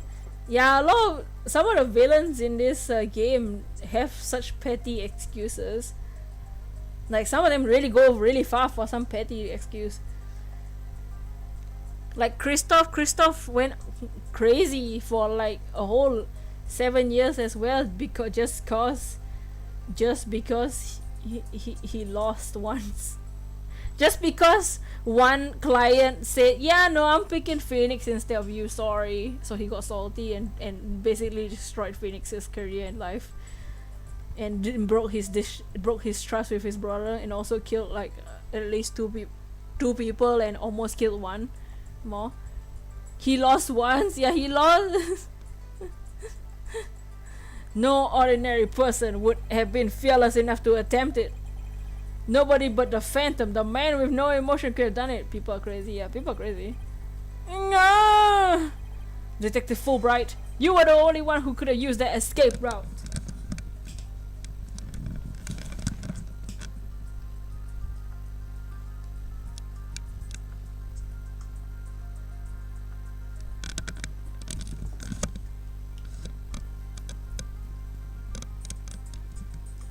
And decided to go on a killing spree. Yeah, really, they're really crazy. Dahlia is crazy too. Dahlia is crazy just because she doesn't like one father, and then she kills her sister. She kills Mia. No, she didn't kill Mia. She almost kills Gordo. She kills her boyfriend. She tried to kill me, Phoenix, right? Like, she's crazy. The people are crazy in this game.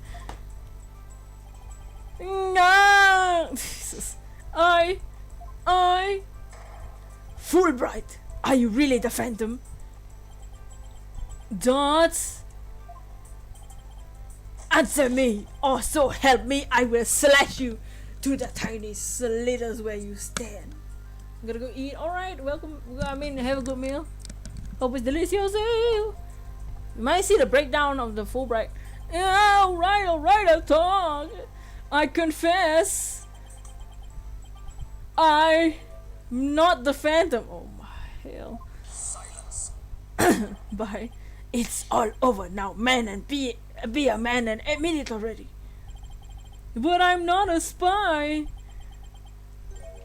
I'm an undercover investigator. I've actually been after the Phantom myself. Take off the glove, bro. An undercover investigator. It sounds less wholesome to me. A person who hides his identity and secretly investigates in order to uncover information. And that's when you really are Fulbright. I don't believe you. Undercover, anything is a spy.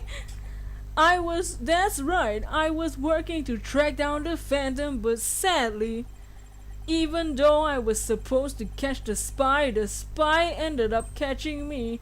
He took my family hostage and forced me to cooperate with him. Jesus Christ. Your family? Get out of here, dude. What? You're telling us this now?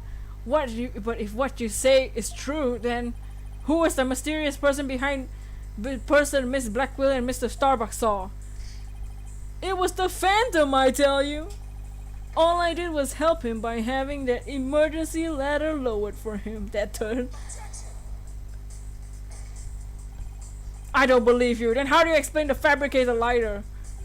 That was one of the Phantom's demands. Being the detective in charge of the case, it was easy for me to fabricate evidence. Pinning the crime on Athena's life was just another one of the Phantom's orders. And you expect me to buy that? Fulbright, what was the Phantom's ultimate objective? I was told it was to sabotage the rocket launch. Someone who didn't want the launch to happen must have given him the order. Dots. Actually, I have to apologize to you too. The Phantom told me to get close to you. He ordered me to get that psych profile you have on him. So he sent a buzzard to of his own tail for this past year, did he? I haven't been a champion of justice. You better apologize. I've just been a pawn of evil. A pawn of the Phantom who stole the moon rock and killed Dr. Sykes 7 years ago. Enough, Fulbright. Just tell us the Phantom's true identity. I don't know. He was very careful to hide it. He's top secret information of all kinds of corporations and countries, so there's a number of organizations that want him dead. If people believed I was the Phantom, I could be killed on the spot. Well, I bet even now there are assassins lurking nearby. This case is about the Phantom after all. With the ceiling blown off, I suppose you could be vulnerable to a sniper shot in this courtroom. Just 2 seconds ago, Fulbright was treating Athena like a criminal. Does he really think he's gonna lie his way out of it now? On the surface, everything does seem to make sense. This could be bad, Mr. Wright. If we can't find the flaw in his logic, he's right. After all this way, we can't let Fulbright wriggle free now. There, I finally told the truth. Now I hope you see how foolish it was to think I was the Phantom. Why his face is suddenly very serious. You're an intelligent man, Prosecutor Blackwell. You believe me, right? Not with that face. That face is ugly. That's scary. That's like a scary face. Dots, I believe you. I don't think you're the Phantom. What? How can you say that, Prosecutor Blackwell? It's obvious he's the Phantom. Gosh, that's a scary face. Yeah, I prefer him being dumb and smiley, you know? Evidence is everything, right, Dono? And you must admit there's no clear evidence that Fulbright is the Phantom.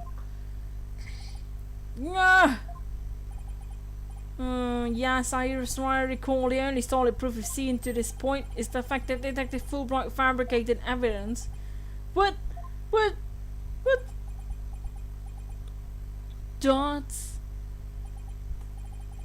I wanted to wipe that smile off his face, and now I want it back, dude, right? All this time, he's been quite intent on his rehabilitation. I don't believe his efforts were a lie. Prosecutor Blackwell! This fool truly thought he could reform a death row inmate like me. He went out of his way in an effort for me. He became quite a nuisance, really. Oh, Prosecutor Blackwell, you believe me? Please tell me Prosecutor Blackwell hasn't really been taken in by this big phony, this big fat phony. However, even if it was against your will, you still had acted as the Phantom's accomplice, and you will have to pay the price for that. Throw yourself at my mercy, and you don't betray me again. Have you got that? Yes, thank you. Oh, thank you.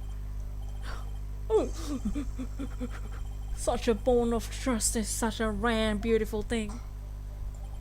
In any case, it looks like everything has been resolved. No, it doesn't. I can now hand down a not guilty verdict with confidence. Very good. I'm very glad to hear it. It's all over, everything's been cleared up, and Miss Sykes will go free as well. Dots. Mr. Wright, we can't let the trial end here. If we do, the Phantom, the man who killed Clay, will get away. You treat Athena like a criminal. He's like, oh, my family has been captured. I know, but what do I do? No, I don't have any proof that Detective Fulbright is the Phantom. Take off the glove! Is this it? Is he gonna get away with just that? Now, if you'll excuse me, my next investigation with with that, I'm off. Not injustice we trust. Hey, come back! Thank you, someone. Who is it? The gloves dang it. Athena! The defense! No, wait, not the defense. The defendant feels it's not time for a verdict yet. Now I would like to see this trial continue. Thank you, Athena.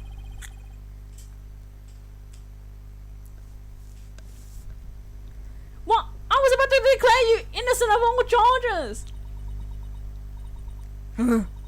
It just doesn't feel right to be standing here. Hey Apollo, think you could scooch over? What? Athena, there's only so much space in one bench.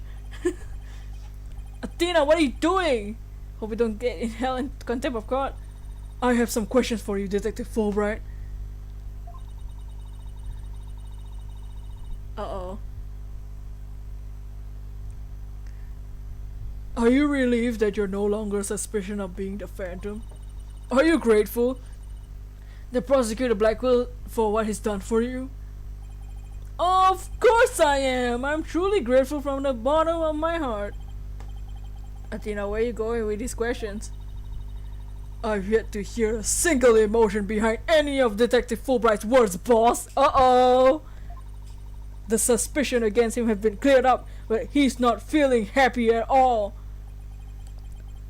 What does that mean? Oh snap! Oh snap! He's not feeling emotions. He is the guy. You're smushing me. Oh, you're smushing me. We may not have evidence, but the heart doesn't lie. That's it. With your special ability, we might be able to stop him. Man, if this was real life, this guy would be free. Your Honor, the detective has been deeply traumatized by our accusations. Well, yes.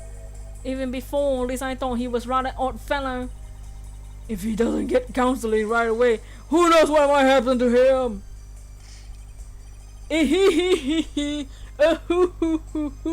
No. Prosecutor Blackwell, can you believe the nonsense the defense is spouting?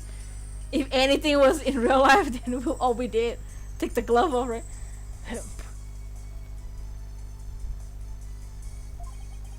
Fulbright, I think you better have that counseling.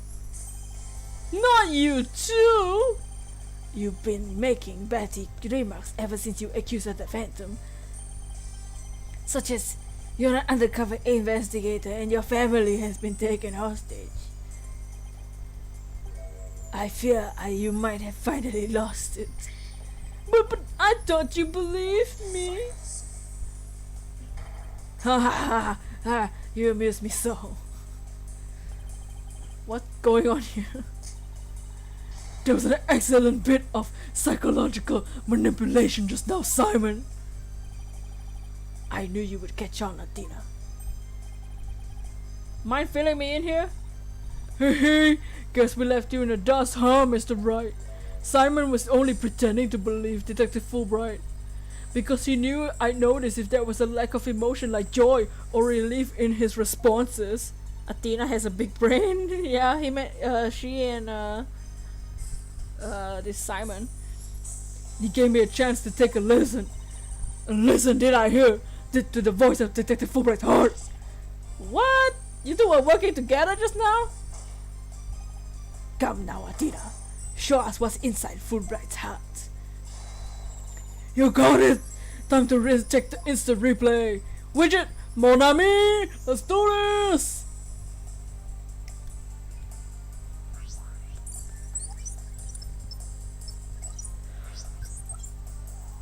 Alright, let's see this. Thank you for believing in me, Prosecutor Blackwell. He's not feeling anything. He's so fake. I'm an undercover agent. He stole the moon rock and killed Sykes. I'm a bad person. He's not even. They took my face. He's not feeling anything. Fake. Even with his all over the top expressions and gestures, he's not registering any emotion. It's just as I thought, right in line with the Phantom psych profile. Oh no, the scary face is back. I don't like that face. I really don't like the face dots. Uh-oh, what's he doing? Detective Fulbright, this lack of emotion proves you're the Phantom. What is that? What is he doing? Hey, what's going on? Oh, he has a disturbance thing. I'd rather you fake smile. Stop, I'd rather you fake smile. Wait, hold it. What do you think I'm doing there, detective? He's messing up the thing.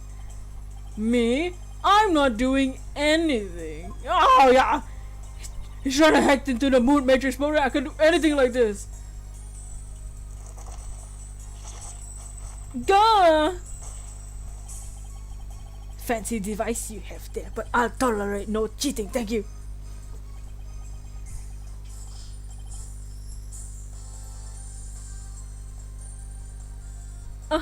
Sorry about that, bro. Get him, burp. Yes, get the burp.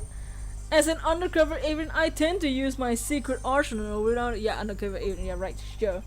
More like as a spy. Thanks, Prosecutor Blackwell.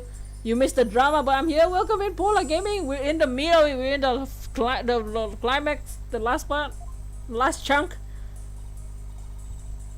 There! Now you can't hack me anymore. I dare you to hide your lack of emotions from us. You Dots? Lack of emotion? What are you talking about? Of course I have feelings. How are you doing, Polar Gaming? As a matter of fact, you wounded me very deeply with that accusation. What's going on? All of a sudden I'm getting an overwhelmingly happy reading. But he's literally crying a river over there. Dots? Oops. He's displaying the wrong emotions. Oops. My mistake. How about this? Grrr. Yikes, now he's angry all of a sudden. What's he trying to pull? Like as not. It would appear our friend is not complete without emotion.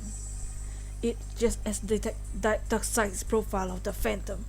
This time, the subject has a unique psychological makeup with almost no emotional fluctuation. Polar. Oh, I get it, he has some emotions. Precisely, which leads me to wonder why you can't sense emotions from him at all. I believe it's most likely because he is controlling his emotions. Very good, Prosecutor Blackwell, you are correct. It's the result of my daily training. A very important skill for us undercover agents, you know. Yeah, right? More like for us spies, seriously. But I wonder why he suddenly showed several strong emotions. Wait a minute. I think I know. I sense there's a feeling you're trying to hide your exaggerated emotions, detective. A feeling I'm trying to hide? That's a good one. He's using another device. You're the ones who have been saying I'm the Phantom because I don't have any emotions.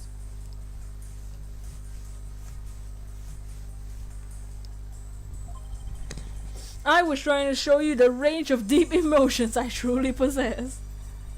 Then you have no objection to me analyzing you, right? No, analyze away. I will state again, I'm not the Phantom. Be forewarned that your analysis will have no effect, because you're about to see what an undercover agent can really do. Uh-oh.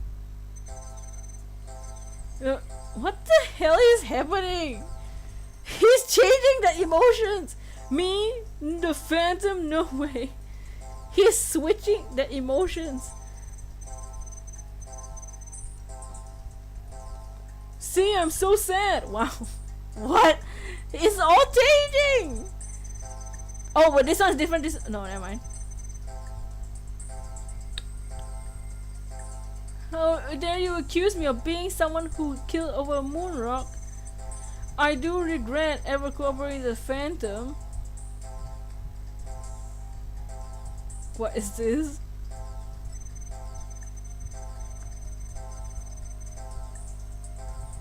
So they all switch. This one seems to have consistency though. Just notice how they all go off at least once.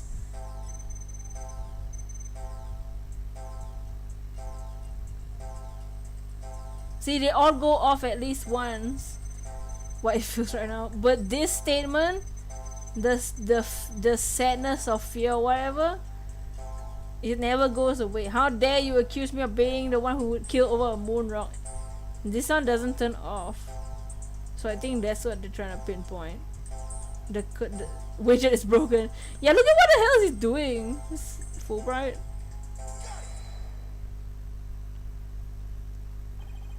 I found it. I found the one emotion you're truly feeling. I hate that face. What? Hidden in the middle of the chaotic storm, I saw one emotion that never disappeared. What device is this? It's a widget. When you talked about the moon rock, you felt fear that wouldn't fade.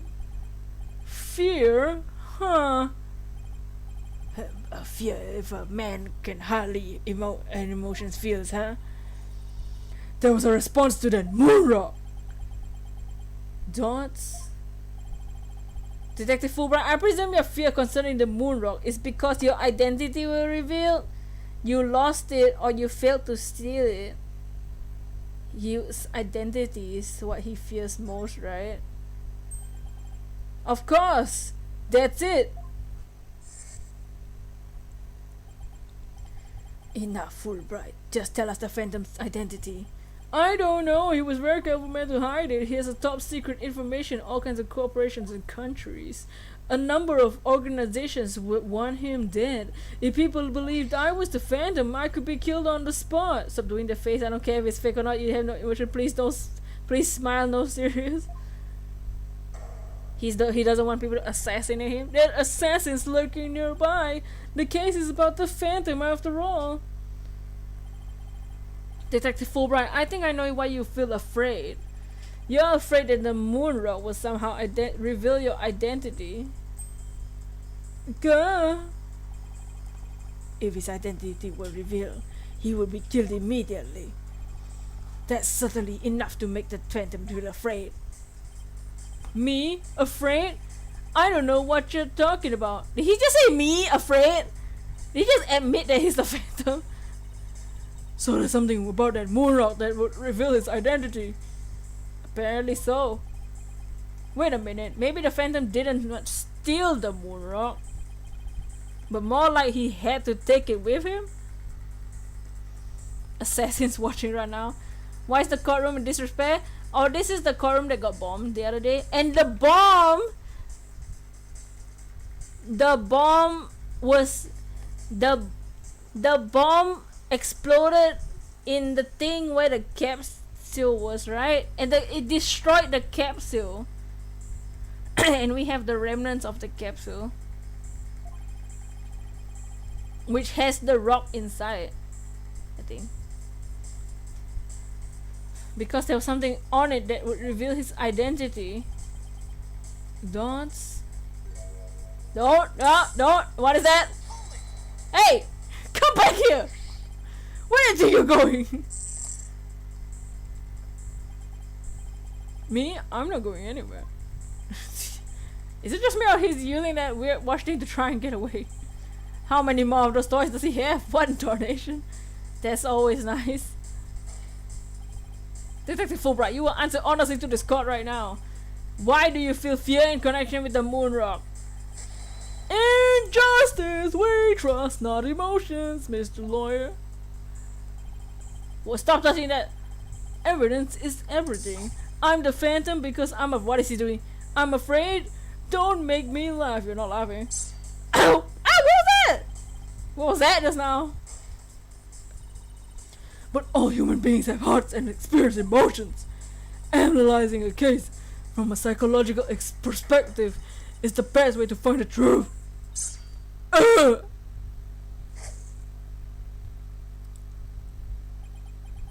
What's that taste? I don't know. It's all just a waste of time. All your efforts at analysis serve no purpose. And now in this dark age of the law, nobody would believe your claim that it's effective. In an era when evidence is fabricated, do you truly expect feelings to be accepted as proof? Where exactly is your proof? Then I fear the moon rock anyway. Well, I admit I don't have conventional proof, but I still say examining a person's heart has its merits. But please attack him. Oh really? Then why don't you listen carefully to those with special ears of yours? Listen to the voices of the hearts of the people in the gallery.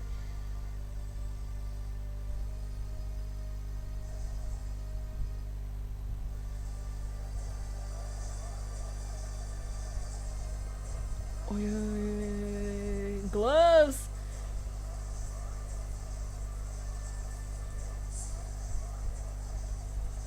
All I hear is distrust. Take him off, take the darn gloves off. As you can see, the people are on my side. What? Because all they see is a strange little girl using a weird little machine. But it's not like I use analytical psychology to falsely accuse people. He's got Athena doubting herself. Miss Sykes' analytical psychology has breathed new life into the courtroom. It's freed the hearts of many witnesses and has been key to getting to the truth. What nonsense! Your Honor, the defense's claim is a false one. I don't feel any kind of fear when it comes to the moon rock. Don't. Oh, I see. Very well, I will give the opinion of this court. In a trial, I don't feel a person's emotions are quite as compelling as actual evidence. But Your Honor, hey hey hey, hoo hoo hoo, oh ho ho ho. There you see, nobody believes you and your trumped up charges. However, I do believe Miss Sykes' analyses can contribute to making the truth clear. I've seen her do this firsthand and several times already. Surely you jest. He's going insane. So does this mean you will accept my findings in this trial, Your Honor? Yes, I believe your claim, Miss Sykes. I think there is merit in examining why the witness feels fear in regard to this moon rock. And that is in the court's opinion on this matter. Then that's a win for me. No, a win for analytical psychology. Now, Mr. Phantom, you will tell this court your reason for your fear. Analytical psychology? My fears? Fine. I'll show you precisely why those abstract things can't be considered evidence. I like how he's not even denying that he's the Phantom anymore. Arkagoon! Oh! No, thank you for the super chat, Arkagoon! I missed a bunch of the story. You need to do some catch up later. How you doing? Blah, blah, blah, blah. Thank you for the super chat.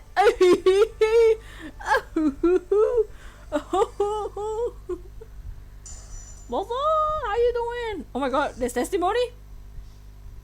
We have to judge on our side, yes. I felt fear when I thought about the moon rock because it reminded me of the Phantom. Yes, I'm very afraid of him because he took my family hostage. Shut up with your family! Super chat hype, yes. What reason would the Phantom have to be afraid of the moon rock? None at all. The very fact that I'm afraid of the moon rock means I'm not him. What? I'm on the side of justice. Yeah, right. There you have it. Ew. Now you see why I'm afraid of. I don't see why you're afraid of the moon rock. Sure, you sound convincing enough. But so does any 2 Bitcoin artist. It's all meaningless in the absence of evidence. Akaru. Hey! Oh, Draconic Raid! Oh, thank you! Welcome in! Hello! Thank you for the raid! Want you more careful with your words if you has your family hostage. Oh, wow! Poopy Eater, please don't spam too much, but welcome in. Please stop spamming. Welcome in, Pepoli. Thank you for the raid. Extra dip. Thank you for the raid, Draconic. Thank you for the raid. Samuel, thank you for the raid. Metaton EX, thank you for the raid. Poopy, can you stop spamming, please? But thank you for the raid. How was the stream? We are at the final chunk of the Ace Attorney game. But how are you doing? Oh my god, stop touching your watch. Don't. You should pronounce my name right. Metaton EX. I love Metaton EX. He's my favorite character in Undertale. He did some Undertale. Oh, nice! Oh, but that's awesome. The Phantom is like the mist, no flesh, no bones. My sword alone cannot cut it. Right, don't know. It was a good Undertale stream. I'm glad it was good. Oh, good. But yeah, we normally shiny hunt, but every Monday, we play Ace Attorney.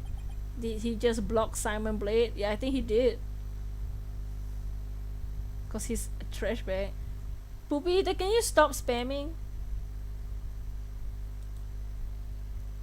I clearly told you like 5 times.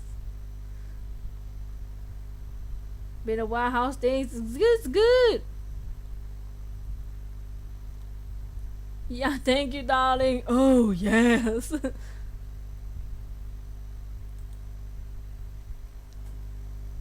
With your detective reasoning and the body of evidence before us, let's us send this miserable phantom fellow into the other world. Goodbye for now. Alright, Metaton, thank you for hanging out. Toodle. You and I prosecute the Black Wheel. Thank you for bringing up the rules. But yeah, we usually shiny hunt every Monday. We play Ace Attorney, so we're having fun. We have a duty to bring the Phantom down and restore people's faith in the courts. Indeed, by covering for Athena, I allowed a Phantom to escape. As a prosecutor, I gave birth to the people's mistrust with my murder conviction. I bear part in responsibility as well for being suspected of forging evidence and losing my attorney's badge as a result. The two of us and the Phantom were there at the beginning of the Dark Age of the law. And it's also our burden to cut away this foul spectre we created, is it not? Until all that remains is the righteousness of the court and the faith of the people.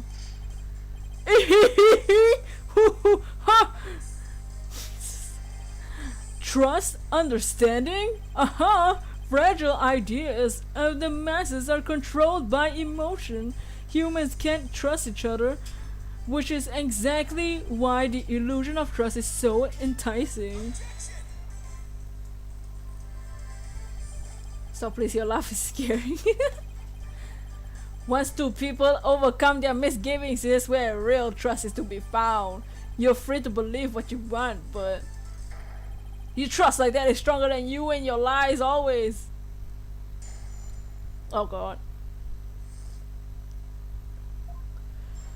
Is this the last? I feel fear. Hold it. Oh my god. So make sure to like the stream if you haven't. Thank you for those who had joined from the raid. It only reminded you of the Phantom. Don't make me laugh. You are the Phantom. Evidence is everything in a court of law. Did you forget? I was forced to testify over a silly thing like feelings. It's annoying. Now I'm scared. I mean, look at his face. I'm scared of his face. Okay, he wants evidence. Okay, whatever. So do I just try and present actual evidence? Because he took... What reason? Okay, let's see if we can find a reason. What reason would the Phantom have to be afraid of the moon rock? Let's see what we have in our court. Okay, what evidence has the moon rock? The capsule. It was found days ago. Athena, the stone cut was used from a moon rock. This is a moon rock. Does this have a moon rock? This has the moon rock in the photo.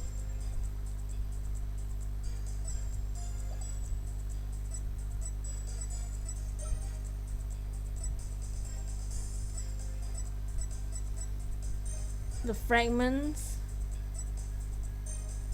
This has a moon rock. There's a moon rock in the fragments. I don't know what that will present for. Let's press this. Hold it! You can't think of a single reason that the Phantom might be afraid of the moon rock? I thought the Phantom wasn't even supposed to have feelings. How can someone like me, with my wealth of emotions, be expected to understand the guy?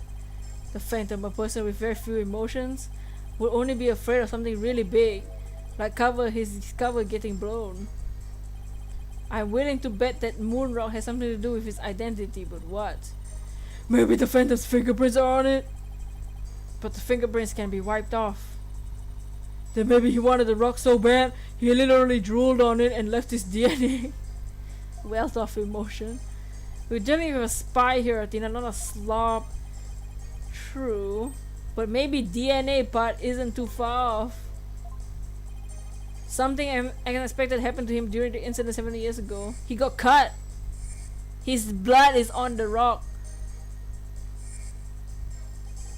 I just know I have something that can show the Phantom is afraid of the moon rock.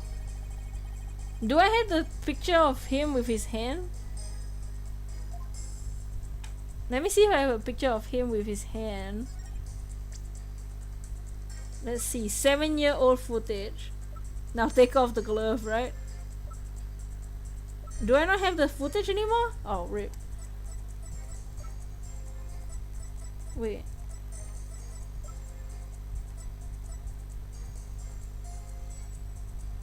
Is it the knife? Should I present the knife? Because he got cut by that knife. I think that the knife that he stabbed Terran with is the same knife. I'ma try presenting the knife. If not, then I'll present like something with a moon rock. Objection! Detective Fulbright, I assume you know what this is. Of course, that's the knife the Phantom used to kill Clay Terran. That's right, and the exact type of knife Miss Sykes used 7 years ago to stab the Phantom's hand. Yes, that was discussed earlier, as I recall. He touched it first I got his clothes and I tried again. This time you got him? I did. I remember clearly now, the knife went into the back of his hand. Miss Sykes stated that she remembers the culprit bleeding.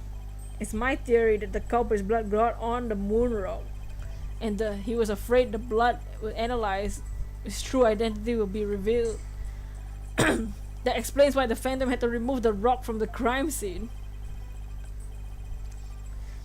You mean? Oh, you mean if we run the analysis now, we know who the Phantom is? I suppose so. Surprise, little. Not the M, not that M word. She was a child.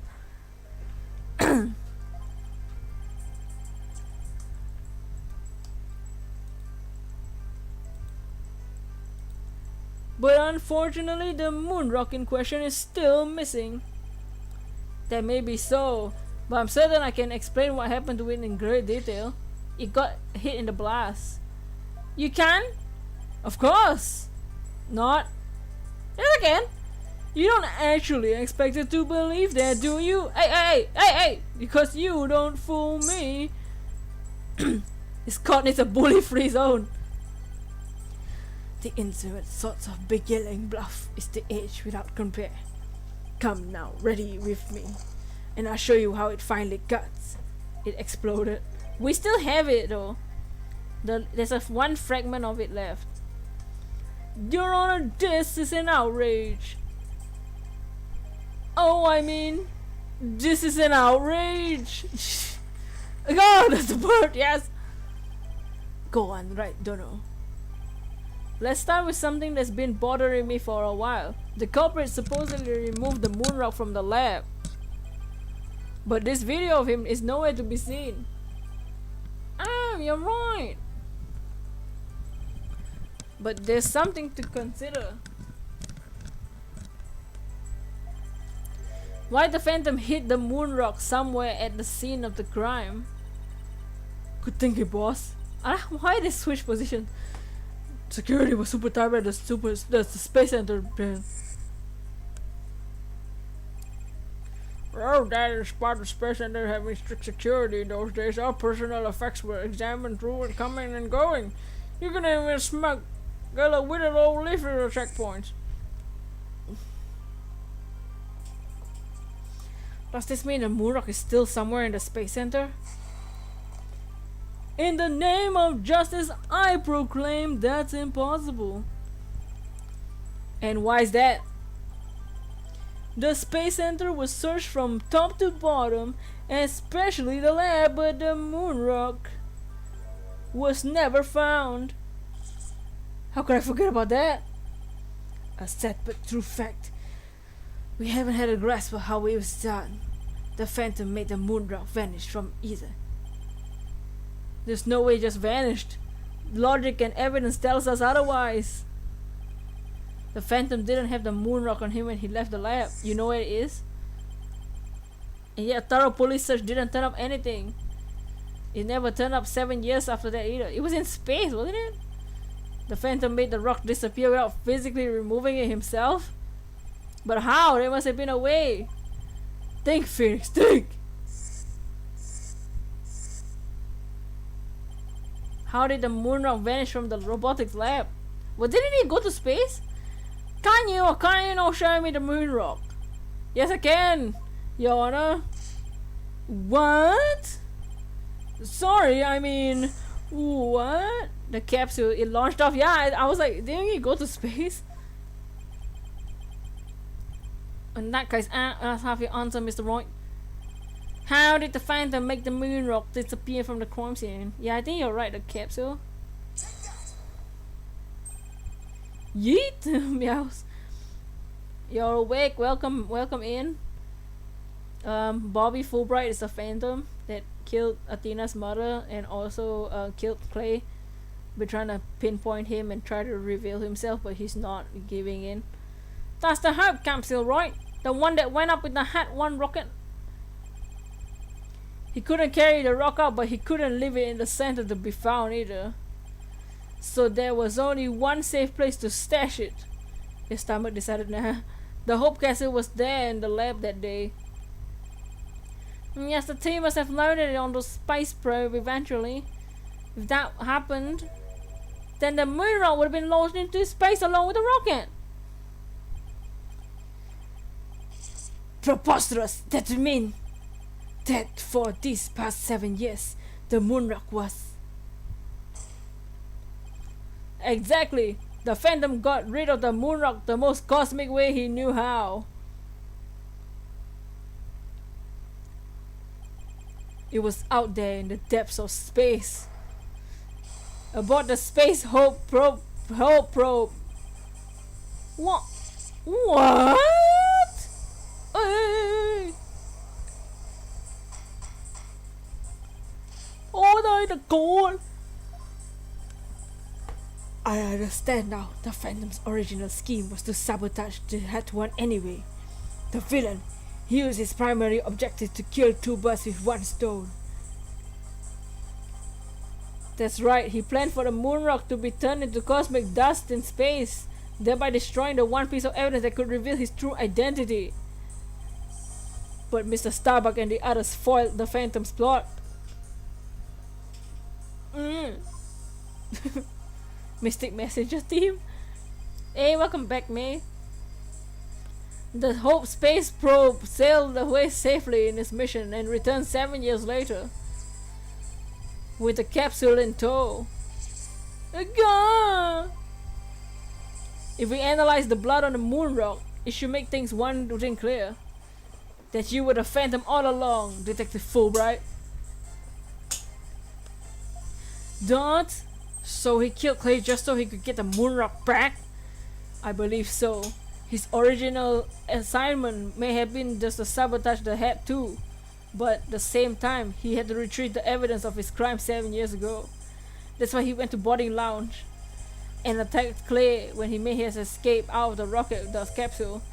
In the end, all he could do was escape himself, so he didn't get the capsule. Clay must have done everything he could to stop Fulbright.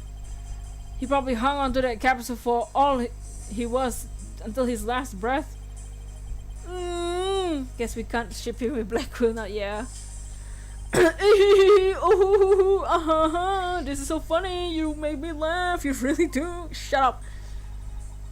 Boy is really out of whack now. Gross fool out there.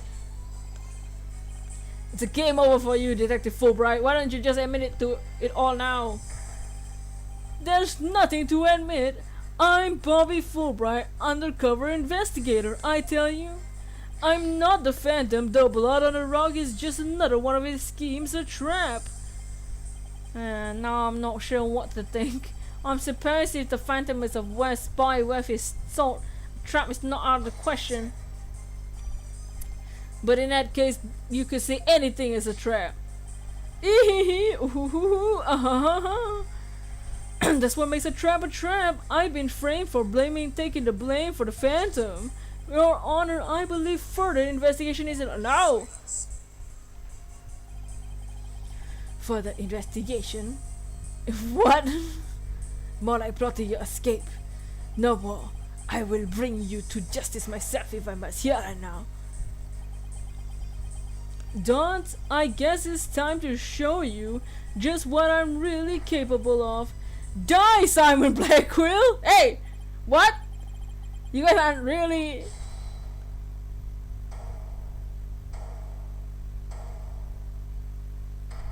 Edgeworm! Blackwill's voice. It looks like I made it just in time. Die, right? Edgeworm! I've good news for you, Mr. Wright. I've uncovered some very crucial facts. Edgeworth, did you find something out about the Phantom's true identity? You might say that I started looking into the first people on the scene 7 years ago. All three, an employee and 2 officers, were registered in robots recognition systems. None of them looked the least bit like Detective Fulbright. That's not good. But there's more. I've yet to share my most important finding. Mr. Wright, Prosecutor Blackquill, you best brace yourself. Okay, brace yourself! Where's Gumshoe? The heck, your husband? On the run, on the job, you know. Gotta work, you know. Okay, everyone need to brace yourselves, according to Edgeworth. Uh-oh. Dots. The man you see there before you, Bobby Fulbright, is already long dead. Okay! Hides behind a wall. Huh? What's that supposed to mean? Let's hold hands in a circle and pray. An unidentified body was found a year ago and has now been proven to possess Bobby Fulbright's fingerprints. Then does this mean? Yes, the man was an imposter pretending to be Bobby Fulbright. Dots? An imposter? Damn, this man! Who in the world is he? Nani? Okay, so... Oh no, they question mark his name! Who is he then? The Phantom! Bobby Fulbright isn't actually Bobby. It's all fake! It's all... He has no name, he's the Phantom. The Phantom doesn't want his true identity to be revealed, which is why he did all these things in the first place. Imagining it was a brace yourself, Gumshoe. It was all an act! Dots, enough of your trickery. If you do not really reveal yourself to us, then I shall do it for you. Ah! Ew! Ew! Yuck! Simon, no! No! His face! He never liked him anyway. Dots? Oh, look what you did to my mask. Mask? What's the meaning of this witness? Okay, you got me. I guess I have to show you who I really am now. What intonation? Oh god, he's gonna peel it off. Ugh. Where's Mrs. Sykes? Is there? Oh my god! Lord, what? Mate! Wait, but that's...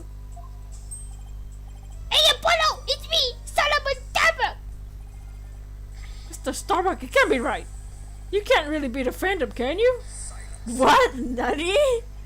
Of course not. The real Starbuck was aboard the Het 1, which is said to be destroyed. Yeah, this is just another mask. Oh my god. I mean, I tell you?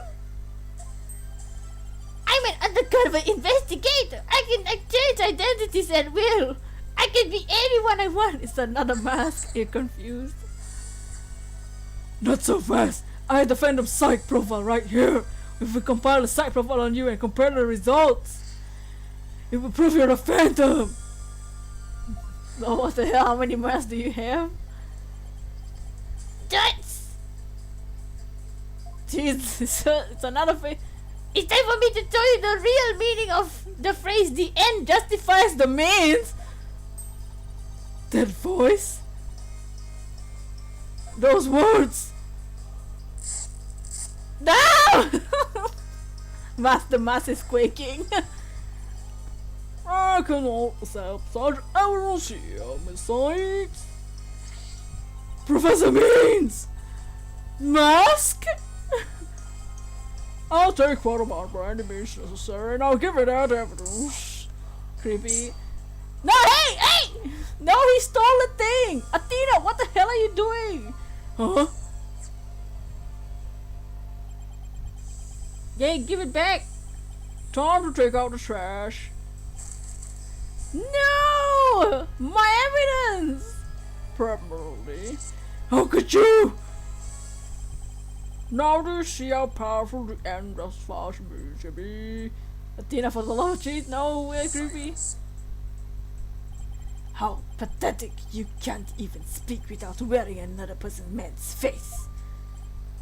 But that's the life of an undergraduate for you. Well, my real face has no value or meaning to me anymore. Give it back. It's like Scooby-Doo episode. Or perhaps it's really the case that you don't even know who you are anymore.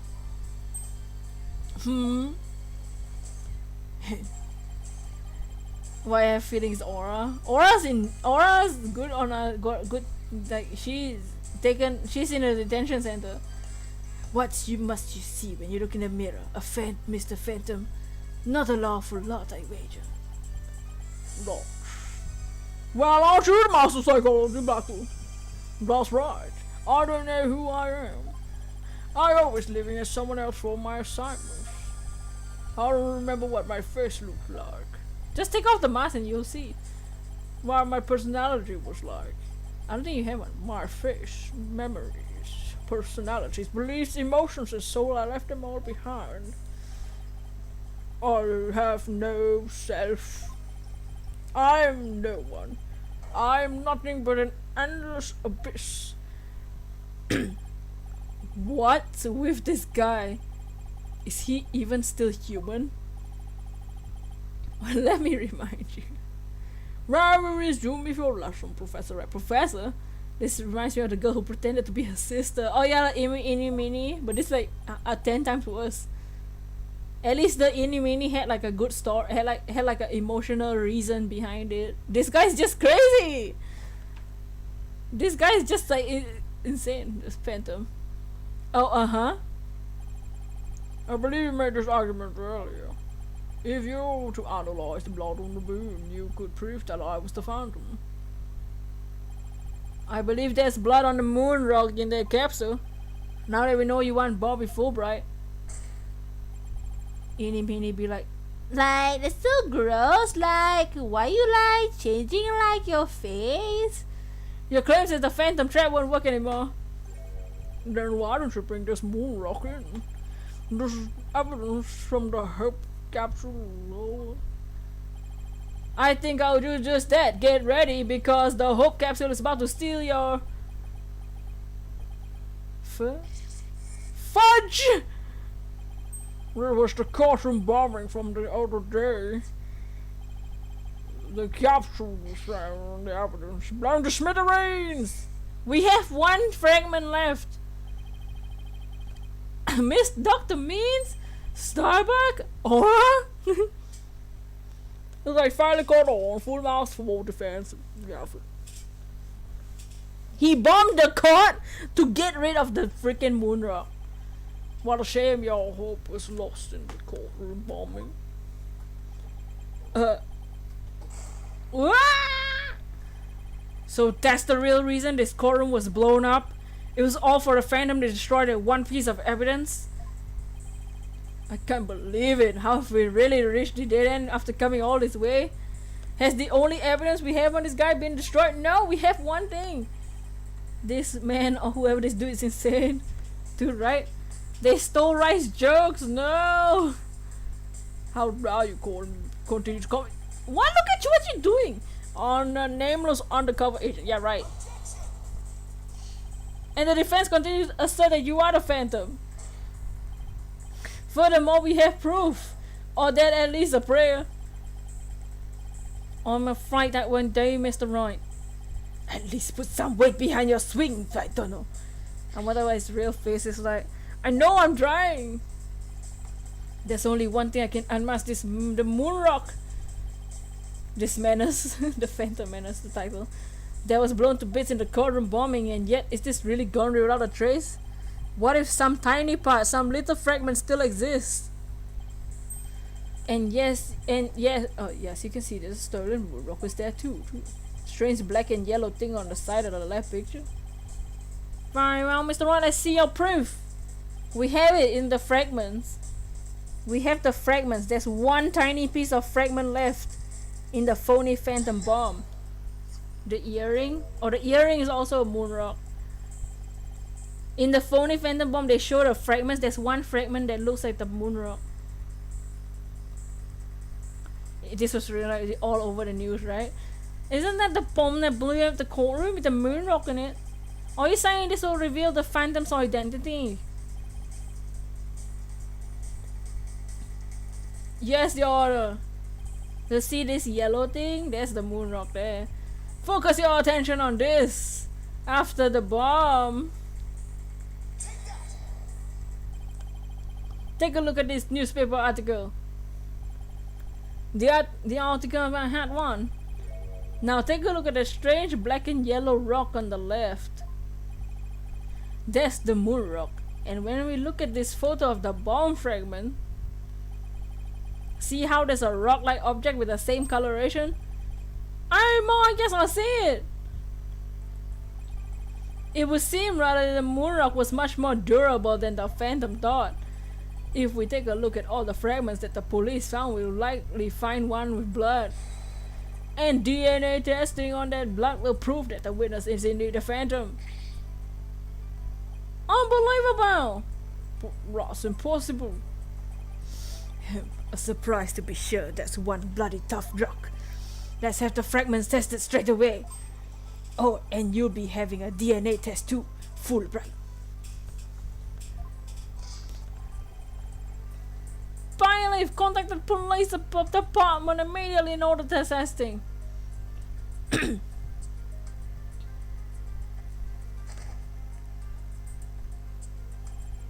Prosecutor Blackwell, what did the test results show?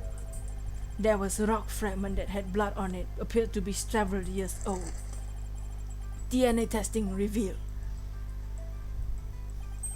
Well, I'm sure you know full well what it revealed. But the bird's on our side. They confirmed it was the witness' blood, didn't they? I see what you did, Simon. There's no use in trying to talk your way out of it anymore. Admit it, you're the Phantom. Apollo, what? Huh? Mr. Wright, did you just raise an objection to yourself? Oh, there's me. Wait, oh, I didn't say a word.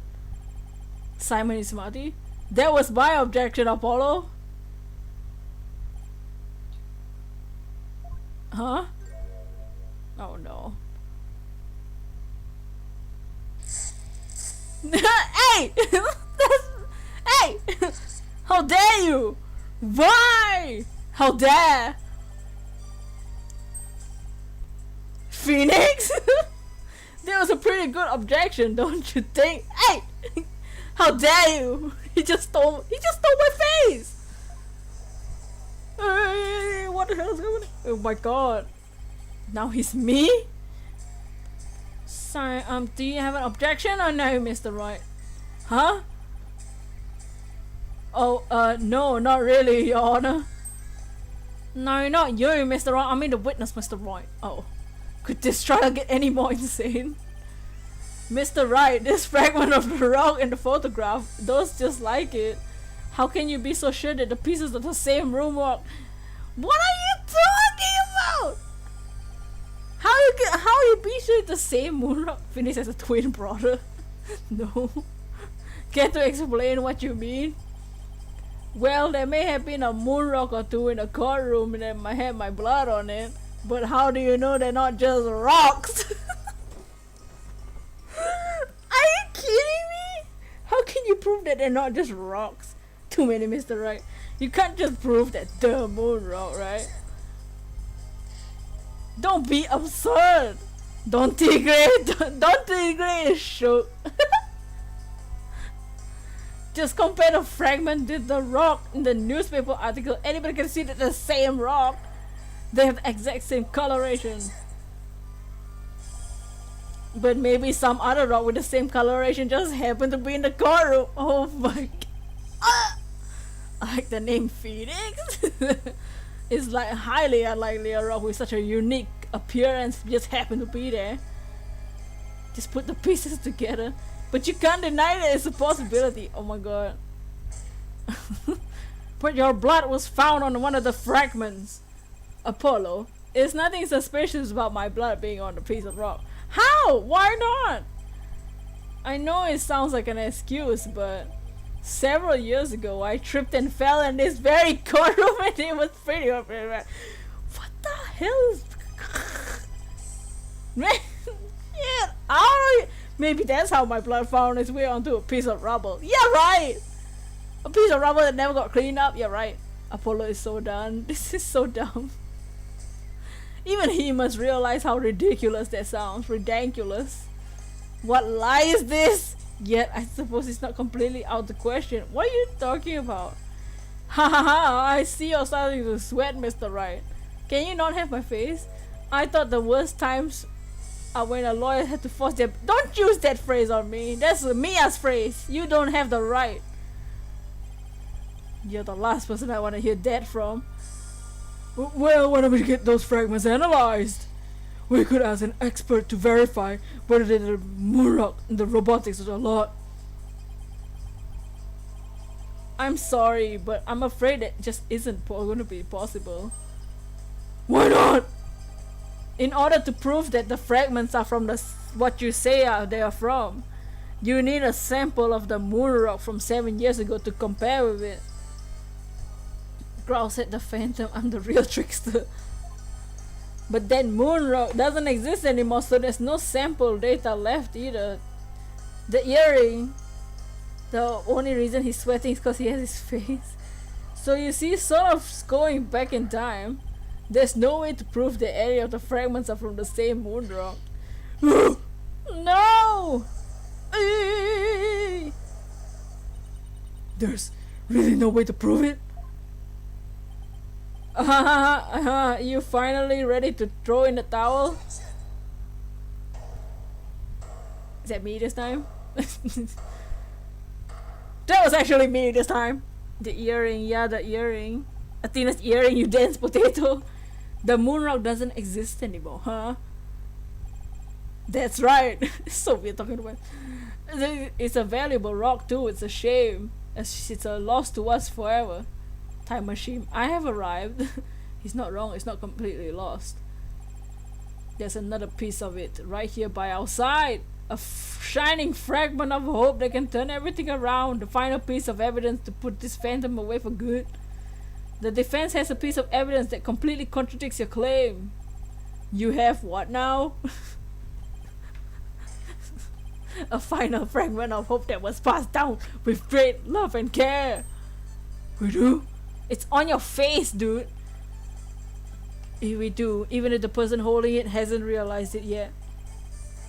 Is this true, Mr. Wright?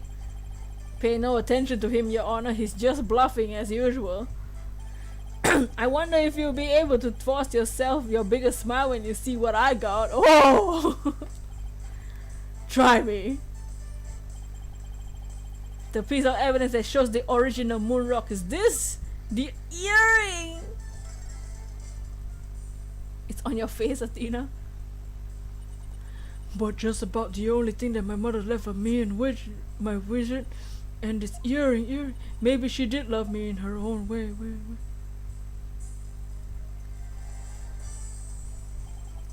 Athena, you may not know it, but your mother left you a very important piece of evidence. She did? You're bluffing, you don't have anything of the kind. Oh, but we do. Evidence that was finally gonna you. We have a moon rock of our own. I be hungry, young man, of course. Ooh, we got him now. You mean? Exactly. A gift Dr. Sykes left her daughter. An item Athena has cherished and worn all these years. Distant as Dr. Sykes may have been, seemed to her daughter, that fragment of her love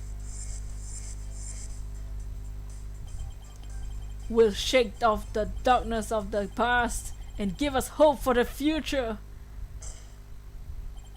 This is the defensive sample of the moon rock. You're done, Phantom, right? That's your sample. This earring with Miss Sykes always wears was made from the original moon rock.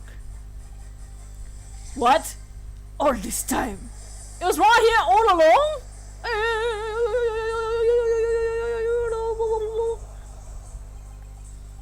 No! It can't be! If the composition of the bomb fragments and the earring are found to be a match, then it will prove beyond a shadow that the origin of the fragment in this photo, and the test results will show that the blood on the fragment was yours. This means the identity you tried so hard to hide will finally be revealed. The identity I tried to hide?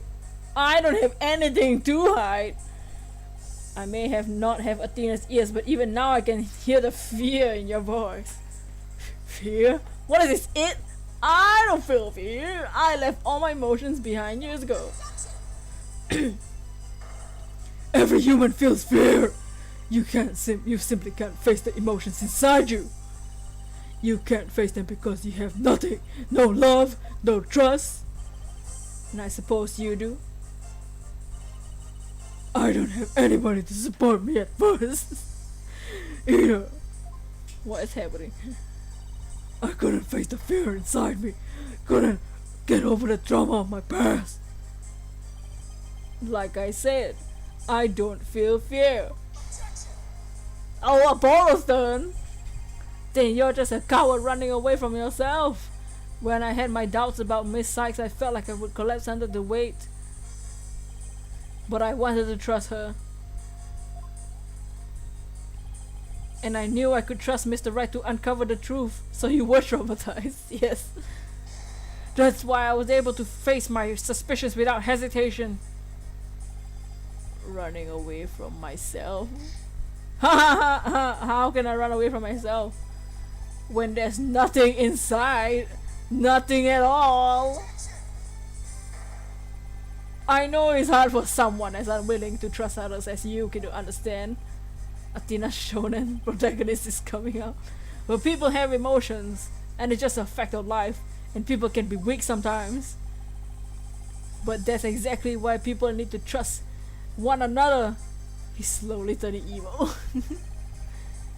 So they can gain the strength to face themselves when things are at the bleakest. Without trust in others, how can you ever hope to face your fears?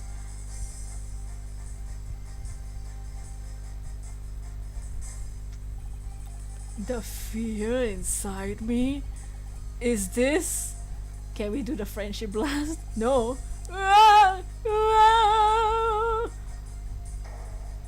Ew! Yuck! I'm afraid! I'm scared! I feel fear! Ew! Look at their face! Yuck! The eyeballs! The power of friends. You can't outrun yourself! God! Remove that mask and unleash your emotions! Confront your guilt head on! Go with your own true face! What the hell? Break down the phantom's feeling something. Is it fear, despair, or OMG creep? What the heck is that? Please stop. Friendship point! You look at that face. Yuck. My own true face. No, please don't. I know you're here. Why are you? See? I haven't revealed anything yet. Honest. French justice blast. The friendship. You! My face! I don't have one. My face! My face!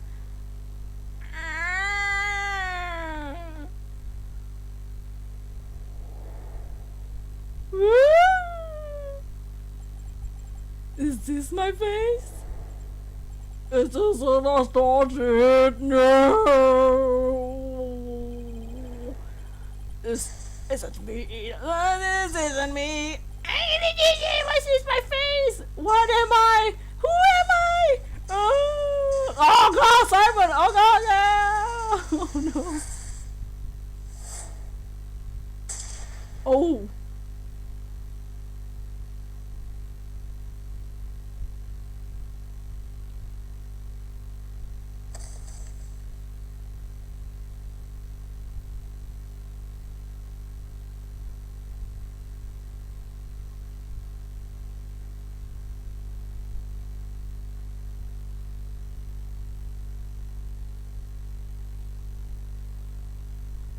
Is he dead? He might be. A sniper attack in this very courtroom. It chills me to my bones. He got sniped! What to say? But the police are doing everything they can to track down the sniper as we speak. He got sniped. He's dead. The prosecutor Blackwell. How is Detective Fulbright, I mean his imposter, doing? He's a lucky fellow. Oh, the bullet didn't hit any of his vital organs. He's still alive. He appears to be in no danger of dying. He's dead. Oh, he's alive. Well, that was fortunate for all of us. He's still alive. The analysis of the final piece of evidence, right, Donor, is submitted is in. The composition of the Miss Sykes earring and fragment a blush match.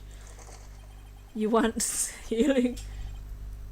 Do you need to get your hands dirty? Yeah, the assassins did it. We can now be certain that it's a fragment of the moon rock in question.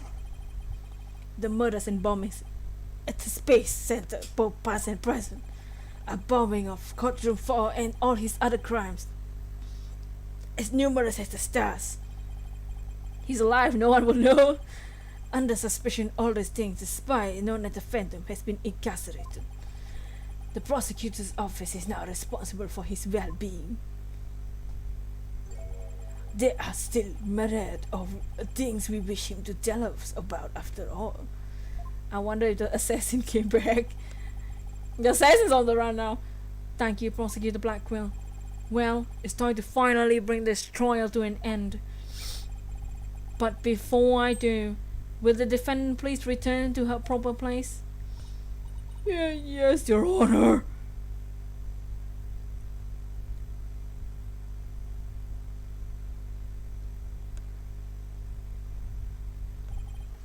Now then, this court finds the defendant, Athena Sykes, not guilty! Yay! Whoop, whoop, whoop, whoop, whoop, whoop, whoop. Hey, yeah, the squad is back, so we can finally go home. Hey, yeah! Fix this courtroom, man. Get the budget up. Court was done. Whoop, whoop, whoop, whoop. Confetti. Man, it's night. Pearly! Congratulations, Mr. Nick. Thank you, Pearls, and thank you for being there for Athena. They can go home now. That's the least I could do. But Athena was great, wasn't she? She was so strong throughout the trial. Josie! Oh my god, my girl! She's safe! Daddy! I'm so glad to see you.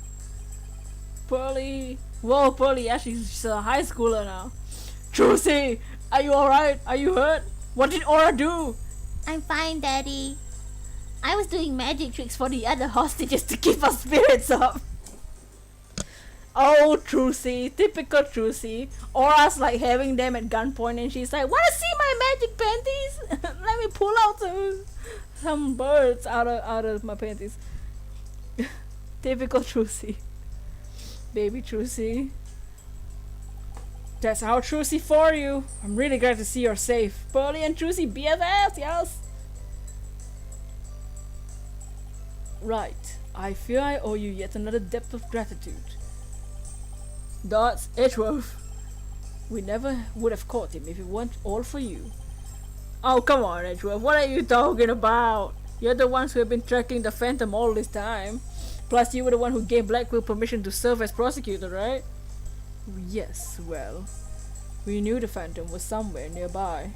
The police and I was trying to find him, but we never managed to do until this trial. Well, man, never would have won this trial without you. Edgy! All the friends. It was your help as chief prosecutor that was a key to a successful conclusion. Besides, it was you that saw it too. I got my attorney's badge back, wasn't it? So you figured it out, did you? Yeah, getting my license back was just went a little too smoothly, you know. It should have been much harder after evidence forging scandal. On friendship, I owed you a few favors. Hey, do you think we can finally bring the dark age of the law to an end? Even the darkest night turns to dawn eventually. Our sun will rise again. The whole squad, yes! Besides, now that Prosecutor Blackwell has been cleared of all charges, a great deal of mistrust towards the court system has been swept away. You know, you could have said that with a bigger smile, Edgeworth. It won't kill you. Instead, the furrows in the brow just keep getting deeper and deeper, like gumshoes, whatever. So I should smile more, huh? I'll think about it. I wanted him to smile. You ship Edgy and Phoenix. There's no ship Edgy and Gumshoe. Phoenix is the lonely dad. Oh, the complicated love-hate relationship between lifelong rivals. Athena. Who's that? Athena! It was Blackwood. I'm forever in your debt. You went all that trouble, even taking the bar exam while you were overseas. Well, I knew that if I didn't get your sentence overturned fast, you'd be executed. So I started, and I was frantic. So I'm glad I made it in time. Dots. Oh! Just barely. I still made it. Oh, she's crying. Your husband, though. Diana girl, Athena. It's good to see you finally let your tears out. Aww. Dots. Yes, I'm survived by the skin of my teeth thanks to you. Okay, now she's back to normal. Shame on you, Simon, for trying to throw your life away like that. It's beautiful. It was never my intention to throw my life away. But same things in the world are more important than your own life. Oh, no! Like what? My honor-bound duty to protect with my life. My mentor's most beloved treasure. Huh? Athena, Jesus Christ, you're so dumb. There's some loyalty, the guy's really a samurai through and through. It's sappy hour. It's sap time. Well, looks like we can breathe easy now till the next game. Apollo, Athena, thank you both. It took all of us to pull it off. You bet, boss. What a team we are, huh? It's definitely the most amazing turnabout I've ever seen, huh? I'm a lucky guy. My office has the best, most capable lawyers around. And we're all so noisy. I'm not crying, you are crying. There's one more game. There's one more game. This is the last case for this game. Thanks, Mr. Wright. I'm gonna work extra hard to make up for all the worry I caused. Well, you were injured in a bombing, so whatever. Apollo Justice is fine and ready to go. Let's hear it for the Wright Anything Agency. Well, nobody's gonna try harder than me, so you better watch out, Apollo!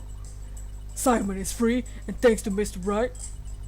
But there's many more people out there who need our help. You're right. I need you both to help them. We still have a long way to go. Get ready, you two. Get ready, everyone. You guys know what to do. We won a major victory, but the war is far from over. There's still people out there suffering under false charges who need defending. We got a lot of work ahead of us if we ever hope to fully bring the dark age of the law to a close. Oh, never mind. What's he doing? Hey, I know one thing we have to do. We have to celebrate with a bowl of piping hot noodles. Piping hot noodles. Huh? Nothing like a bowl of Eldune's noodles after a trial, all on Mr. Wright's tab. Hey! That's how it works at the Wright Anything Agency, right, Mr. Wright? Huh? What? As a boss, it's your duty to express your gratitude to your people for their great work. Can you pay? Slurp time! In that case, allow me to join the festivities! I would greatly welcome a bowl of noodles. You want me to pay for you too, Blackwell? Are you for real? I mean, he did get out of jail. I don't think he's been paid. Huh? I have an idea, Daddy. Why don't you just invite everybody involved with the case? The more the merrier. You know how many people I invited? You had to invite the director. You had to invite the dude. No. Hell yeah, noodles. Oh, Mr. Nick, look how far you've come. Hell yeah, Zadie, Simon, Trucy. Who knew you'd grow out to be such a generous gentleman? Polly. She's fine. Yes. Guys, under these circumstances, there's only one thing I can say. Y'all know what to say. Only if I get to join in. Wait, where's Maya? Maya didn't come back in this game. Hey, no fair, I wanna say too! Okay, here we go. Y'all ready? Y'all know what to say. Y'all know. Objection! Yep, that's the game. The game did that. Objection! Oh, I was trying to think of something nice I could do for Polly now he's back. objection! So I Decided to go around, get the job, find a lost cat, install an air conditioner, give him a computer lesson. You think I should have found him a few legal cases? That's okay, this is the Right Anything Agency after all. nice, Trucy. Yes. Objection, silence. Tina and Apollo were so wonderful in court. Better study as much as I can if I want to be a judge someday. My grandma says if I learn a lot of peppers, it ignites your passion. It was just wish had to grow. Polly is Apollo. Or maybe I should go with the hottest sun and spirit peppers. Yeah.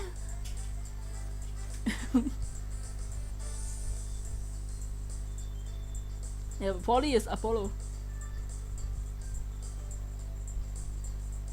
The end of the dark age of the law, you say?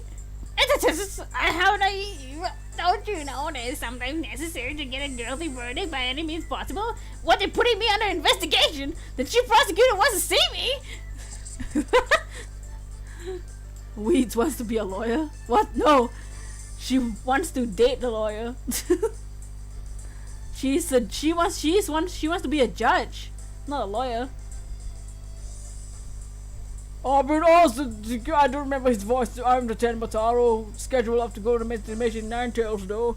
I don't know what to do or fight to finish myself. Why don't you ask the demon lawyer amazing ideas? Not a bad idea to be bad for it. We meet again, fellow woes of my little friend. But yeah, no. She doesn't want to be a lawyer.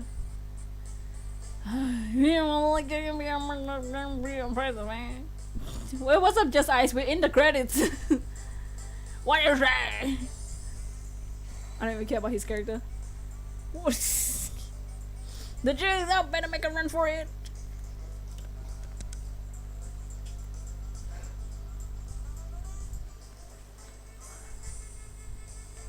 I always wanted to be an artist. What an amazing job Athena did. I started to become genuinely interested in law. Now I'm studying for the bar exam.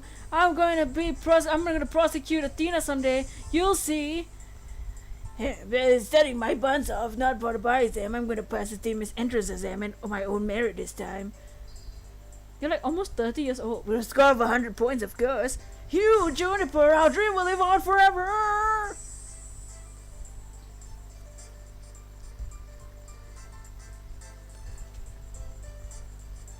I'm really I found some boxes. You know, a really good journalist, a lawyer, and a judge. Everything to the trial. The school newspaper is as bright as can be.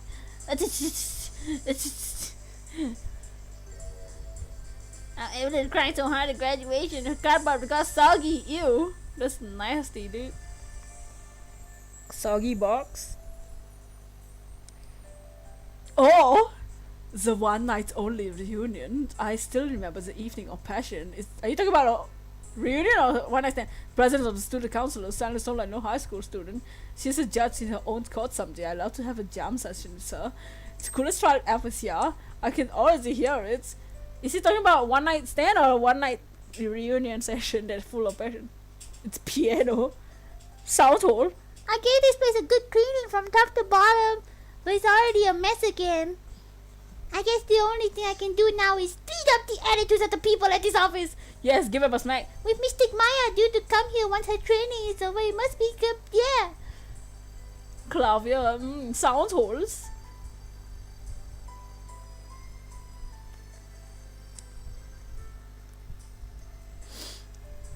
Her malicious dreams through outer space are infected. Hat 3 rocket has officially begun. Look upon me and this great nation, the witness in the Eurocosmos, yeah. Oh, director, yes, rocket preparation. He's not the director anymore? Who's the director then? Assistant director, Eurocosmos. You think Piano was talking about his night with Polly? Probably.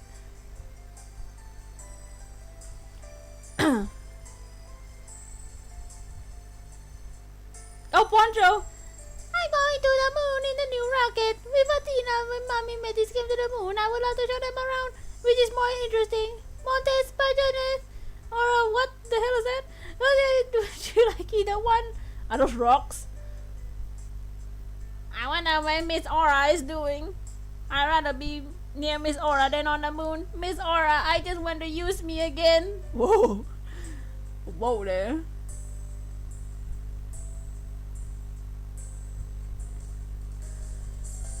ready for lunch! Jesus Christ, all these voices. What did you want? Lift off! I'm going to the moon for real. This time for me and Clay. Thanks to my lawyers. I know now I should never give up, but I'm worried. I can breathe. You can't breathe in space. Yeah, dude, you can't breathe in space. I'm so sorry. Slow down, robot. Is Aura in jail? Yeah, she got taken to the detention center for, you know, kidnapping all the people. No, I'm not employed here. I simply came to request their services in my defense of my sister. When I was around, I've been kept for a long time. And what sort of case brings you here? Oh, your father was accused and you wish for Athena to defend him? Then perhaps he and I shall meet in the courtroom in a near future. Jesus. You want us to defend your sister? She killed you and my daughter and threatened to kill her. I look forward to your next month's salary assessment. Forgive me!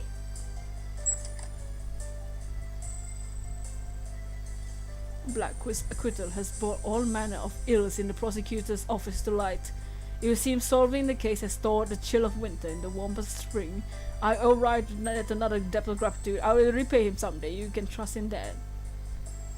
Just hangs. He just hangs around. He just chills at the office for no reason. Oh, a cutscene. Oh no, it's just more credits. Hell yeah. Man, look at all these cutscenes. So what do you guys think about this game? That's the end of Dual Destinies. Now we're just seeing more credits. That was great. What do you guys think of the case in this game? So after this, there's still one more Ace Attorney game to do. There's one last Ace Attorney game that we will start next week. There's a good game, 10 out of 10. Their last case was fun. That was crazy. They had some good plot twists. We'll just watch to the end of the credits. Your heart was screaming. It was fun. Oh, there he is. Ugh! Look at his ugly face. Oh, there's the girl. Doesn't remember her name. The music. That was great, even though you haven't been on for much. That's alright. That's all. This is always the next game. Oh yeah, that is a sound. Wow, very nice. Wait, that wasn't the real Fulbright? Yeah, we've never met the real Fulbright since the beginning of the game. The Fulbright that we knew was just a phantom dressed as addressed as Bobby Fulbright. The real Bobby Fulbright's dead, which is unfortunate. We never got to meet the guy, like for real. We've just been talking to the Phantom the whole time. Oh, is that the end of the credits? Nope, there's still more. They just wanted us to stare at the picture and cry. Sounds horrible. Oh, Aura, why do you have to kidnap my child?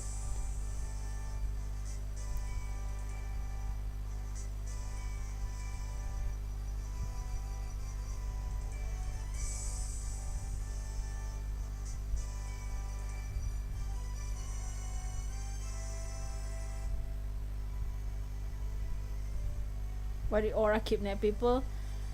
She kidnapped people because she wanted a trial for her brother. Because the next day was supposed to be Simon's execution day, so she didn't want that because it's her brother. So she kidnapped people to force a trial to happen on like the day before the execution day. Tommy wants to see the sounds. Yeah. Is there more after credits? Any cutscene? It's a cutscene. I'll be fine. I'll be fine. I'll be fine. I'll be fine. Who's the guy? seconds. 10, 9, 8, 7, 6, 5, 4, 3, 2, 1. Liftoff.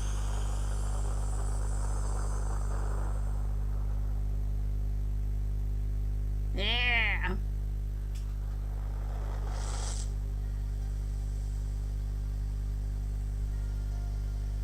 Wow, Simon. Sure. What's he watching on his laptop? Oh, there she is! Oh, Aura with her hair down in jail. So we hear his actual voice. It's animated. Yeah, this game has animated cutscenes.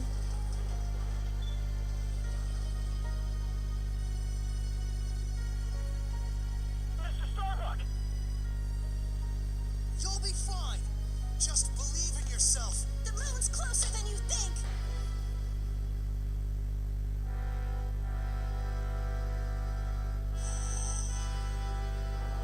Wow. Ooh, wow. Starbucks in stress because he's scared of space. Thanks, guys. I wouldn't have made it back into space if it wasn't for you. Yeah! Wow! Oh, yeah! The power of friendship. We're on the moon. It's so weird to hear Athena's actual voice. Yeah, that's not her actual voice. That's just her fake voice. Yeah, it's the real voice. There's more? Through the years, I've seen as much as joy, as heartache, honesty, as deceit.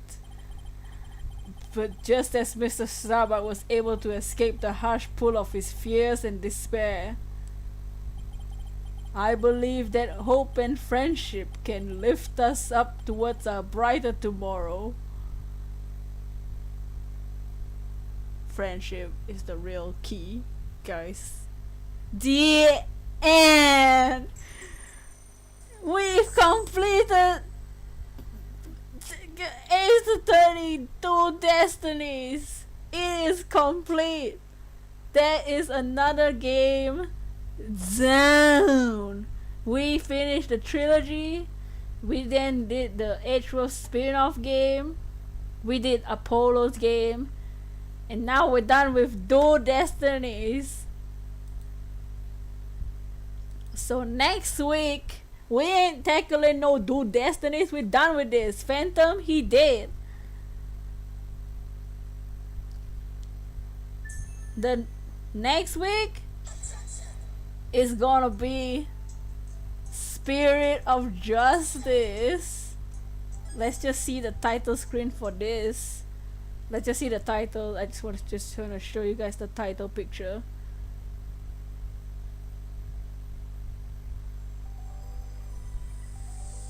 Yeah, we get it, Capcom. You don't care about games. Okay. But yeah, next week it's time to start the latest game and the last so far and the latest game, Spirit of Justice. Ooh, there's 6 cases in it as well. We're just gonna do the 5 cases. We'll keep the DLC as the last case, but I think this will be very, very fun. And warning, the puns in this game get worse. That's all I remember, that the puns get like way worse in this game. It's so bad, it's the best thing ever. But I'll see y'all tomorrow for shiny hunting. The puns get worse. Hey, mine, we actually just ended. You love this game already? I like, look at that title screen. The dude that just had a black, like brown background. This one has a background, has a artwork. But yeah, I think you guys will enjoy Spirit of Justice. So next week is Spirit of Justice. We'll continue shiny hunting for the rest of this week, of course. But for now, is anyone online? How can it get more wonderful? I guess we'll have to see.